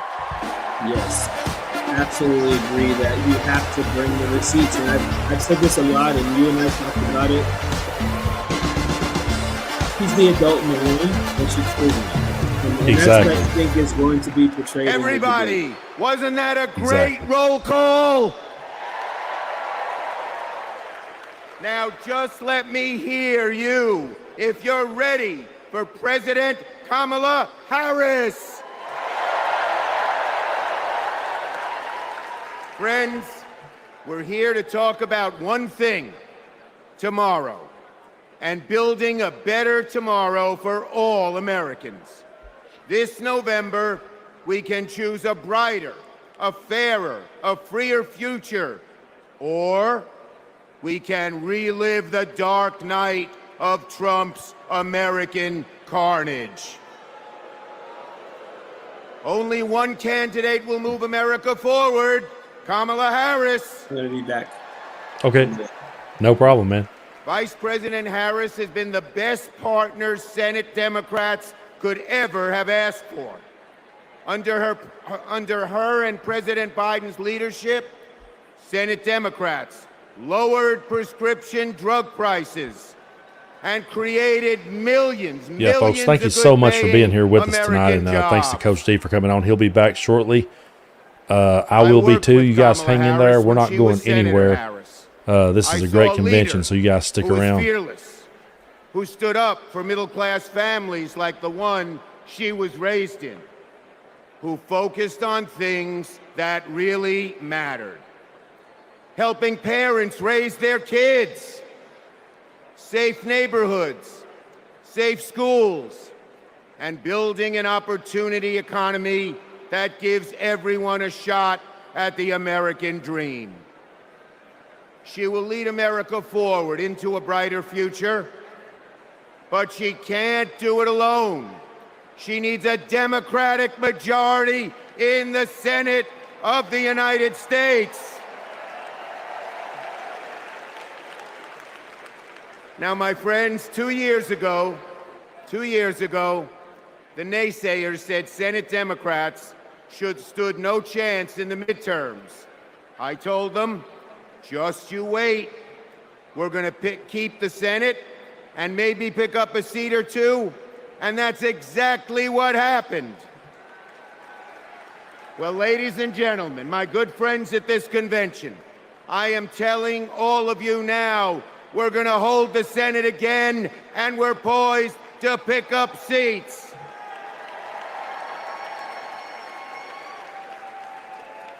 A Democratic majority to create good-paying jobs and lower costs, to defend a woman's right to choose, to deliver for communities back home. Our senators are doing it, like Jackie Rosen, delivering high-speed rail for Nevada. John Tester, bringing high-tech jobs to Montana. And Bobby Casey and Sherrod Brown and Tammy Baldwin and Martin Heinrich fixing bridges in Pennsylvania and Ohio and Wisconsin and New Mexico. We also have amazing candidates. Ruben Gallego, Angela Alsobrooks, Andy Kim, Alyssa Slotkin, Lisa Blunt, Rochester, Colin Allred, Debbie Mucarsel-Powell. And folks, listen to this. More than half of our candidates are candidates of color. We're making the Senate look like America. Now let's compare that with Senate Republicans. Senate Republicans pretend to care about middle-class families, but they voted no on expanding the child tax credit, and J.D. Vance didn't even show up to vote. Senate Republicans pretend to care about the border, but they voted no on the strongest border bill in a decade. Republicans tend to care about freedom, but they voted no on a woman's right to choose. No to safeguard IVF. No to birth control. That is just a taste of their extreme agenda. Is that what we want for America? Do we want a Republican Senate that assaults reproductive freedoms? Do we want a Republican Senate that cuts taxes for the rich, rigs the game for big oil and big pharma? Well, folks, the choice is ours. Now, let me close on a personal note. As the highest-ranking Jewish elected official in American history, I want my grandkids and all grandkids to never, never face discrimination because of who they are. But Donald Trump, this is a guy who peddles anti-Semitic stereotypes. He even invited a white supremacist to Mar-a-Lago. And unfortunately, his prejudice goes in all I saw directions. someone say that Bernie is next. Is that true? And issued a Muslim ban. Okay, awesome. Bernie, then Michelle, then Barack. Tonight, folks, I am wearing this blue square to stand up to anti-Semitism, to stand up to all hate. Our children, our grandchildren, no matter their race, no matter their creed, their gender or family, deserve better than Donald Trump's American carnage. So, are you ready to make sure Donald Trump never, ever gets near the White House again? So let's elect Kamala Harris, Tim Walz, and a Democratic majority in the Senate and keep the torch of freedom burning bright for generations to come. On to victory in November. Awesome. Glad you're back, Coach. You know, I wanted to point out something. Together, we McConnell got booed out of the room. What I call an opportunity They're in the Republic. We didn't have no boos on our side. No one got booed. that matter most to most Americans. Compare my plan with what Donald Trump intends to do. He wants to impose what is, in effect, a national sales tax on everyday products and basic necessities that we import from other countries. It will mean higher prices on just about every one of your daily needs. Donald Trump's plan would cost a typical family $3,900 a year. He wants to repeal the Affordable Care Act, which 45 million Americans rely on for health care. He plans to give billionaires massive tax cuts year after year, and he plans to cut corporate taxes by over $1 trillion. That if you want to know who someone cares about, look who they fight for. We capped the price of insulin at $35 a month and the total cost of prescription drugs at $2,000 a year for seniors. And just yesterday, we announced that we are lowering the price for 10 more life-saving drugs.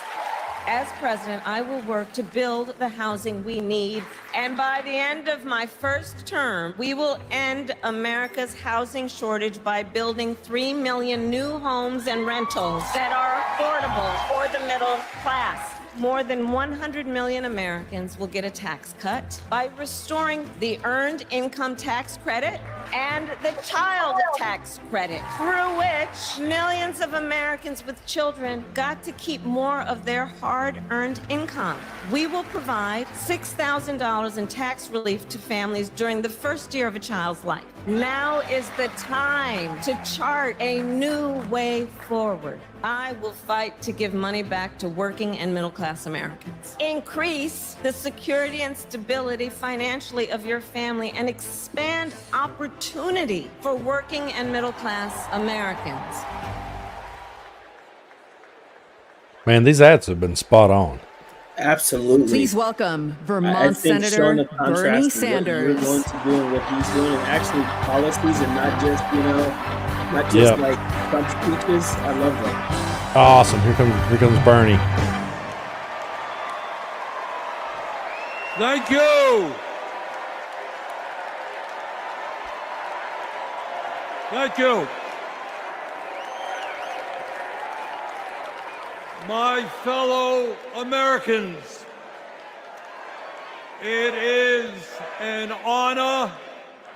It is an honor to be with you tonight because we're laying the groundwork for Kamala Harris to become our next president. And let me tell you why that is so important.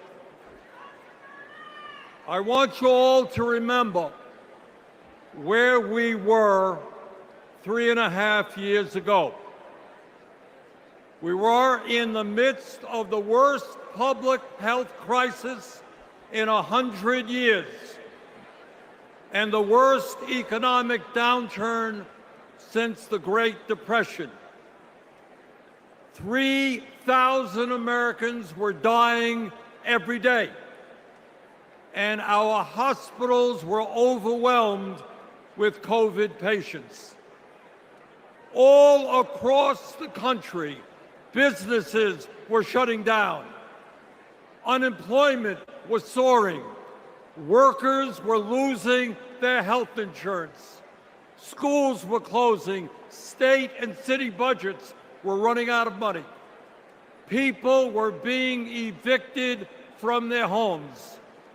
Children in America were going hungry. That was the reality the Biden-Harris administration faced as they entered the Oval Office.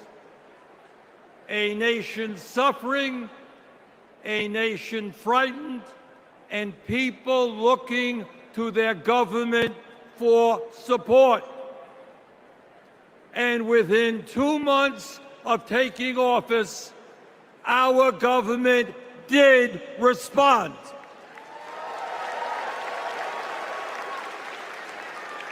We passed the American Rescue Plan, which provided $1,400 for every man, woman, and child in the working class. We extended and expanded benefits for the unemployed. We provided emergency assistance for small businesses to stay open. We guaranteed health care coverage to tens of millions of Americans through one of the largest expansions of Medicaid in history. We provided rent relief and mortgage assistance, which prevented tenants and homeowners from being evicted. We established emergency food programs for hungry children and the elderly, and protected the pensions of millions of union workers and retirees from being slashed by up to 65%. Oh, and by the way, we cut childhood poverty by over 40% through an expanded child tax credit. Thank you, President Biden. Thank you, Vice President Harris. Thank you, Democratic Congress.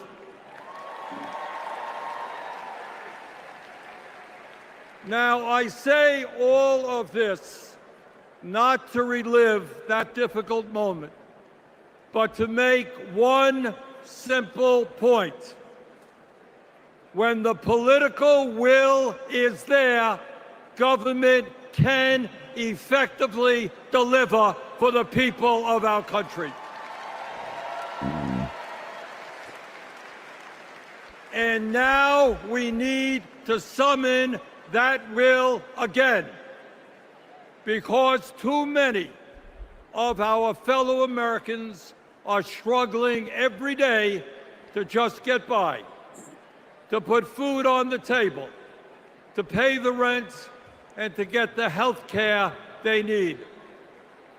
Brothers and sisters, bottom line, we need an economy that works for all of us, not just the billionaire class.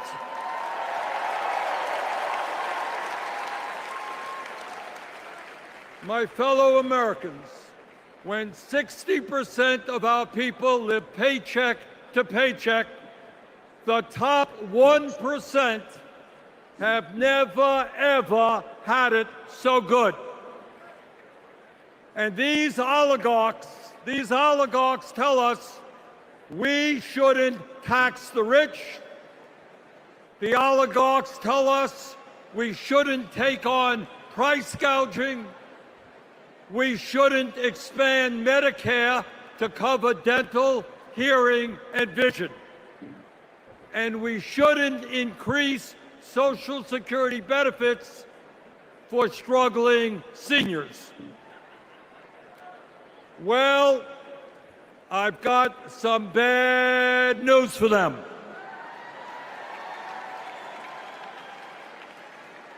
That is precisely what we are going to do.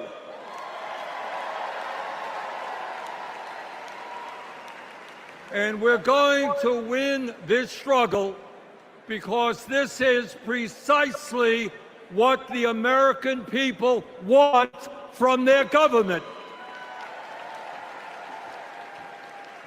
And my friends, at the very top of that to-do list is the need to get big money out of our political process.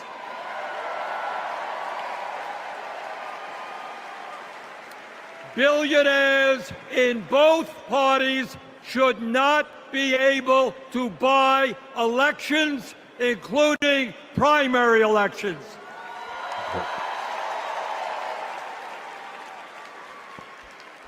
For the sake of our democracy, we must overturn the disastrous Citizens United Supreme Court decision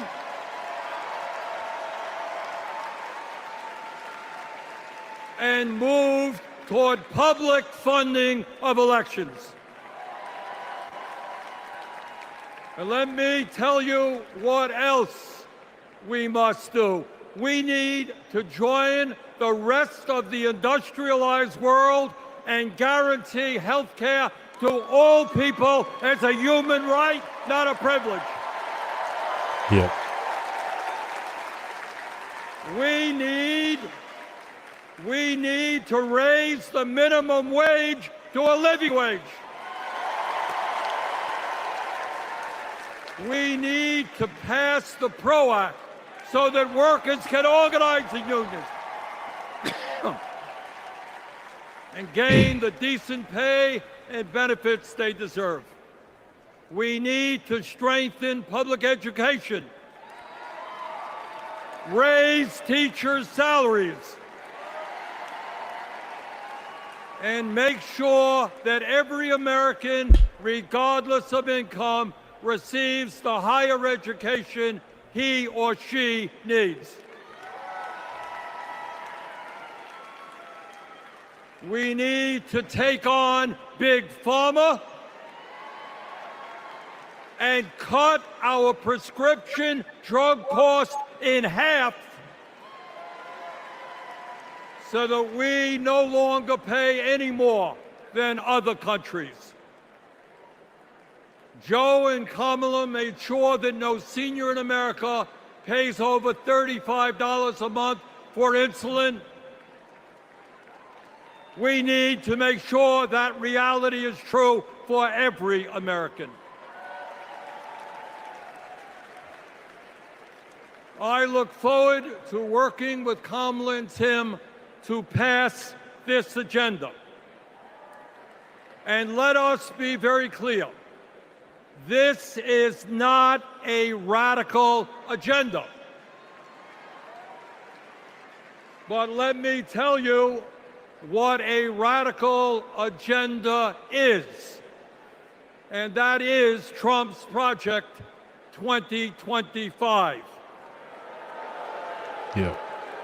At a time of massive income and wealth inequality, giving more tax breaks to billionaires is radical. Putting forth budgets to cut Social Security, Medicare, and Medicaid is radical. Letting polluters destroy our planet is radical. And my friends, we won't let that happen.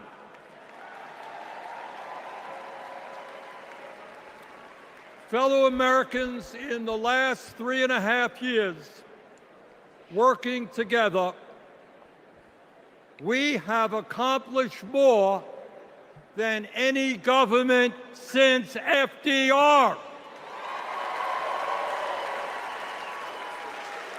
But much, much more remains to be done.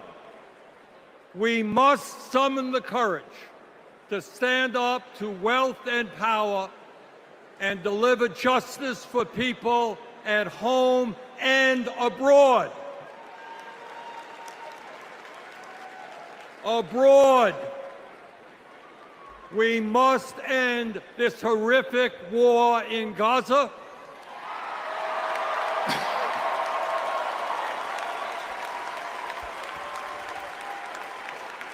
Bring home the hostages and demand an immediate ceasefire.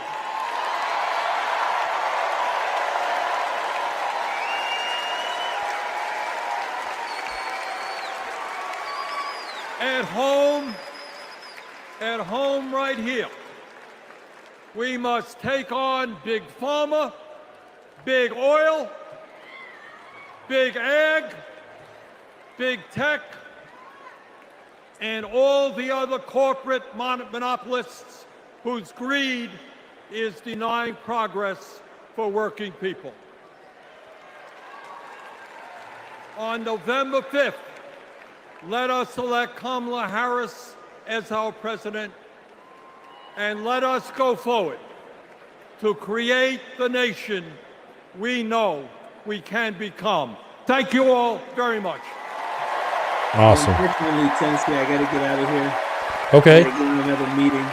No problem, man. Thank you so much for being with us, Coach. We really appreciate you, man. Thank you for having me, man. Anytime. This is fun. Awesome, man. Take care of yourself. Yes, you too, man. I'll talk to you soon. All right.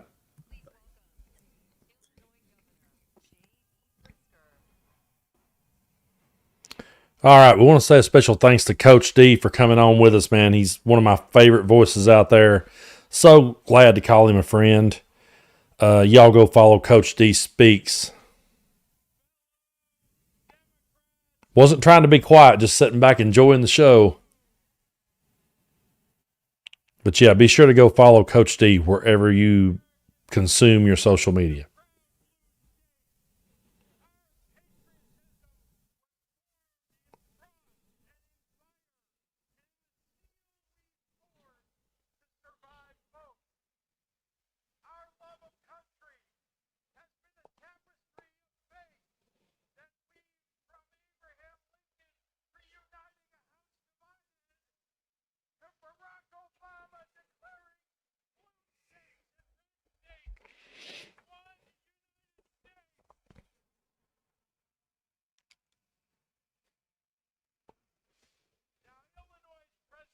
pedigree is unmatched. Sorry about that. And given that Vice President Kamala Harris I muted the spent some sound of her while Coach D was life saying bye, and I right forgot to here, unmute it. My I bad. speak for the entire Illinois delegation when I say we claim her too.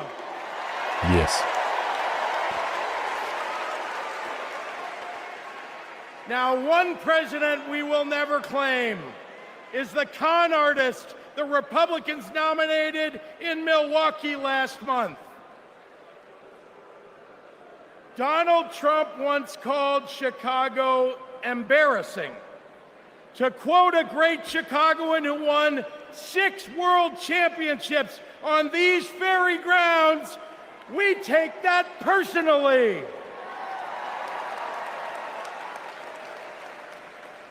I had to govern for 2 years while Trump was president. Let me tell you what's embarrassing. In Illinois, we passed a massive bill to fix our roads and bridges. When Donald Trump proposed his own plan, he turned right around and called it stupid. We eliminated the grocery tax. Donald hasn't been in a grocery store since his first bankruptcy. Illinois invested in clean energy and the jobs it brings. Donald claimed that windmills in the ocean made the whales a little batty. During COVID, we supported small businesses and jobs. And Donald, well, Donald told us to inject bleach.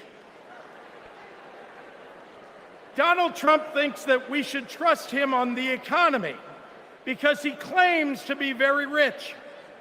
But take it from an actual billionaire.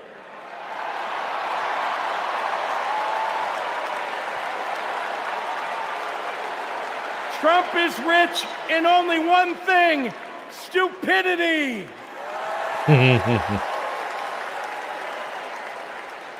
Now, I meet with business leaders all the time, and there's one universal thing they all need: people. They need more workers to fill all the jobs they have. But the anti-freedom, anti-family policies of MAGA Republicans are driving workers away. Here's the thing. Americans don't want to be forced to drive 100 miles to deliver a baby because a draconian abortion law shut down the maternity ward. Americans want the hope of giving birth through IVF, not the fear that it might be taken away. Americans with LGBTQ kids don't want them facing discrimination at school because the state sanctioned it. Americans want to go to their neighborhood grocery store and not have to worry about some random guy open carrying an AR-15.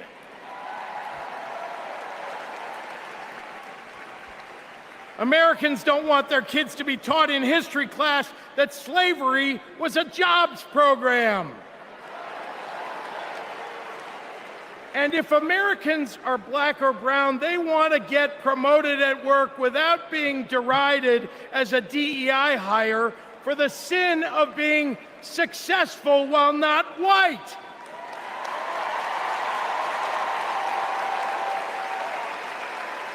Let's be clear. It's not woke that limits economic growth. It's weird. And these guys aren't just weird, they're dangerous. Democrats are for lower taxes and higher wages, less inflation and more business growth. We just think it's wrong to craft those policies for Elon Musk and not for everyday working people. That includes a secure retirement and good health care. We think the government should help you prosper, not police who you're sleeping with. More than anything, Democrats want economic policies that are kind, not cruel. But Trump chooses cruelty every time. After all, everything he's achieved in his own life has been by hurting someone else. Kamala Harris and Tim Walz, well, they've spent their lives lifting people up, not pushing them down. They know that a White House that leads with kindness looks at someone who is struggling and sees not what they might cost society, but what they might create for it. Americans want policies that give every American a chance to make it to the middle class. They want to grow small businesses, and Democrats want to cut taxes for everyday people. More than anything, Kamala Harris and Tim Walz want a country where we can all live with a little serenity.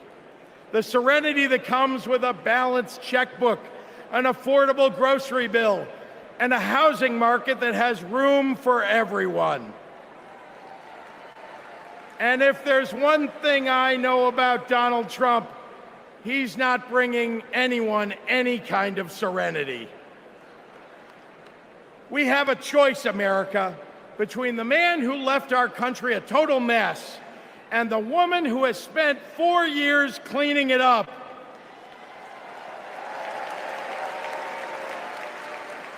And I think it's time we stop expecting women to clean up messes without the authority and the title to match the job.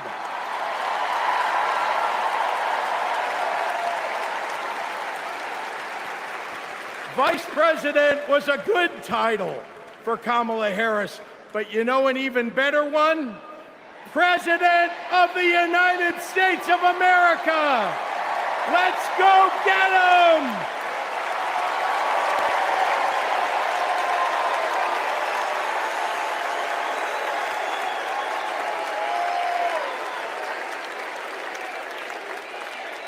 Please welcome former chair and CEO of American Express and current chair and managing director of General Catalyst, Ken Chenault.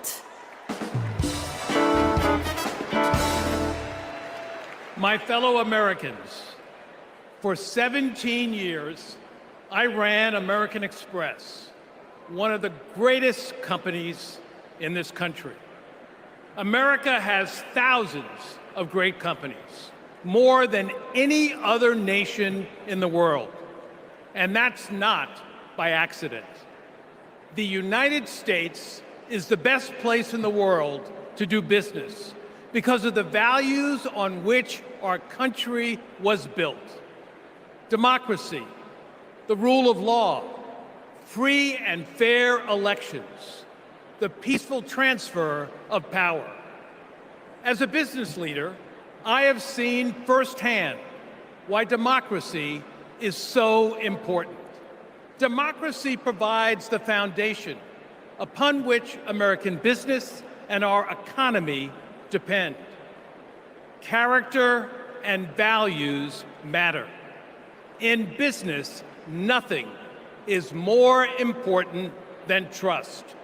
In America, we have to trust our president will protect democracy. We have to be certain they'll follow the law and serve the nation, not themselves. Business requires stability and certainty that our democracy will endure.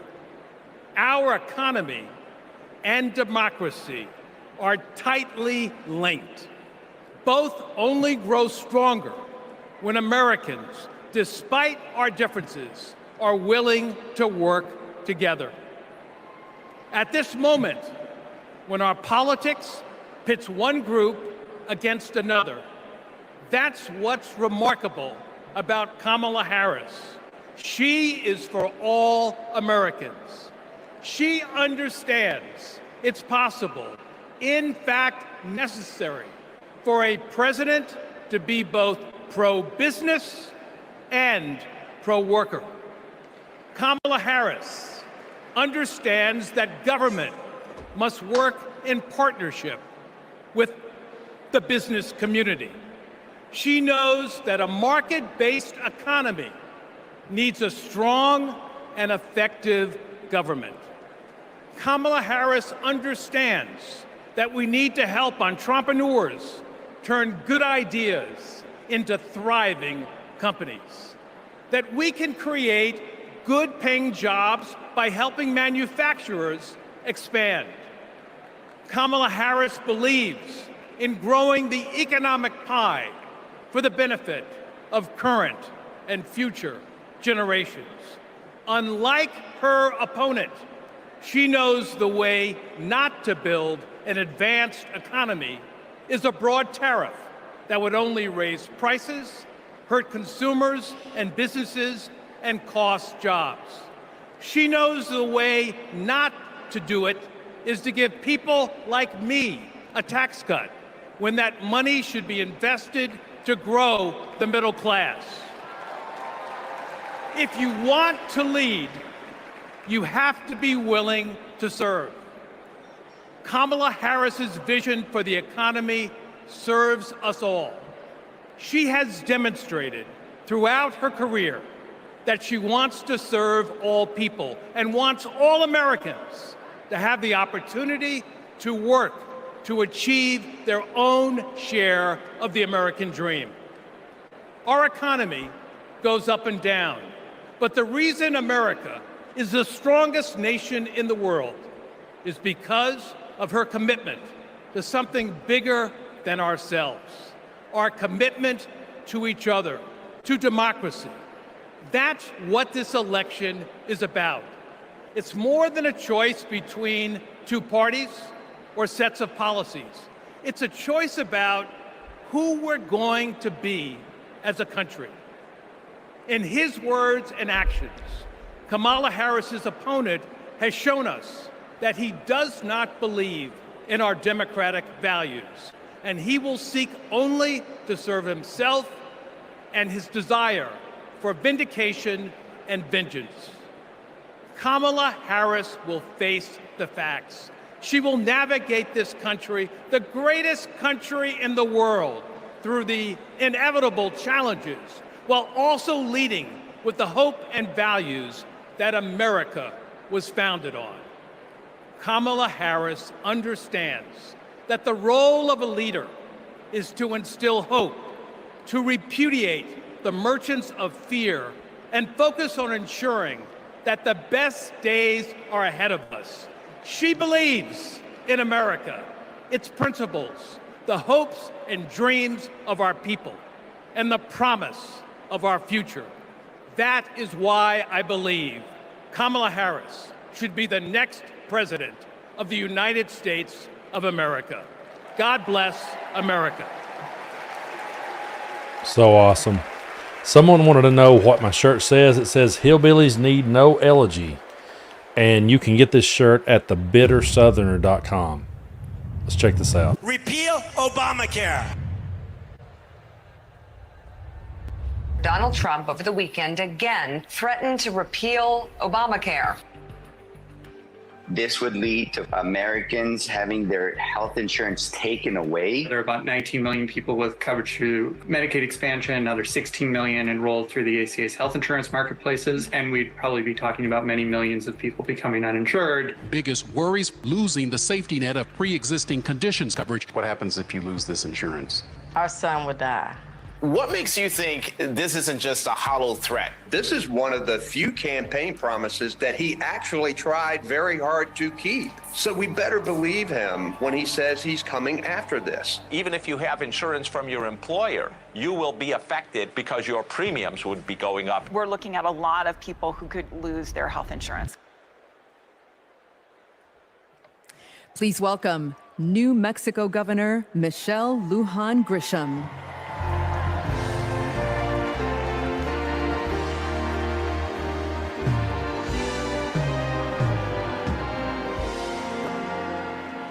Good evening, America. I'm Michelle Lujan Grisham, governor of the great state of New Mexico. And in my state, we like things spicy, a little chili on everything, a little kick in our campaigns.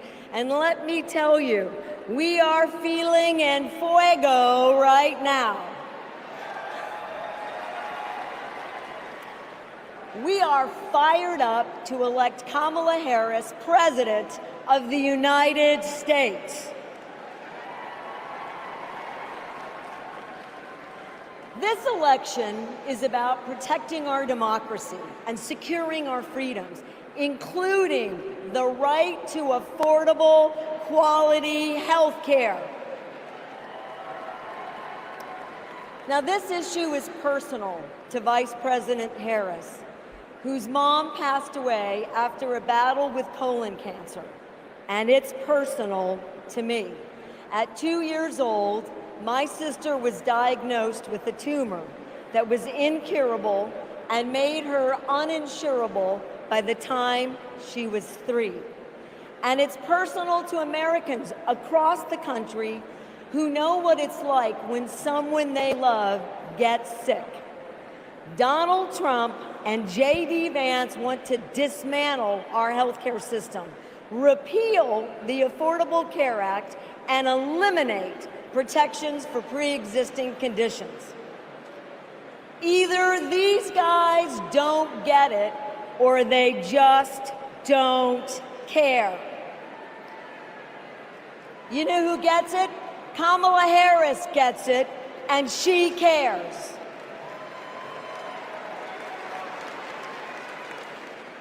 As Attorney General, she took on drug companies that jacked up prices and hospitals that overcharged patients.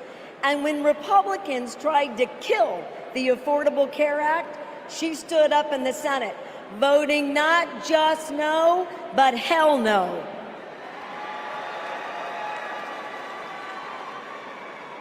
And Kamala Harris hasn't just stopped Republicans from making our healthcare system worse. She fights every day to make it better. And I know, I spent 20 years working to get Medicare the ability to negotiate lower drug prices. As Vice President, Kamala Harris delivered it. You know what Donald Trump delivered? Junk plans, higher premiums, and abortion bans. And if you don't think a second term would be worse, then I've got a box of Trump steaks to sell you. We have not just a better choice. America, we have the best choice. Yes, we do. Kamala Harris will protect your right to care. She'll cap drug costs, she'll go after corporate price gougers, and ensure every woman who needs it can access reproductive health care.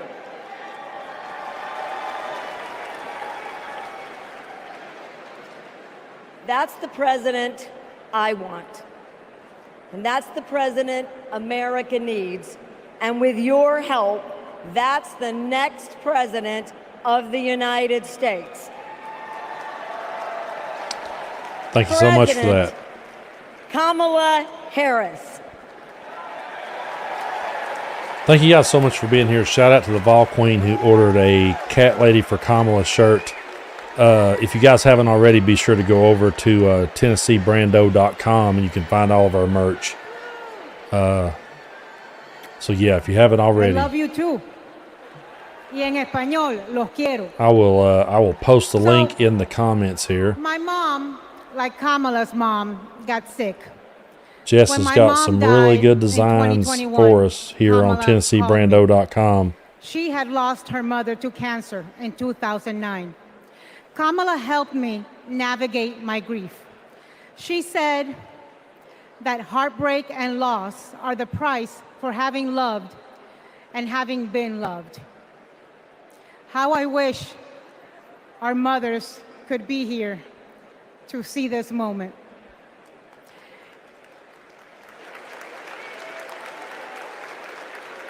In the next 4 years, America will invariably have moments of great sadness and pain in our country. Some will be natural disasters. Some will be man-made disasters.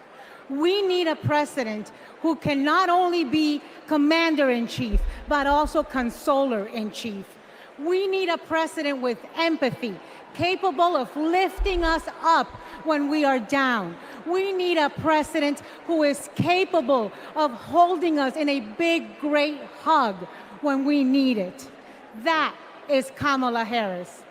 Donald Trump is only capable of holding two things, a grudge and a golf club. That was great. I think I got a new song there, a grudge and a golf club for sure. But yeah, let Jess know what kind of designs you would like to see next in the Tennessee Brando store. And thank you guys so much for being here with me.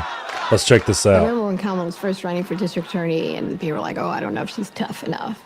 And I just had to laugh because I'm like, you don't know my sister.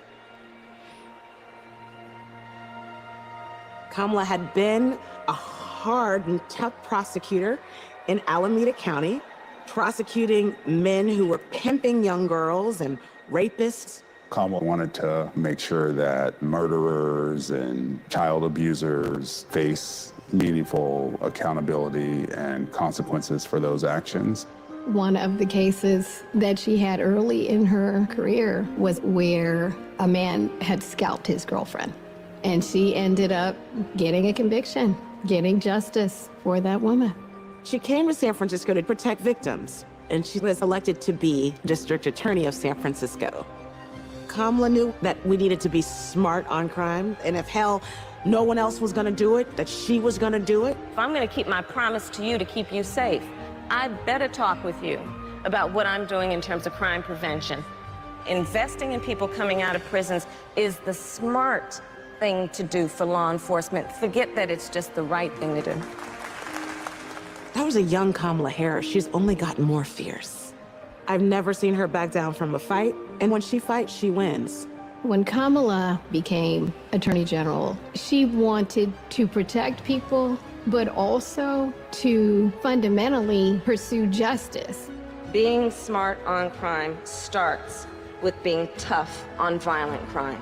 From a statewide perspective, I think we were concerned about the rise of gang violence. In San Joaquin County, we saw this tremendous change in our community, and it hit us like a wave.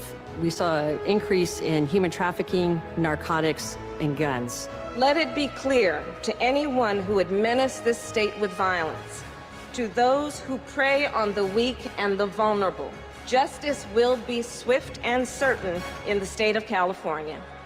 She was always hunting the kingpins, but we didn't have partnerships with DOJ or FBI or DEA or any of those law enforcement agencies. Now, we all work collaboratively to help all the counties in California. Because of her, we destabilized organized crime, disrupt these flows of guns, human beings, and narcotics. We are here this afternoon to announce the shutting down of one of the biggest and most organized threats to the safety of the Central Valley. I really think of her as fearless, as a fighter. Kamala just perseveres, and mommy would say it's too hard is never an excuse. Making excuses is a failure to not only take responsibility, but to take action. If you have the will, the desire, the passion, the commitment, there is no challenge that is insurmountable.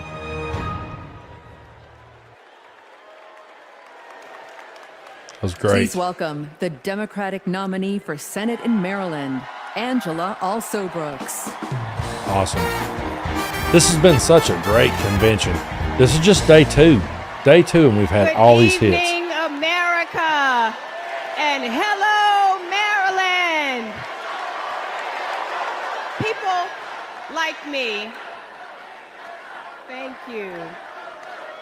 People like me, stories like mine don't usually make it to the United States Senate, but they should. I'm the proud granddaughter of a housekeeper, Sarah Daisy, who raised her 3 children in a 1-bedroom apartment. It was her dream to work in government to help people. That meant taking a typing test. But she didn't know how to type, and she couldn't afford a typewriter. So she put a white piece of paper on the refrigerator and drew a keyboard on it. And every night, she stood in front of that refrigerator and taught herself to type.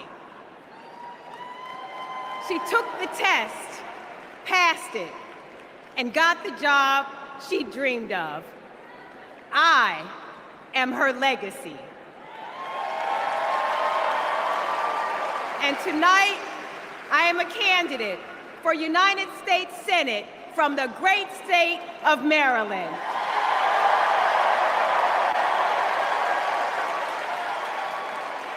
I've always been inspired by women like my grandmother, women who imagine a better future and then have the grit to make it a reality. One of those women is a friend, a mentor, and a role model. That woman is Kamala Harris. Let me tell you about the Kamala I've known for 14 years. I first heard about her in 2009 when I was running for state's attorney in Prince George's County, Maryland. I read a story in Essence magazine about a district attorney in San Francisco using new ideas to keep her community safe. Few had a better record prosecuting violent crime.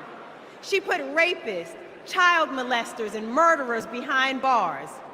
But what she knew was that violent crime accounts for about 30% of all crimes. For the 70% that are nonviolent, she created a first-of-its-kind program called Back on Track. After serving time and pleading guilty, these low-level offenders would get the job training, GED help, and apprenticeships they needed to find a job. The result? The recidivism rate plummeted. Now, after reading about this super bad district attorney, I talked nonstop about her on the campaign trail. 2 days after I won the election, my phone rings. It's Kamala Harris calling to congratulate me and ask how she could help. She helped me bring Back on Track to Maryland. And wouldn't you know it, crime went down and economic growth went up. Back on Track is now a national model. Now Donald Trump says if Kamala Harris is elected, tough guys will treat her like a play toy. Do you know who else thought that? The drug cartels she busted, the big oil companies she made pay for polluting, the big banks that she made pay $20 billion to homeowners they ripped off. Getting justice for others isn't a power trip for her. It's a sacred calling. And hear me, Kamala Harris knows how to keep criminals off the streets. And come November, with your help, she'll keep one out of the Oval Office.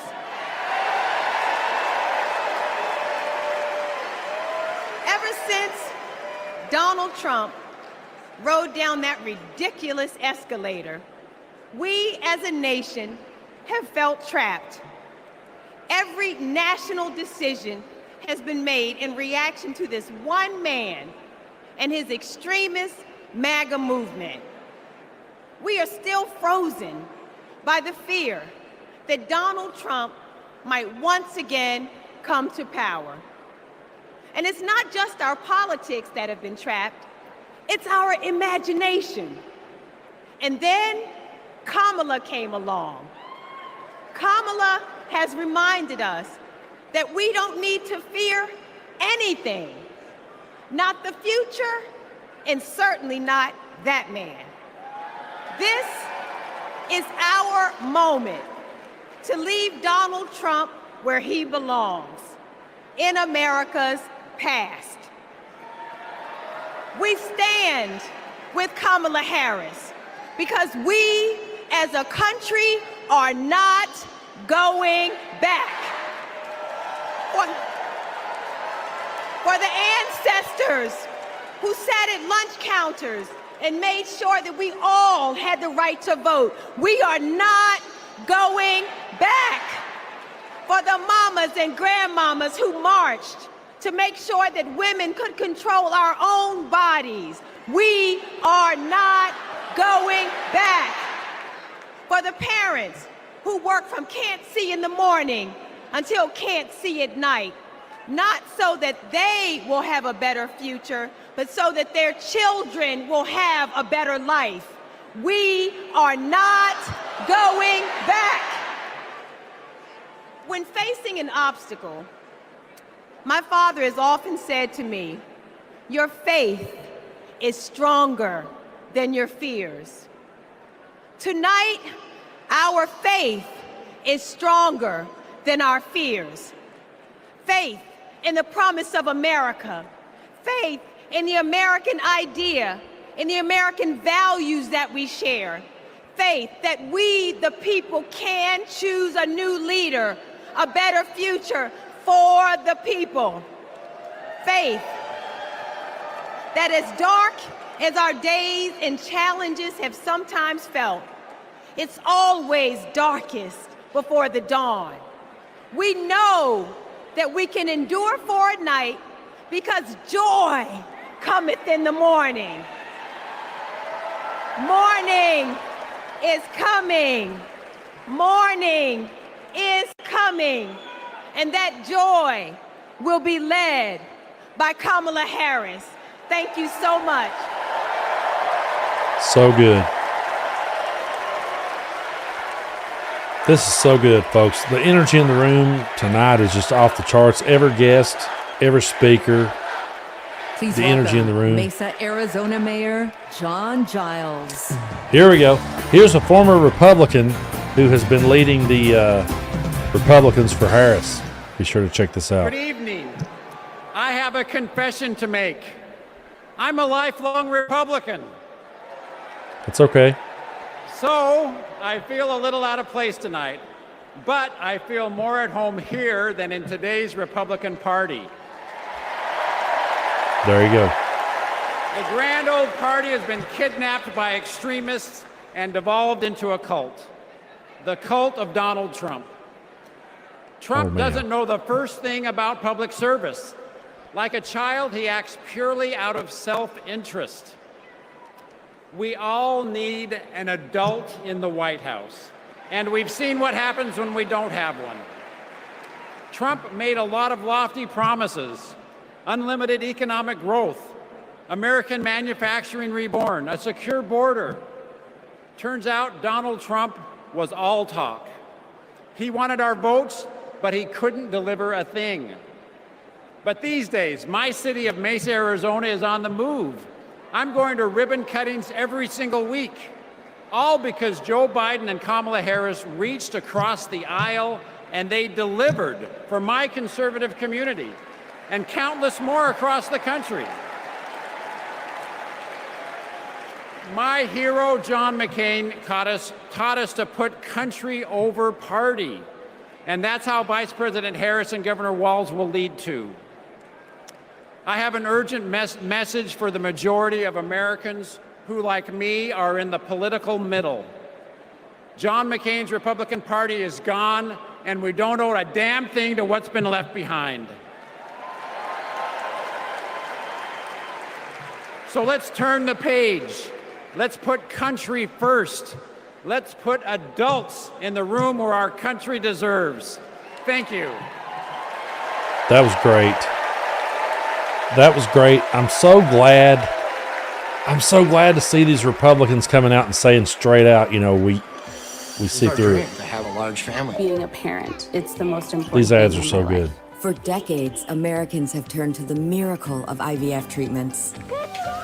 She felt like a dream come true. The fact that she was able to build a family, that's why I do what I do.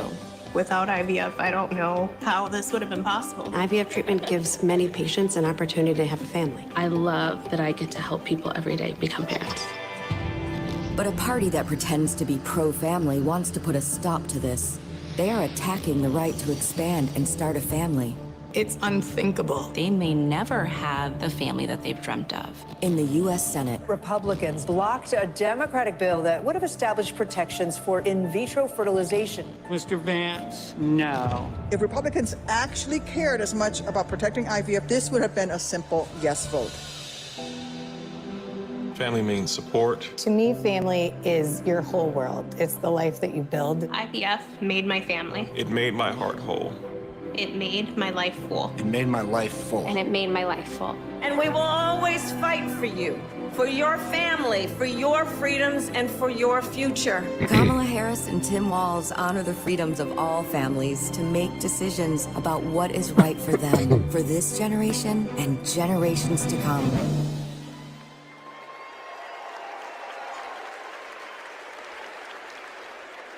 Man, these ads have been so off the charts. Senator Tammy Duckworth. Here we go. Yeah, these ads have been spot on every step of the way. The energy in the room has been off the charts. And look at the diverse group of people we got. Hello, Chicago! Hello, Chicago!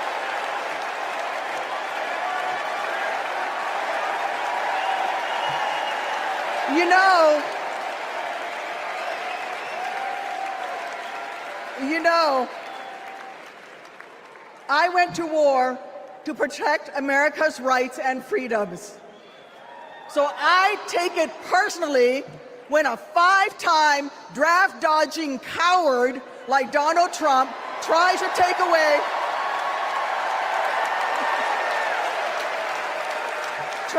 away my rights and freedoms in return, especially when it concerns my daughters. My girls, gamer girl Abigail and queen of the monkey bars, Miley, are everything to me. But they would never have been born without access to reproductive care.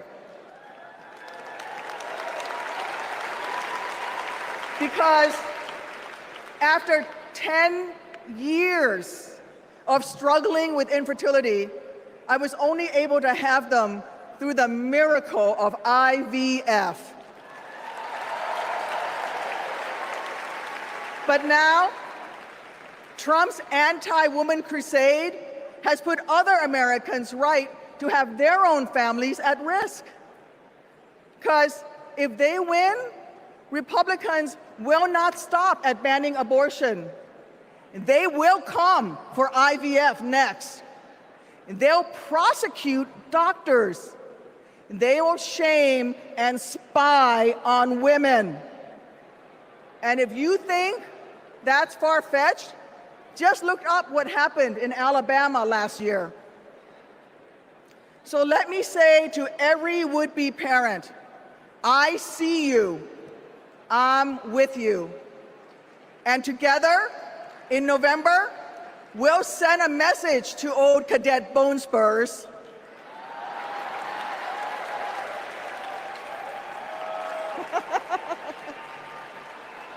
Stay out of our doctors' offices, and where you're at it, out of the Oval Office too.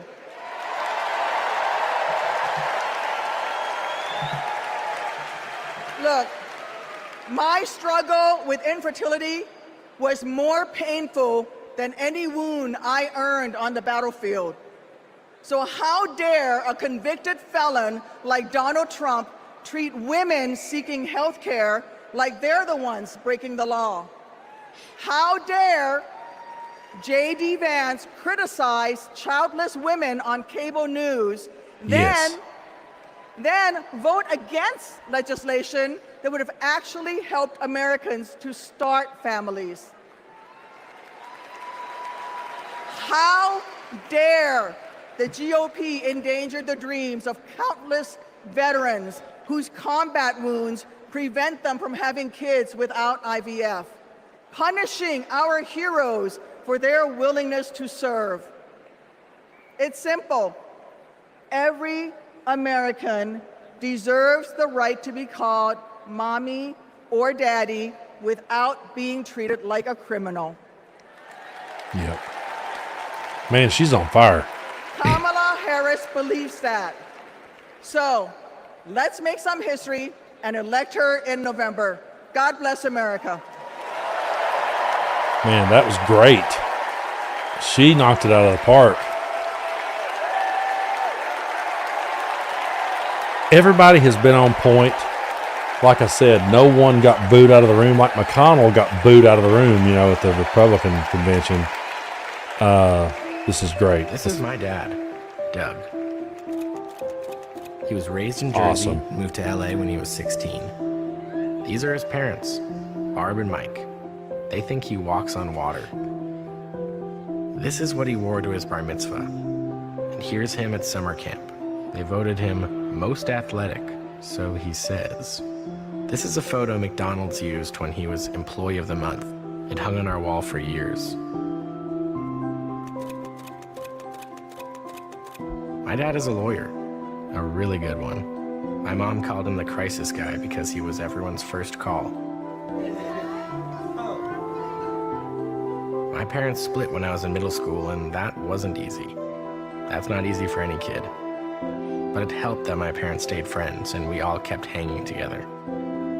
We grew closer than ever. And then he met Kamala, the blind date that would dramatically change all of our lives forever. It was my senior year of high school. Ella and I would laugh watching them fall in love, acting like teenagers. In 2014, Kamala became Mamala. She took over Sunday night dinners and taught Doug how to actually cook.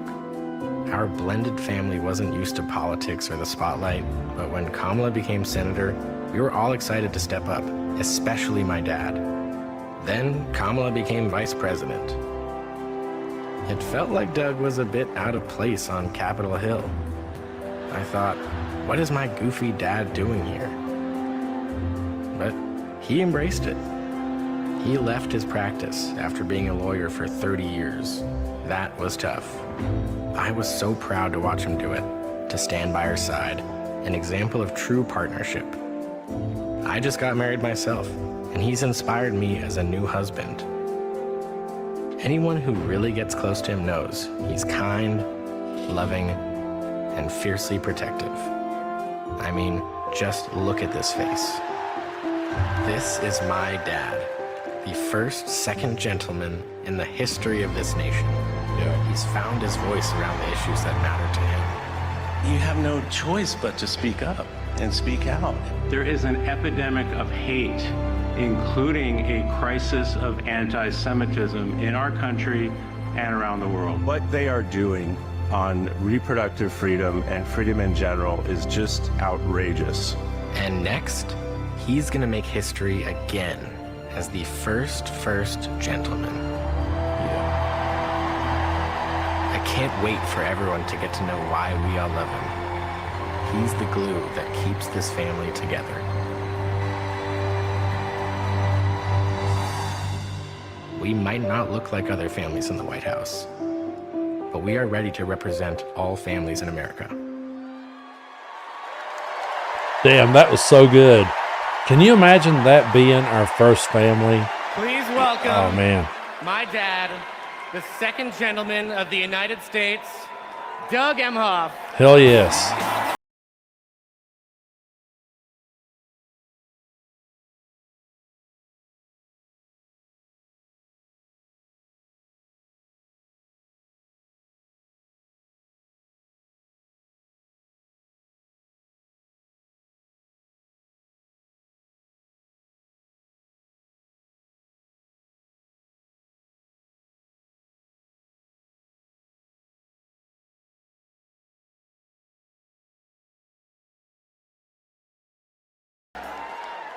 I guess he didn't want me to give this speech. He just...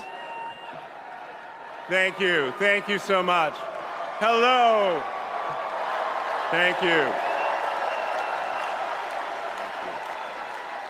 Hello to my big, beautiful, blended family up there. I This love is you awesome. so much. Ready to upgrade your You're windows right, and it was doors the with Radicals, renewal my by bad. Anderson and not pay anything for a year? What should we do until the concert? I just passed a free Wacky Cat museum. Actually, let's go on a hike. There is a Stone Or- song. How about we save it I'm for trying the to think of the next name of it trip? now. Red There is a Bull Stone French song budget, that sounds and with the rest of the exactly, detail, we stay 2 exactly pounds like that. or a free bag. But you're right, it was the new Redroof.com. Radicals. My bad.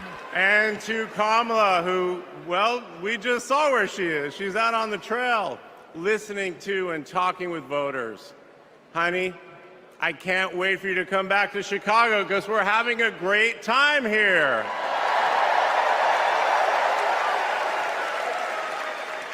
I love you so much. I'm so proud of how you're stepping up for all of us. But that's who she is. Wherever she's needed, however she's needed, Kamala rises to the occasion. And she did it for me and our family. And now that the country needs her, she's showing you what we already know. She's ready to lead. She brings both joy and toughness to this task, and she will be a great president we will all be proud of. Absolutely. Now, I'm the son of 2 Brooklynites, Mike and Barb. They've been together almost 70 years. My dad worked in the shoe business in Manhattan, and he moved our family out to New Jersey. Where's New Jersey? I see you out there. When I was a little kid. And in a lot of ways, I had a typical Jersey suburban childhood. I biked around the neighborhood. I took the bus to Hebrew school. And I rode to Little League practice in the way back of my coach's wood-paneled station wagon. And if we did well, we got to have a Slurpee after. In my neighborhood, everyone left their garage door open. Wherever you ended up at dinner time, that's the family that fed you. Hey, you're welcome. Everyone Thank you took for being care here. of everyone else. And the guys I grew up with are still my best friends. The group chat is active every day, and it's probably blowing up right now, guys. When my dad had to get a new job, we moved across the country to LA. Money was tight. Hey, California.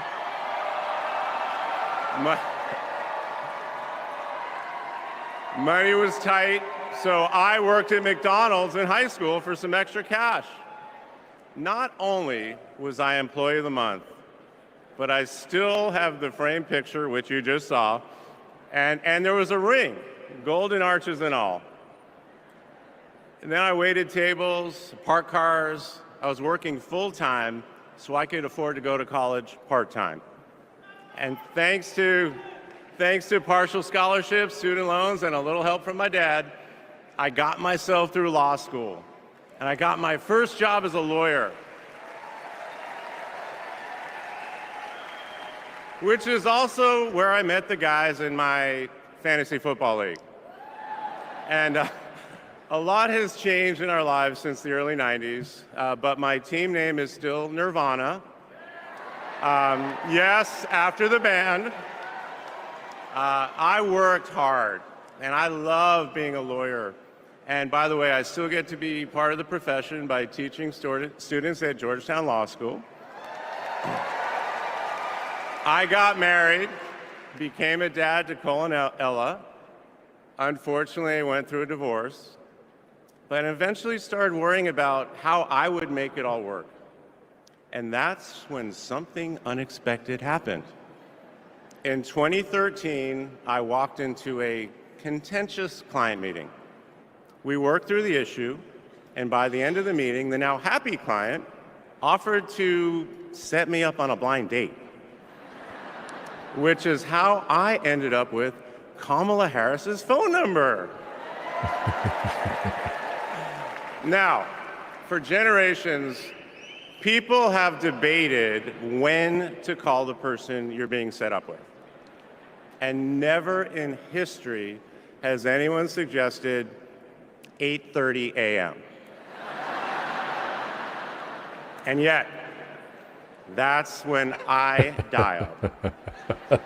Honestly, yes. I just thought I heard and I Mick just Jagger started singing. Okay, sorry. rambling. I got a story about the New Hey, Radicals here in just a minute, it's though. Doug.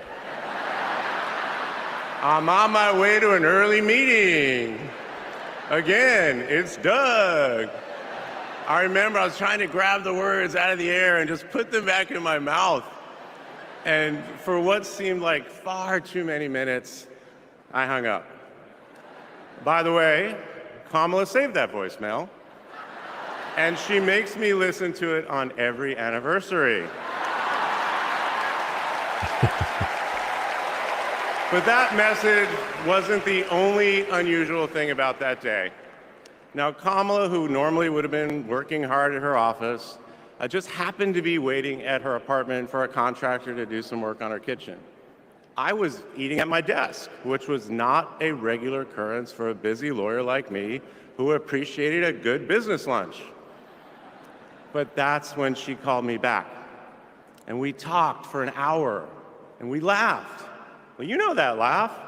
I love that laugh.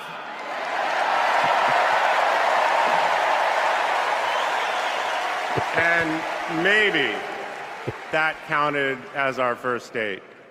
Or maybe it was that Saturday night when I picked her up and told her, buckle up, I'm a really bad driver. Because you can't hide anything from Kamala Harris, so you might as well own it. And as I got to know her better and just fell in love fast, I learned what drives Kamala. And it's what you've seen over these past 4 years, and especially these past 4 weeks. Yeah. She finds joy in pursuing justice. She stands up to bullies just like my parents taught me to. And she likes to see people do well, but hates when they're treated unfairly. She believes this work requires a basic curiosity in just how people are doing. Her empathy is her strength. Yes. Over the past decade, Kamala has connected me more deeply to my faith, even though it's not the same as hers. She comes to synagogue with me for high holiday services, and I go to church with her for Easter. I get to enjoy her mom's chili relleno recipe every Christmas, and she makes a mean brisket for Passover. It brings me right back to my grandmother's apartment in Brooklyn, you know, the one with the plastic-covered couches. But Kamala has fought against anti-Semitism and all forms of hate her whole career. She's the one who encouraged me as second gentleman to take up that fight, which is so personal to me. And those of you who belong to blended families know that they can be a little complicated. But as soon as our kids started calling her Mamala, I knew we'd be okay. Ella calls us a three-headed parenting machine. Kamala and Kirsten, thank you both. Thank you both for always putting your family and the kids first. Now, Cole and Ella's friends knew that when they'd come over for Sunday dinner with Mamala, it was going to be real talk. In between taking cooking instructions, they'd have to answer questions about what problem they wanted to solve in the world. They learned that you've always got to be prepared because Kamala is going to prosecute the case. And in the same breath that Cole and Greenlee told us that they were engaged, they asked Kamala to officiate their wedding. And in the same way that she always steps up when it matters, Kamala put so much time into those remarks, and she bound them in a book that matched her dark red dress, and then turned that into a gift for the happy couple. A few days ago, during this incredible time we're going through, there was a brief window when Kamala was back at home. And I saw her sitting on her favorite chair, and in the middle of a wild month, I just hoped that she was having a quiet moment to herself. But then I realized she was on the phone. And of course, my mind went to all the potential crises that the vice president could be dealing with. Was it domestic? Was it foreign? Was it campaign? I could see she was focused, and all I knew was that it must be something important. And it turns out it was. Ella had called her. That's Kamala. That's Kamala. Those kids are her priorities, and that scene was a perfect map of her heart. She's always been there for our children, and I know she'll always be there for yours too. Man, this is so good, folks. This is so Kamala powerful. is a joyful warrior. It's doing for her country what she has always done for the people that she loves. Her passion will benefit all of us when she's our president. Yes. And here's the thing about joyful warriors. They're still warriors. And Kamala is as tough as it comes. Just ask the criminals, the global gangsters, and the witnesses before the Senate Judiciary Committee. She never runs from a fight. And she knows the best way to deal with a coward is to take him head on. Because we all know cowards are weak. And Kamala Harris can smell weakness. Oh, he's killing it. She doesn't tolerate any BS. Yeah, Barack and Michelle has to follow this. And you know that look I'm talking about. That look is not just a meme. It reflects her true belief in honest and direct leadership. And it's also why she will not be distracted by nonsense. Kamala knows that in order to win, we cannot lose focus. America, in this election, you have to decide who to trust with your family's future. We hit 1,000 viewers here on the show. It was the best decision I at one ever point. made. We made it to 1,000. This Thursday will be our 10th wedding anniversary. Awesome. Which I know it means I'm about to hear that embarrassing voicemail again. However, that's not all I'll be hearing. That same night, I'll be hearing my wife, Kamala Harris, accept your nomination for President of the United States. Damn. And with your help, she will lead with joy and toughness, with Hell that yeah. laugh and that look, with compassion and conviction. She'll lead from the belief that wherever we come from, whatever we look like, we're strongest when we fight for what we believe in, not just against what we fear. Kamala Harris was exactly the right person for me at an important moment in my life. And at this moment in our nation's history, she is exactly the right president. Thank you so much. Damn it.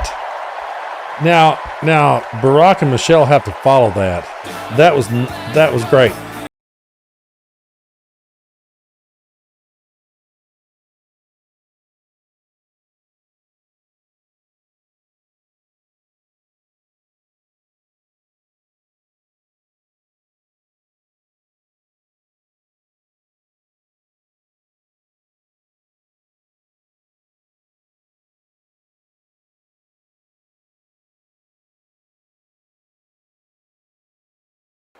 Please welcome former First Lady Michelle Obama.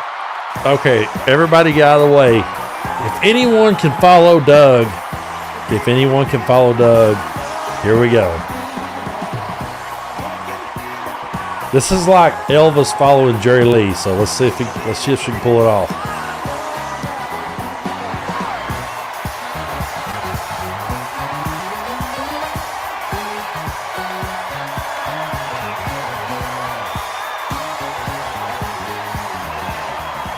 This will be good. Thank you, guys. Buckle up.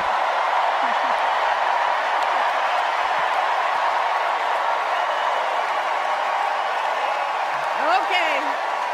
Listen to that crowd. Got a big night ahead. Thank you all so much. Thank you so much.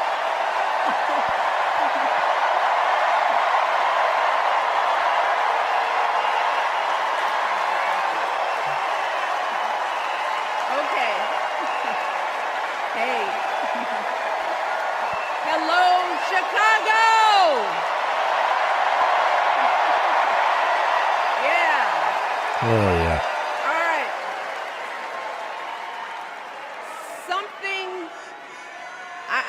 Something wonderfully magical is in the air, isn't it? Yeah.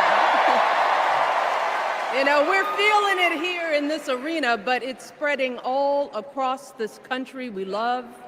A familiar feeling that's been buried too deep for far too long. You know what I'm talking about. It's the contagious power of hope.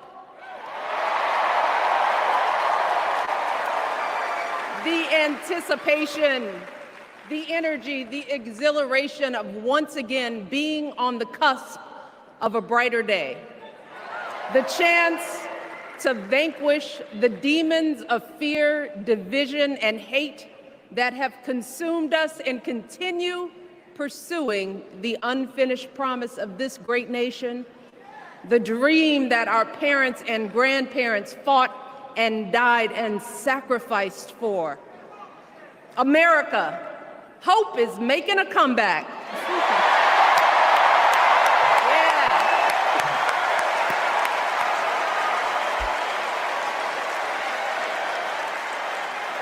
But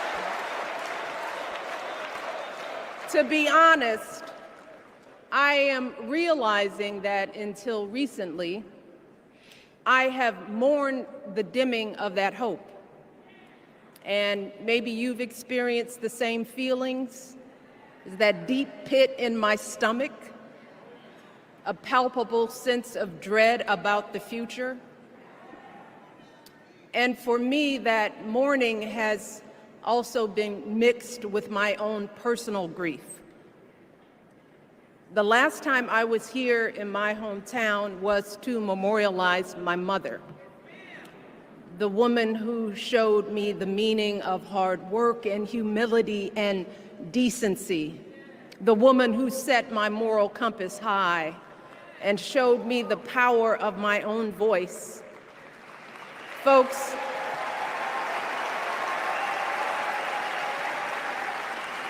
I still feel her loss so profoundly. I wasn't even sure if I'd be steady enough to stand before you tonight, but my heart compelled me to be here because of the sense of duty that I feel to honor her memory and to remind us all not to squander the sacrifices our elders made to give us a better future. You see, my mom, in her steady, quiet way, lived out that striving sense of hope every single day of her life. She believed that all children, all people have value, that anyone can succeed if given the opportunity. She and my father didn't aspire to be wealthy. In fact, they were suspicious of folks who took more than they needed. They understood that it wasn't enough for their kids to thrive if everyone else around us was drowning. So my mother volunteered at the local school. She always looked out for the other kids on the block. She was glad to do the thankless, unglamorous work that for generations has strengthened the fabric of this nation. The belief that if you do unto others, if you love thy neighbor, if you work and scrape and sacrifice, it will pay off. If not for you, then maybe for your children or your grandchildren.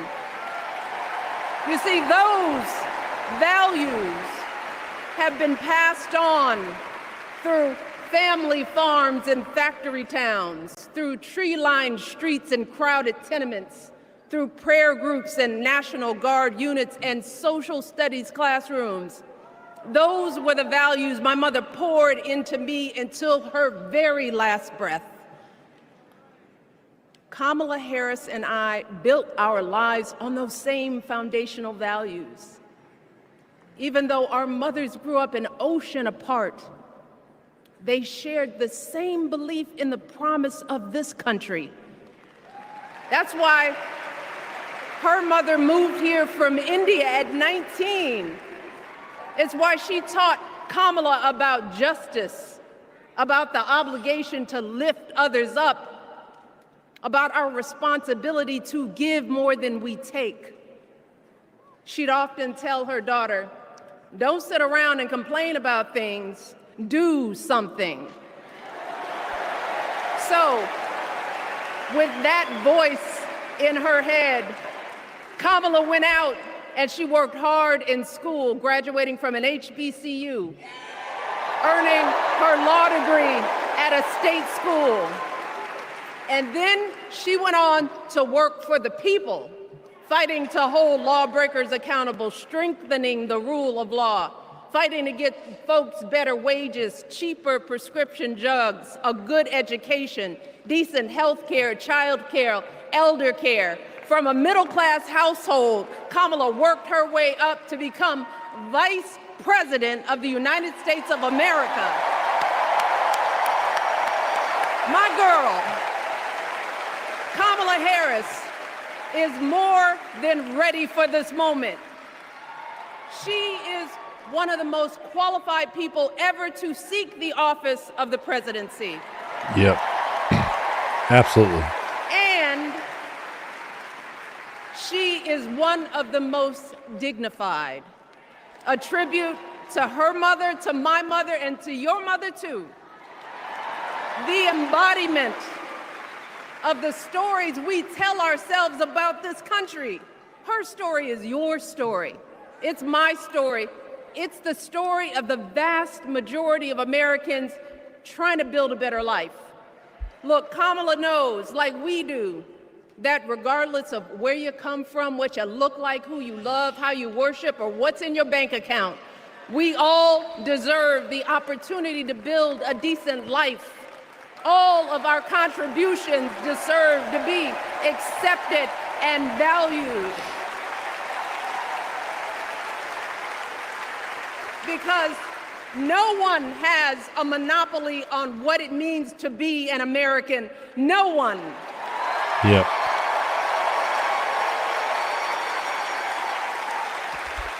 Kamala has shown her allegiance to this nation, not by spewing anger and bitterness, but by living a life of service and always pushing the doors of opportunity open to others. She understands that most of us will never be afforded the grace of failing forward. We will never benefit from the affirmative action of generational wealth.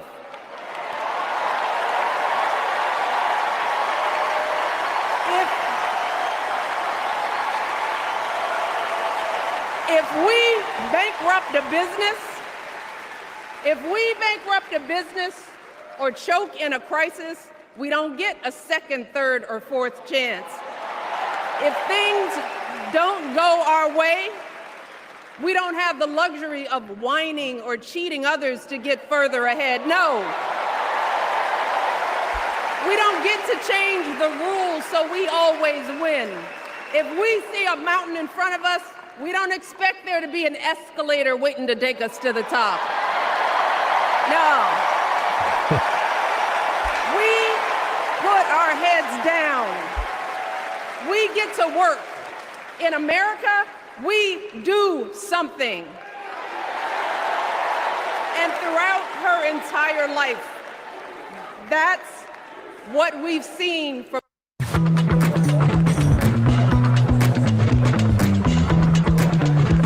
All right, we got an ad there. There is nothing like holding, loving, being around a chimp. Especially Tonka. And I'll do anything to protect that primate. Chimp Crazy, streaming exclusively on Max. In this race, only Kamala Harris truly understands the unseen labor and unwavering commitment that has always made America great.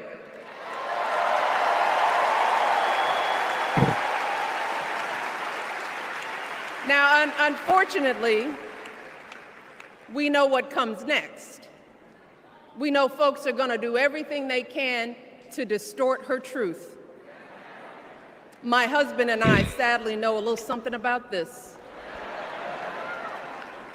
For years, Donald Trump did everything in his power to try to make people fear us. Yeah, he did. See, his limited, narrow view of the world made him feel threatened by the existence of two hardworking, highly educated, successful people who happen to be black. Oh, damn. That's so great. Wait. Hell yeah. I want to know. Who's going to tell him that the job he's currently seeking might just be one of those black jobs?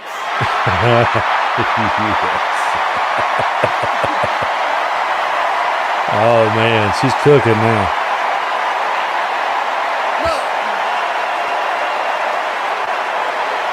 It's his same old con. His same old con. Doubling down on ugly, misogynistic, racist lies as a substitute for real ideas and solutions that will actually make people's lives better. Look, because damn, she's killing it. Our health care, taking away our freedom to control our bodies, the freedom to become a mother through IVF like I did, those things are not going to improve the health outcomes of our wives, mothers, and daughters. Shutting down the Department of Education, banning our books, none of that will prepare our kids for the future. Demonizing our children for being who they are and loving who they love, look, that doesn't make anybody's life better.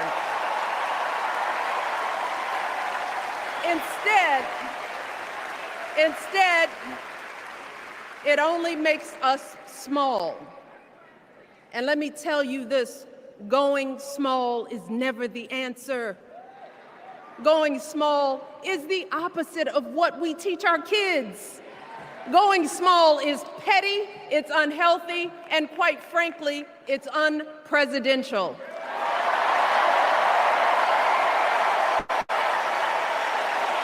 So, why would any of us accept this from anyone seeking our highest office? Why would we normalize that type of backward leadership? Doing so only demeans and cheapens our politics. It only serves to further discourage good, big-hearted people from wanting to get involved at all. America, our parents taught us better than that, and we deserve so much better than that. That's why we must do everything in our power to elect two of those good, big-hearted people. There is no other choice than Kamala Harris and Tim Walz. No other choice.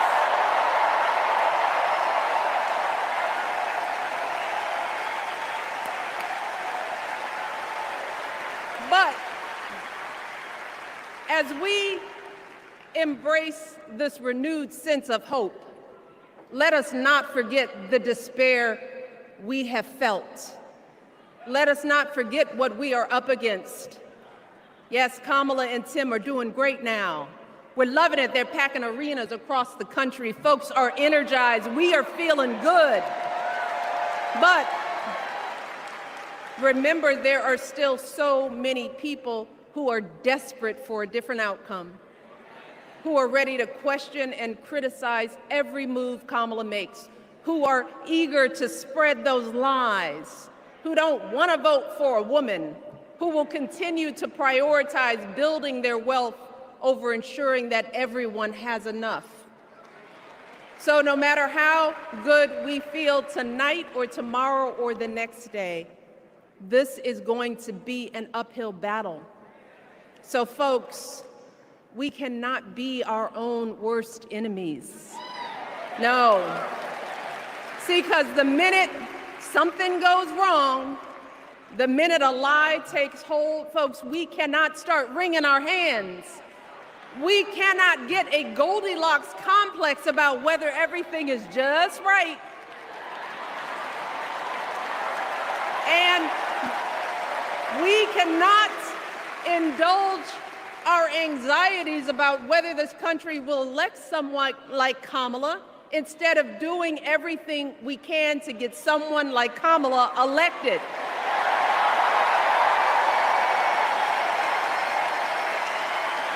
Kamala and Tim, they have lived amazing lives. And I am confident that they will lead with compassion, inclusion, and grace. But they are still only human. They are not perfect. And like all of us, they will make mistakes. But luckily, y'all, this is not just on them. No, this is up to us, all of us, to be the solution that we seek. It's up to all of us to be the antidote to the darkness and division. Look, I don't care how you identify politically, whether you're Democrat, Republican, Independent, or none of the above. This is our time to stand up for what we know in our hearts is right. Yes. Damn, she's on fire. To stand up, not just for our basic freedoms, but for decency and humanity, for basic respect, dignity, and empathy, for the values at the very foundation of this democracy. It's up to us to remember what Kamala's mother told her. Don't just sit around and complain, do something. So yes. If they lie about her, and they will, we've got to do something. If we see a bad poll, and we will, we got to put down that phone and do something. If we start feeling tired, if we start feeling that dread creeping back in, we got to pick ourselves up, throw water on our face, and what? We Justin Jones. only have 2.5 months, y'all, to get this done. Only 11 weeks to make sure every single person we know is registered and 11 has weeks. a voting plan. Think about that, folks. So we cannot afford for anyone America to sit on their hands and wait to be called. Don't complain if no one from the campaign has specifically reached out to you to ask you for your support. There is simply no time for that kind of foolishness. Yes. You know what you need to do. So, consider this to be your official ask. Michelle Obama is asking you, no, I'm telling y'all to do something.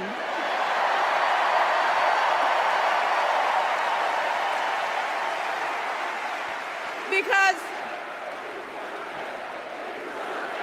yes.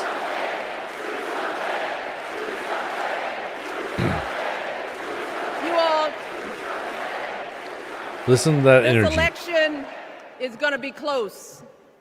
In some states, just a handful, listen to me, a handful of votes in every precinct could decide the winner. So we need to vote in numbers that erase any doubt. We need to overwhelm any effort to suppress us. Yes. Our fate is in our hands. In 77 days, we have the power to turn our country away from the fear, division, and smallness of the past. Yes. We have the power to marry our hope with our action. We have the power to pay forward the love, sweat, and sacrifice of our mothers and fathers and all those who came before us. We did it before, y'all, and we sure can do it again. Let us work like our lives depend on it. And let us keep moving our country forward and go higher. Yes, always higher than we've ever gone before as we elect the next president and vice president of the United States, Kamala Harris and Tim Walz. Thank you all. God bless. Damn. Okay. Hell yeah. So, oh man, this is so good because Doug came out, knocked it out of the park, and now Michelle has came right behind him with it. Before I go, I have one more job tonight.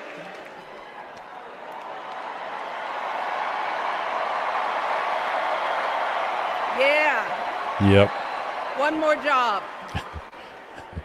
You all, thank you for all the love, but it is now my honor to introduce somebody who knows a whole lot about hope. Here we go. Someone who has spent his life strengthening our democracy, and let me tell you, as someone who lives with him, he wakes up every day, and thinks about what's best for this country. Please welcome America's 44th president, and the love of my life, Barack Obama. Yeah, we got to stand up for that one.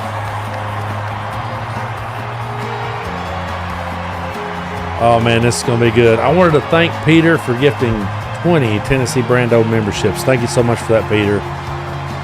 We have got Barack Obama in the house, so I am just going to sit back and enjoy this. Doug brought it, Michelle brought it. Now, Obama's got to carry it, and I know he can. Absolutely know that he can. This is going to be good. Chicago! Yep.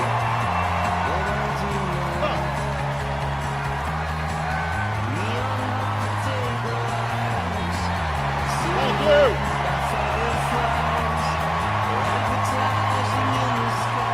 This is going to be good, folks. Let's just sit back and enjoy. Thank you, thank you. Thank you, everybody. Thank you.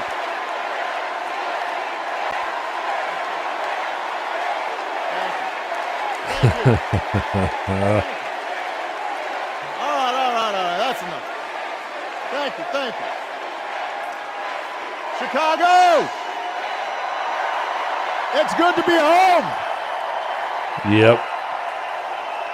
It is good to be home, and I don't know about you, but I got chills. I'm feeling fired up. Yes.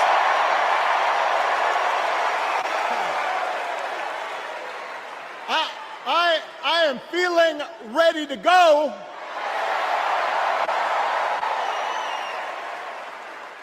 Even if I am the only person stupid enough to speak after Michelle Obama.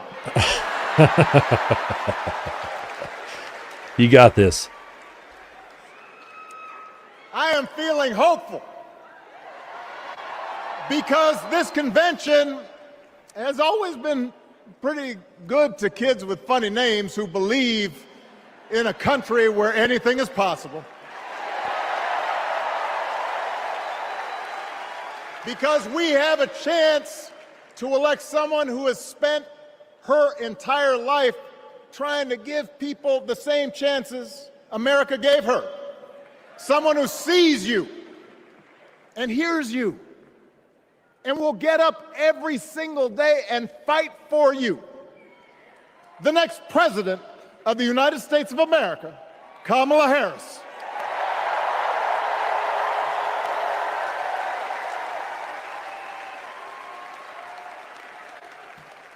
It's been 16 years since I had the honor of accepting this party's nomination for president.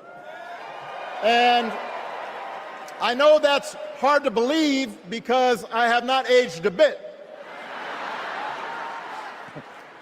But it's true. And looking back, I can say without question that my first big decision as your nominee turned out to be one of my best. And that was asking Joe Biden to serve by my side as vice president.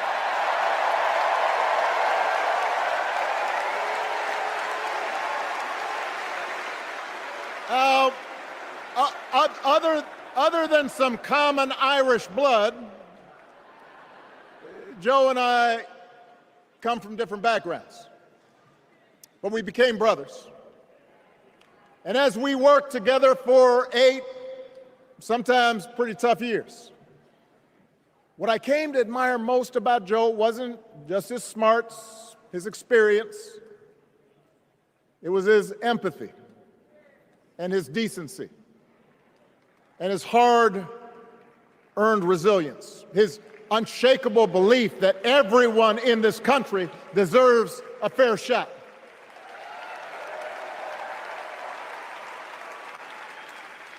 And over the last 4 years, those are the values America has needed most. At a time when millions of our fellow citizens were sick and dying, we needed a leader with the character to put politics aside and do what was right. At a time when our economy was reeling, we needed a leader with the determination to drive what would become the world's strongest recovery. 15 million jobs, higher wages, lower health care costs. At a time when the other party had turned into a cult of personality, we needed a leader who was steady and brought people together and was selfless enough to do the rarest thing there is in politics, putting his own ambition aside for the sake of the country. Yep. History will remember Joe Biden as an outstanding president who defended democracy at a moment of great danger. And I am proud to call him my president, but I am even prouder to call him my friend. Hell yeah.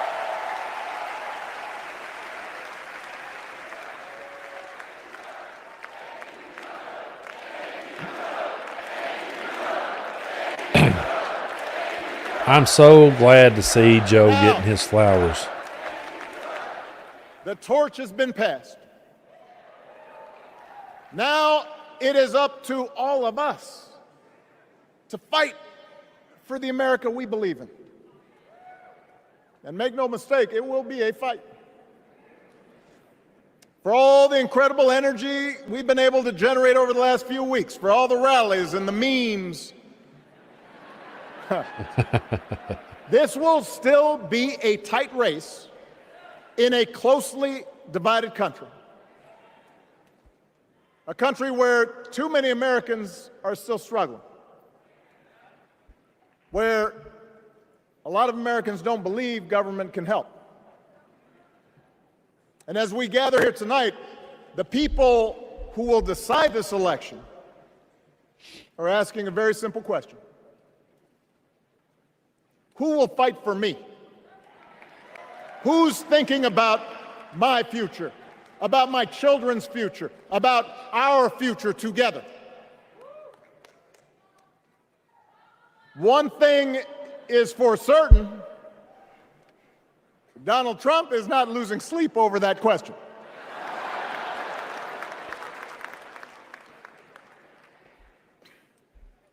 Here's a 78-year-old billionaire who has not stopped whining about his problems since he rode down his golden escalator 9 years ago. It has been a constant stream of gripes and grievances that's actually been getting worse now that he's afraid of losing to Kamala.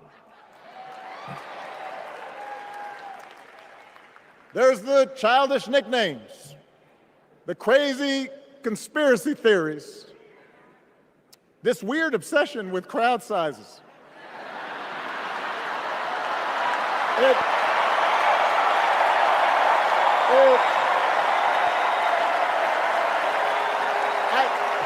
It just goes on and on and on. The other day I heard someone compare Trump to the neighbor who keeps running his leaf blower outside your window every minute of every day.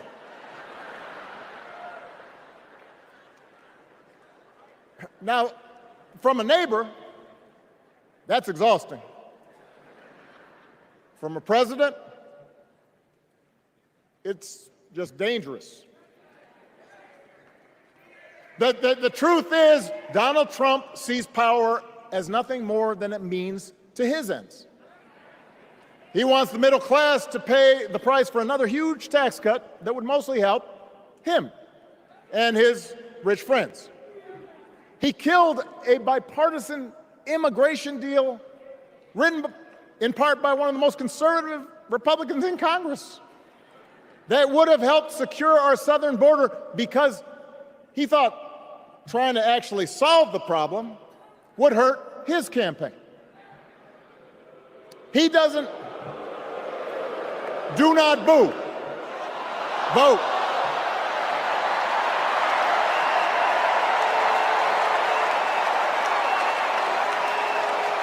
He doesn't seem to care if more women lose their reproductive freedom, since it won't affect his life.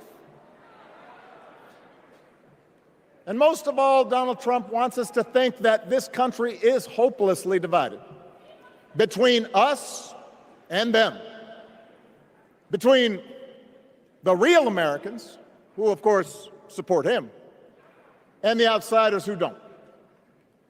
And he wants you to think that you'll be richer and safer if you will just give him the power to put those other people back in their place. It is one of the oldest tricks in politics from a guy whose act has, let's face it, gotten pretty stale. We do not need 4 more years of bluster and bumbling and chaos. We have seen that movie before, and we all know that the sequel is usually worse.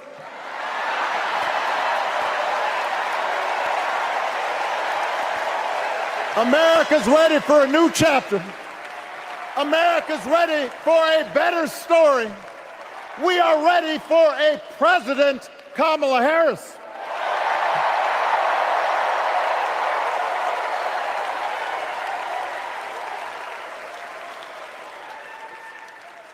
And Kamala Harris is ready for the job.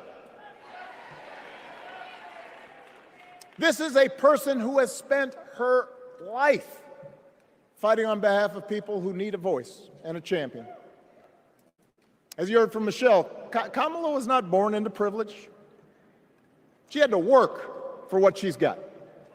And she actually cares about what other people are going through. She's not the neighbor running the leaf blower. She's the neighbor rushing over to help when you need a hand.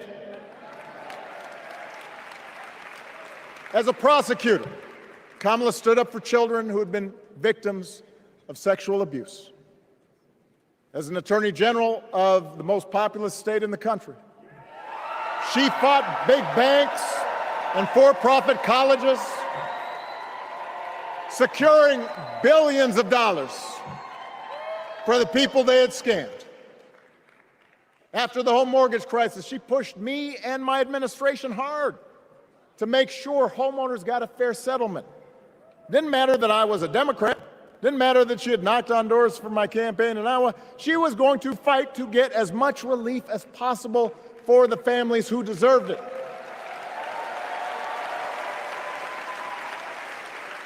As vice president, she helped take on the drug companies to cap the cost of insulin, lower the cost of health care, give families with kids a tax cut.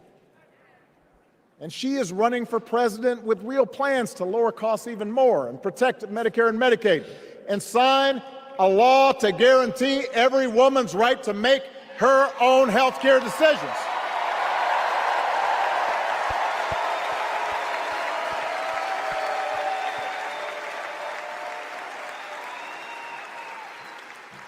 In other words, Kamala Harris won't be focused on her problems. She'll be focused on yours. As president, she won't just cater to her own supporters and punish those who refuse to kiss the ring or bend the knee. She'll work on behalf of every American. That's who Kamala is. And in the White House, she will have an outstanding partner in Governor Tim Walz.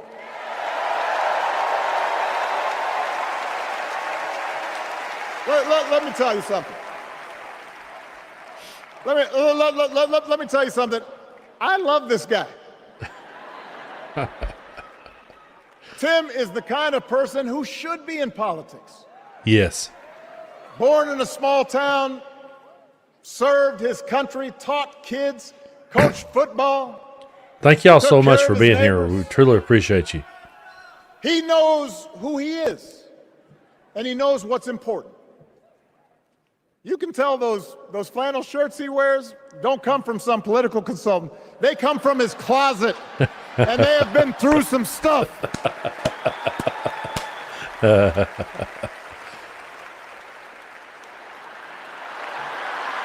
have been through some stuff. That's right.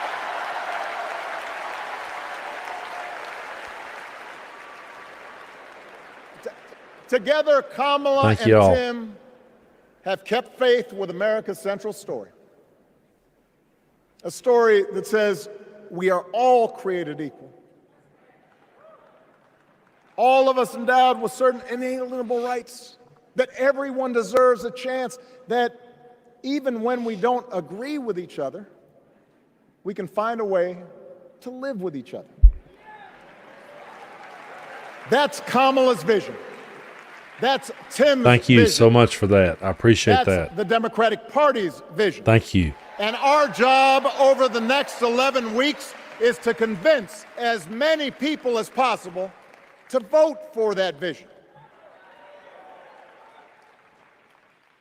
Now, it won't be easy. The other side knows it's easier to play on people's fears and cynicism, always has been. Yes. They will tell you that government is inherently corrupt, that sacrifice and generosity are for suckers.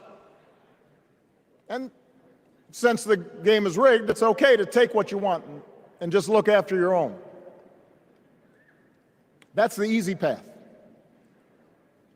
We have a different task. Our job is to convince people that democracy can actually deliver. And in doing that, we can't just point to what we've already accomplished. We can't just rely on the ideas of the past. We need to chart a new way forward to meet the challenges of today. And Kamala understands this. She knows, for example, that if we want to make it easier for more young people to buy a home, we need to build more units and clear away some of the outdated laws and regulations that made it harder to build homes for working people in this country. That is a priority, and she's put out a bold new plan to do just that. Thank you so much, JD. I really appreciate you. Thank you. On healthcare, we should all be proud of the enormous progress that we've made through the Affordable Care Act, providing millions of people access to affordable coverage, protecting millions more from unscrupulous insurance practices. I noticed, by the way, that since it's become popular, they don't call it Obamacare no more. Thank you so much. Truly appreciate But you. Kamala knows we can't stop there, which is why she'll keep working to limit out-of-pocket costs. Kamala knows that if we want to help people get ahead, we need to put a college degree within reach of more Americans. But she also knows college shouldn't be the only ticket to the middle class. Yes. We need to follow the lead of governors like Tim Walz, who said, if you've got the skills and the drive, you shouldn't need a degree to work for state government.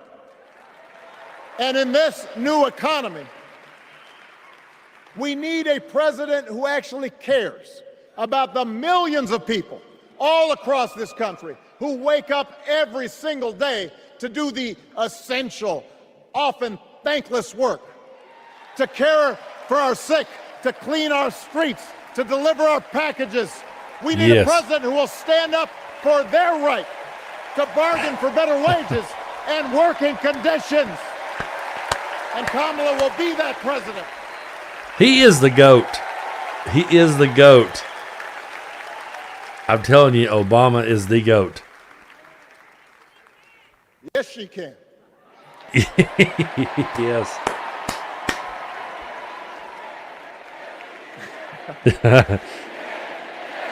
Do it. Yes, she can. Do it. A Harris-Walz administration can help Yes, she can. us move past some of the tired old debates that keep stifling progress. Because at their core, Kamala and Tim understand that when everybody gets a fair shot, we are all better off.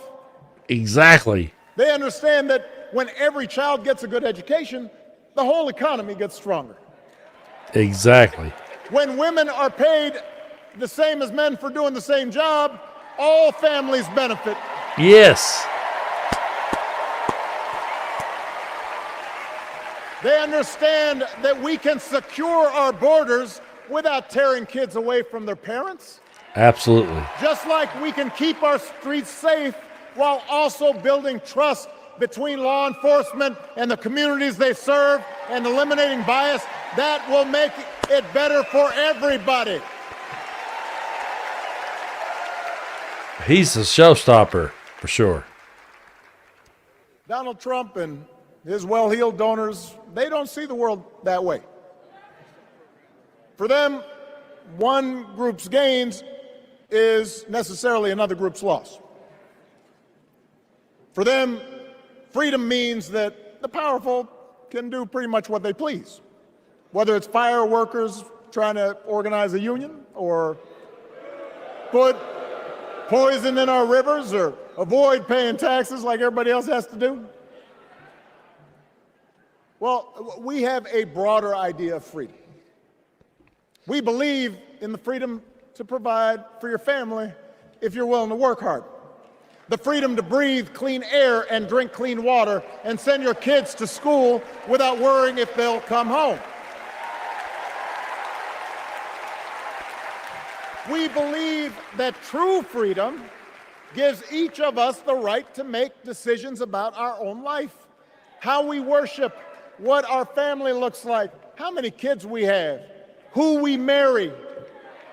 And we believe that freedom requires us to recognize that other people have the freedom to make choices that are different than ours. That's okay.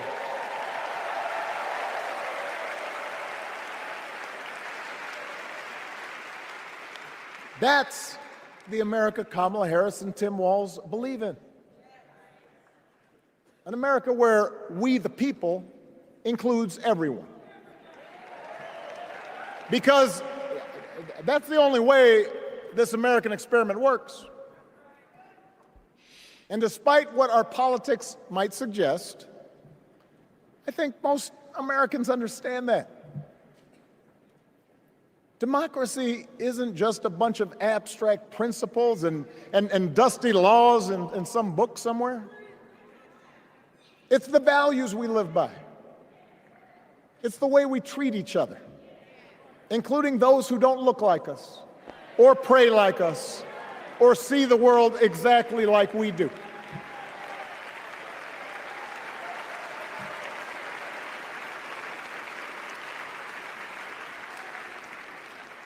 That sense of mutual respect has to be part of our message. Our politics have become so polarized these days that all of us across the political spectrum seem so quick to assume the worst in others, unless they agree with us on every single issue. We start thinking that the only way to win is to scold and shame and out-yell the other side. And after a while, regular folks just tune out, or they don't bother to vote. Now, that approach may work for the politicians who just want attention and thrive on division, but it won't work for us. To make progress on the things we care about, the things that really affect people's lives, we we need to remember that we've all got our blind spots and contradictions and prejudices, and that if we want to win over those who aren't yet ready to support our candidates, we need to listen to their concerns and maybe learn something in the process. After all, if a parent or grandparent occasionally says something that makes us cringe, we don't automatically assume they're bad people. We recognize that the world is moving fast, that they need time and maybe a little encouragement to catch up. Our fellow citizens deserve the same grace we hope they'll extend to us.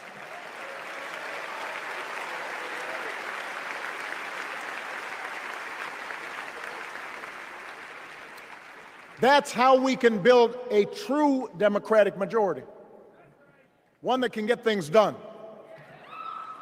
And by the way, that does not just matter to the people in this country. The rest of the world is watching to see if we can actually pull this off.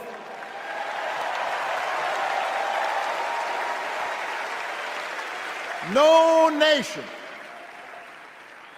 no society has ever tried to build a democracy as big and as diverse as ours before. One that includes people that over decades have come from every corner of the globe. One where our allegiances and our community are defined not by race or blood, but by a common creed. And that's why when we uphold our values, the world's a little brighter. When we don't, the world's a little dimmer. And dictators and autocrats feel emboldened. And over time, we become less safe. We shouldn't be the world's policemen, and we can't eradicate every cruelty and injustice in the world. But America can be and must be a force for good. Discouraging conflict, fighting disease, promoting human rights, protecting the planet from climate change, defending freedom, brokering peace. That's what Kamala Harris believes, and so do most Americans.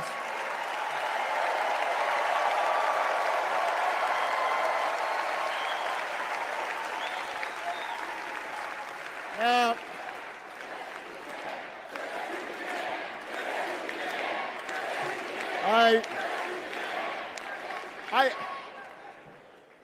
I know these ideas can feel pretty naive right now. We live in a time of such confusion and rancor, with a culture that puts a premium on things that don't last. Money, fame, status, likes. We chase the approval of strangers on our phones. We build all manner of walls and fences around ourselves, and then we wonder why we feel so alone. We don't trust each other as much because we don't take the time to know each other. And in that space between us, politicians and algorithms teach us to caricature each other and troll each other and fear each other.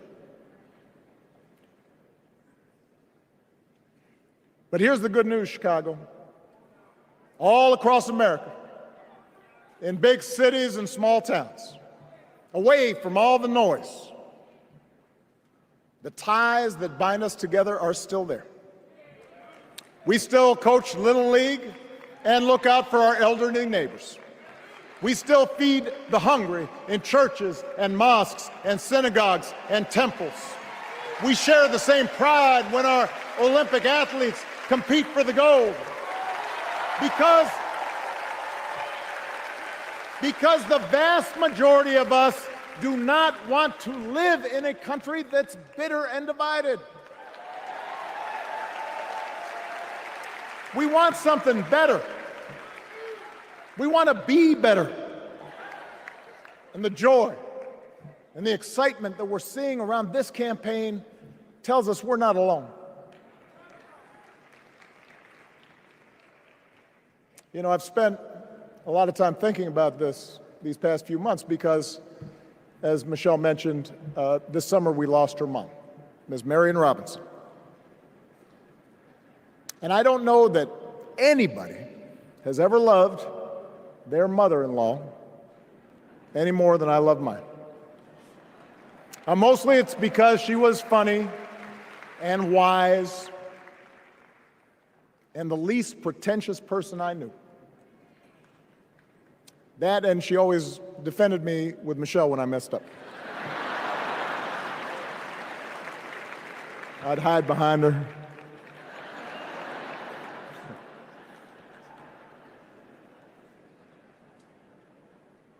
But I also think one of the reasons Mary and I became so close was she reminded me of my grandmother, the woman who helped raise me as a child. And on the surface, the two of them did not have a lot in common. One was a black woman from right here, south side of Chicago, right down the way. Went to Englewood High School. The other was a little old white lady born in a tiny town called Peru, Kansas. Now, I know there aren't that many people from Peru. And yet they shared a basic outlook on life. They were strong, smart, resourceful women, full of common sense, who, regardless of the barriers they encountered, and women growing up in the 40s and 50s and 60s, they encountered barriers. They still went about their business without fuss or complaint and provided an unshakable foundation of love for their children and their grandchildren.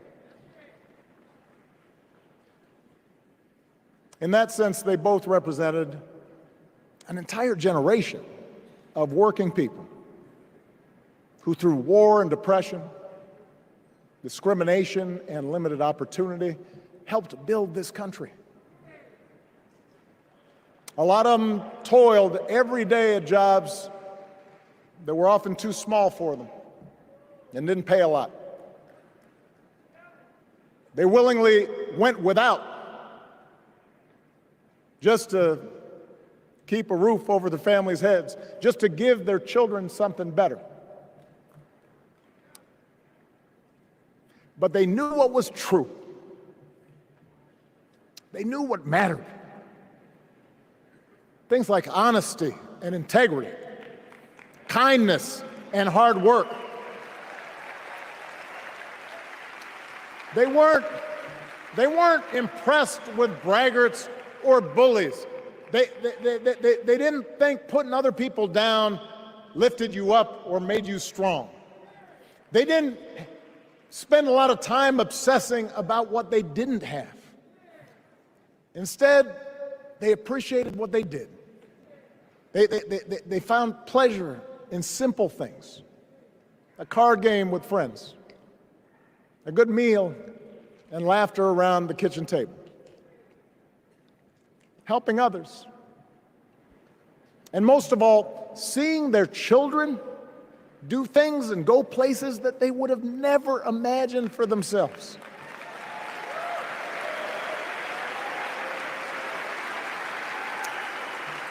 Whether you are a Democrat or a Republican or somewhere in between,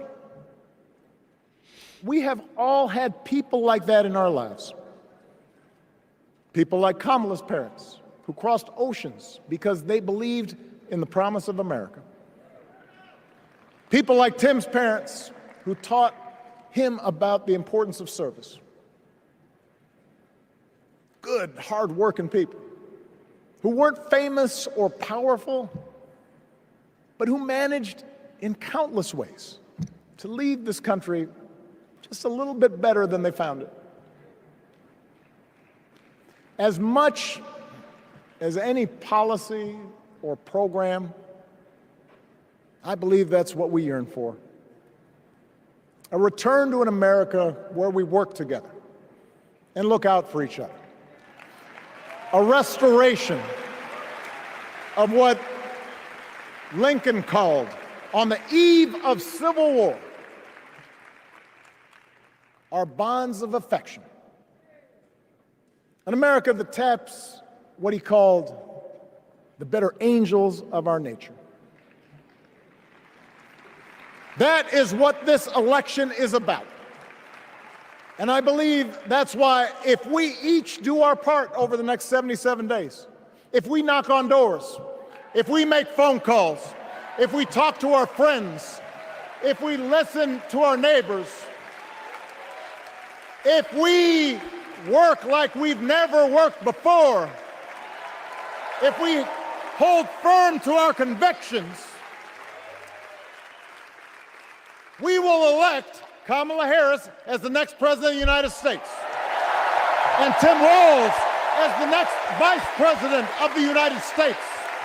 We will elect leaders up and down the ballot who will fight for the hopeful, forward-looking America we all believe in, and together we too will build a country that is more secure and more just, more equal, and more free. Yeah. So let's get to work. Yes, God let's bless do you. it. And God bless the United States of America.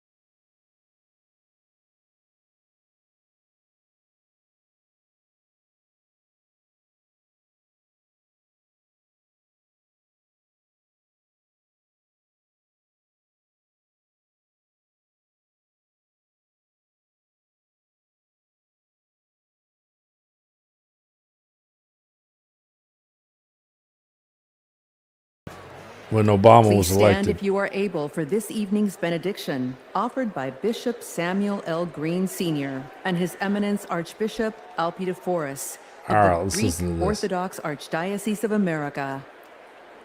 Was that not badass?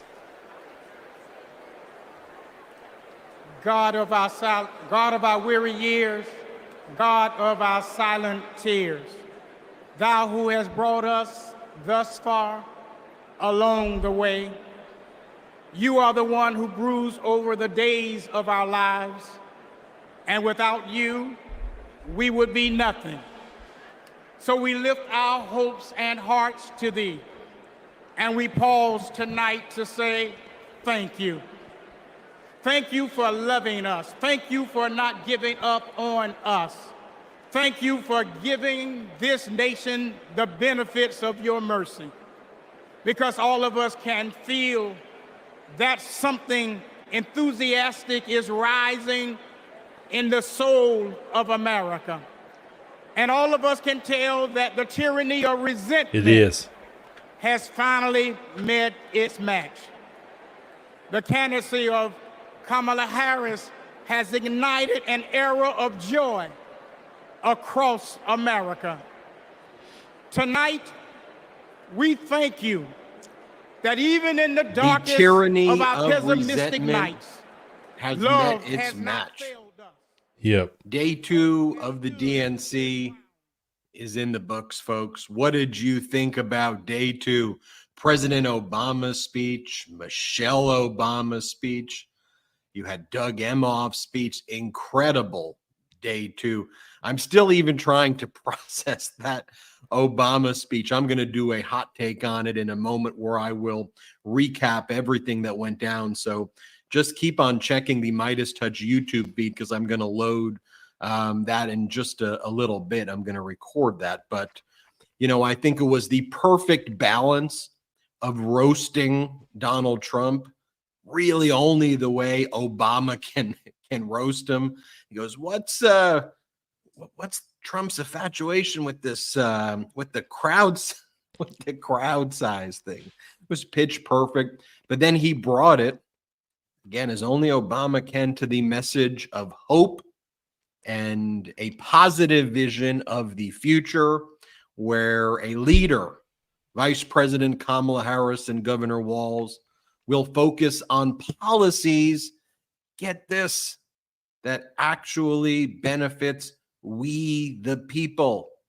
Yes. Not focused on how to further enrich themselves or to increase the memberships at Mar-a-Lago or Yes. Bedminster or steal our nuclear secrets, we the people, but to actually focus on common sense policy That's that right. benefits Americans.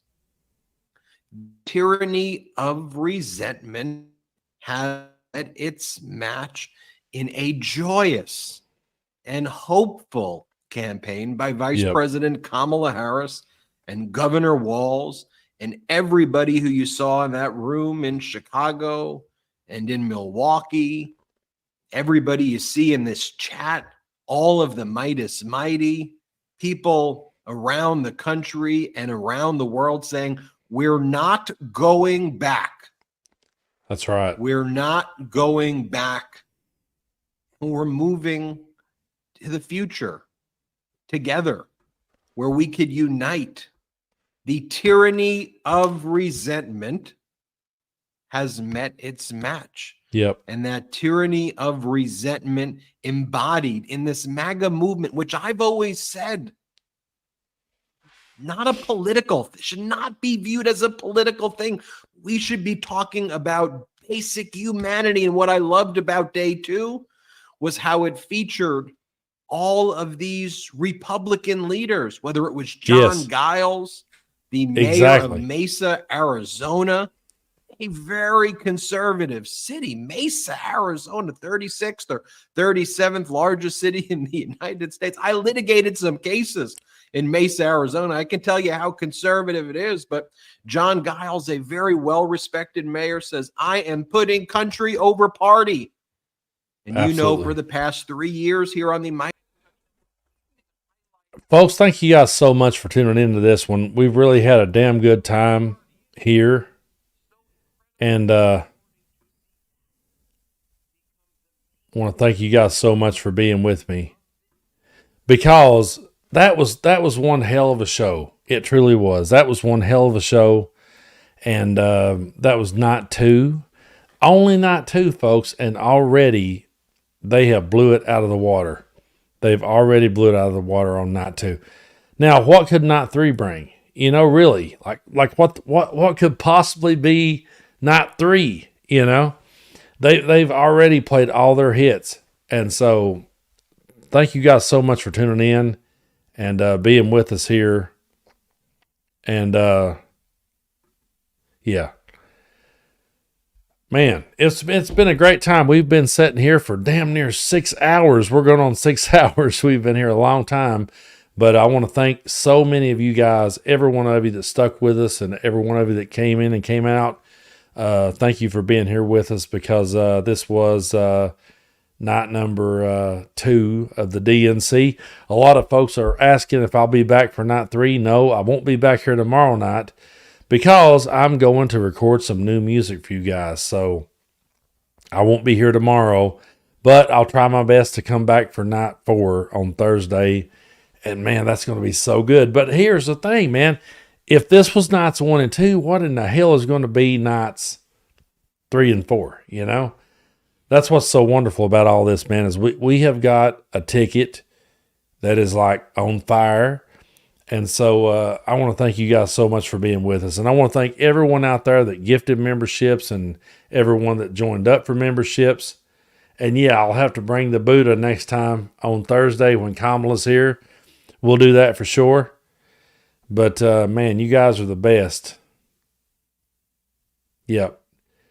Absolutely. And thank you guys so much for tuning in. And thanks and shout out to the Midas Touch Network, man. They're always doing such great work, and they help me to get where I need to be, and I appreciate them so much. So thanks so much to the Midas Touch Network. I Hope everyone is feeling well and doing good. I've been sitting here. Well, I had to get up a couple of times and take a break, but I've been sitting here for damn near 6 hours with you guys, and I've enjoyed every minute of it. And honestly, folks, just a quick recap. It was so good to see the energy in the room. It was so good to see people bringing receipts and pointing out who MAGA really is. You know, that's the thing. You just got to keep bringing those receipts and keep reminding people of who they are. And I was so glad all the ads tonight were on point. Every single one of the ads was on point. All the speakers was dead on it. And so, yeah, I mean, we've got a lot to be excited about, but we cannot take our eye off the ball. You got to understand that we still got a ways to go.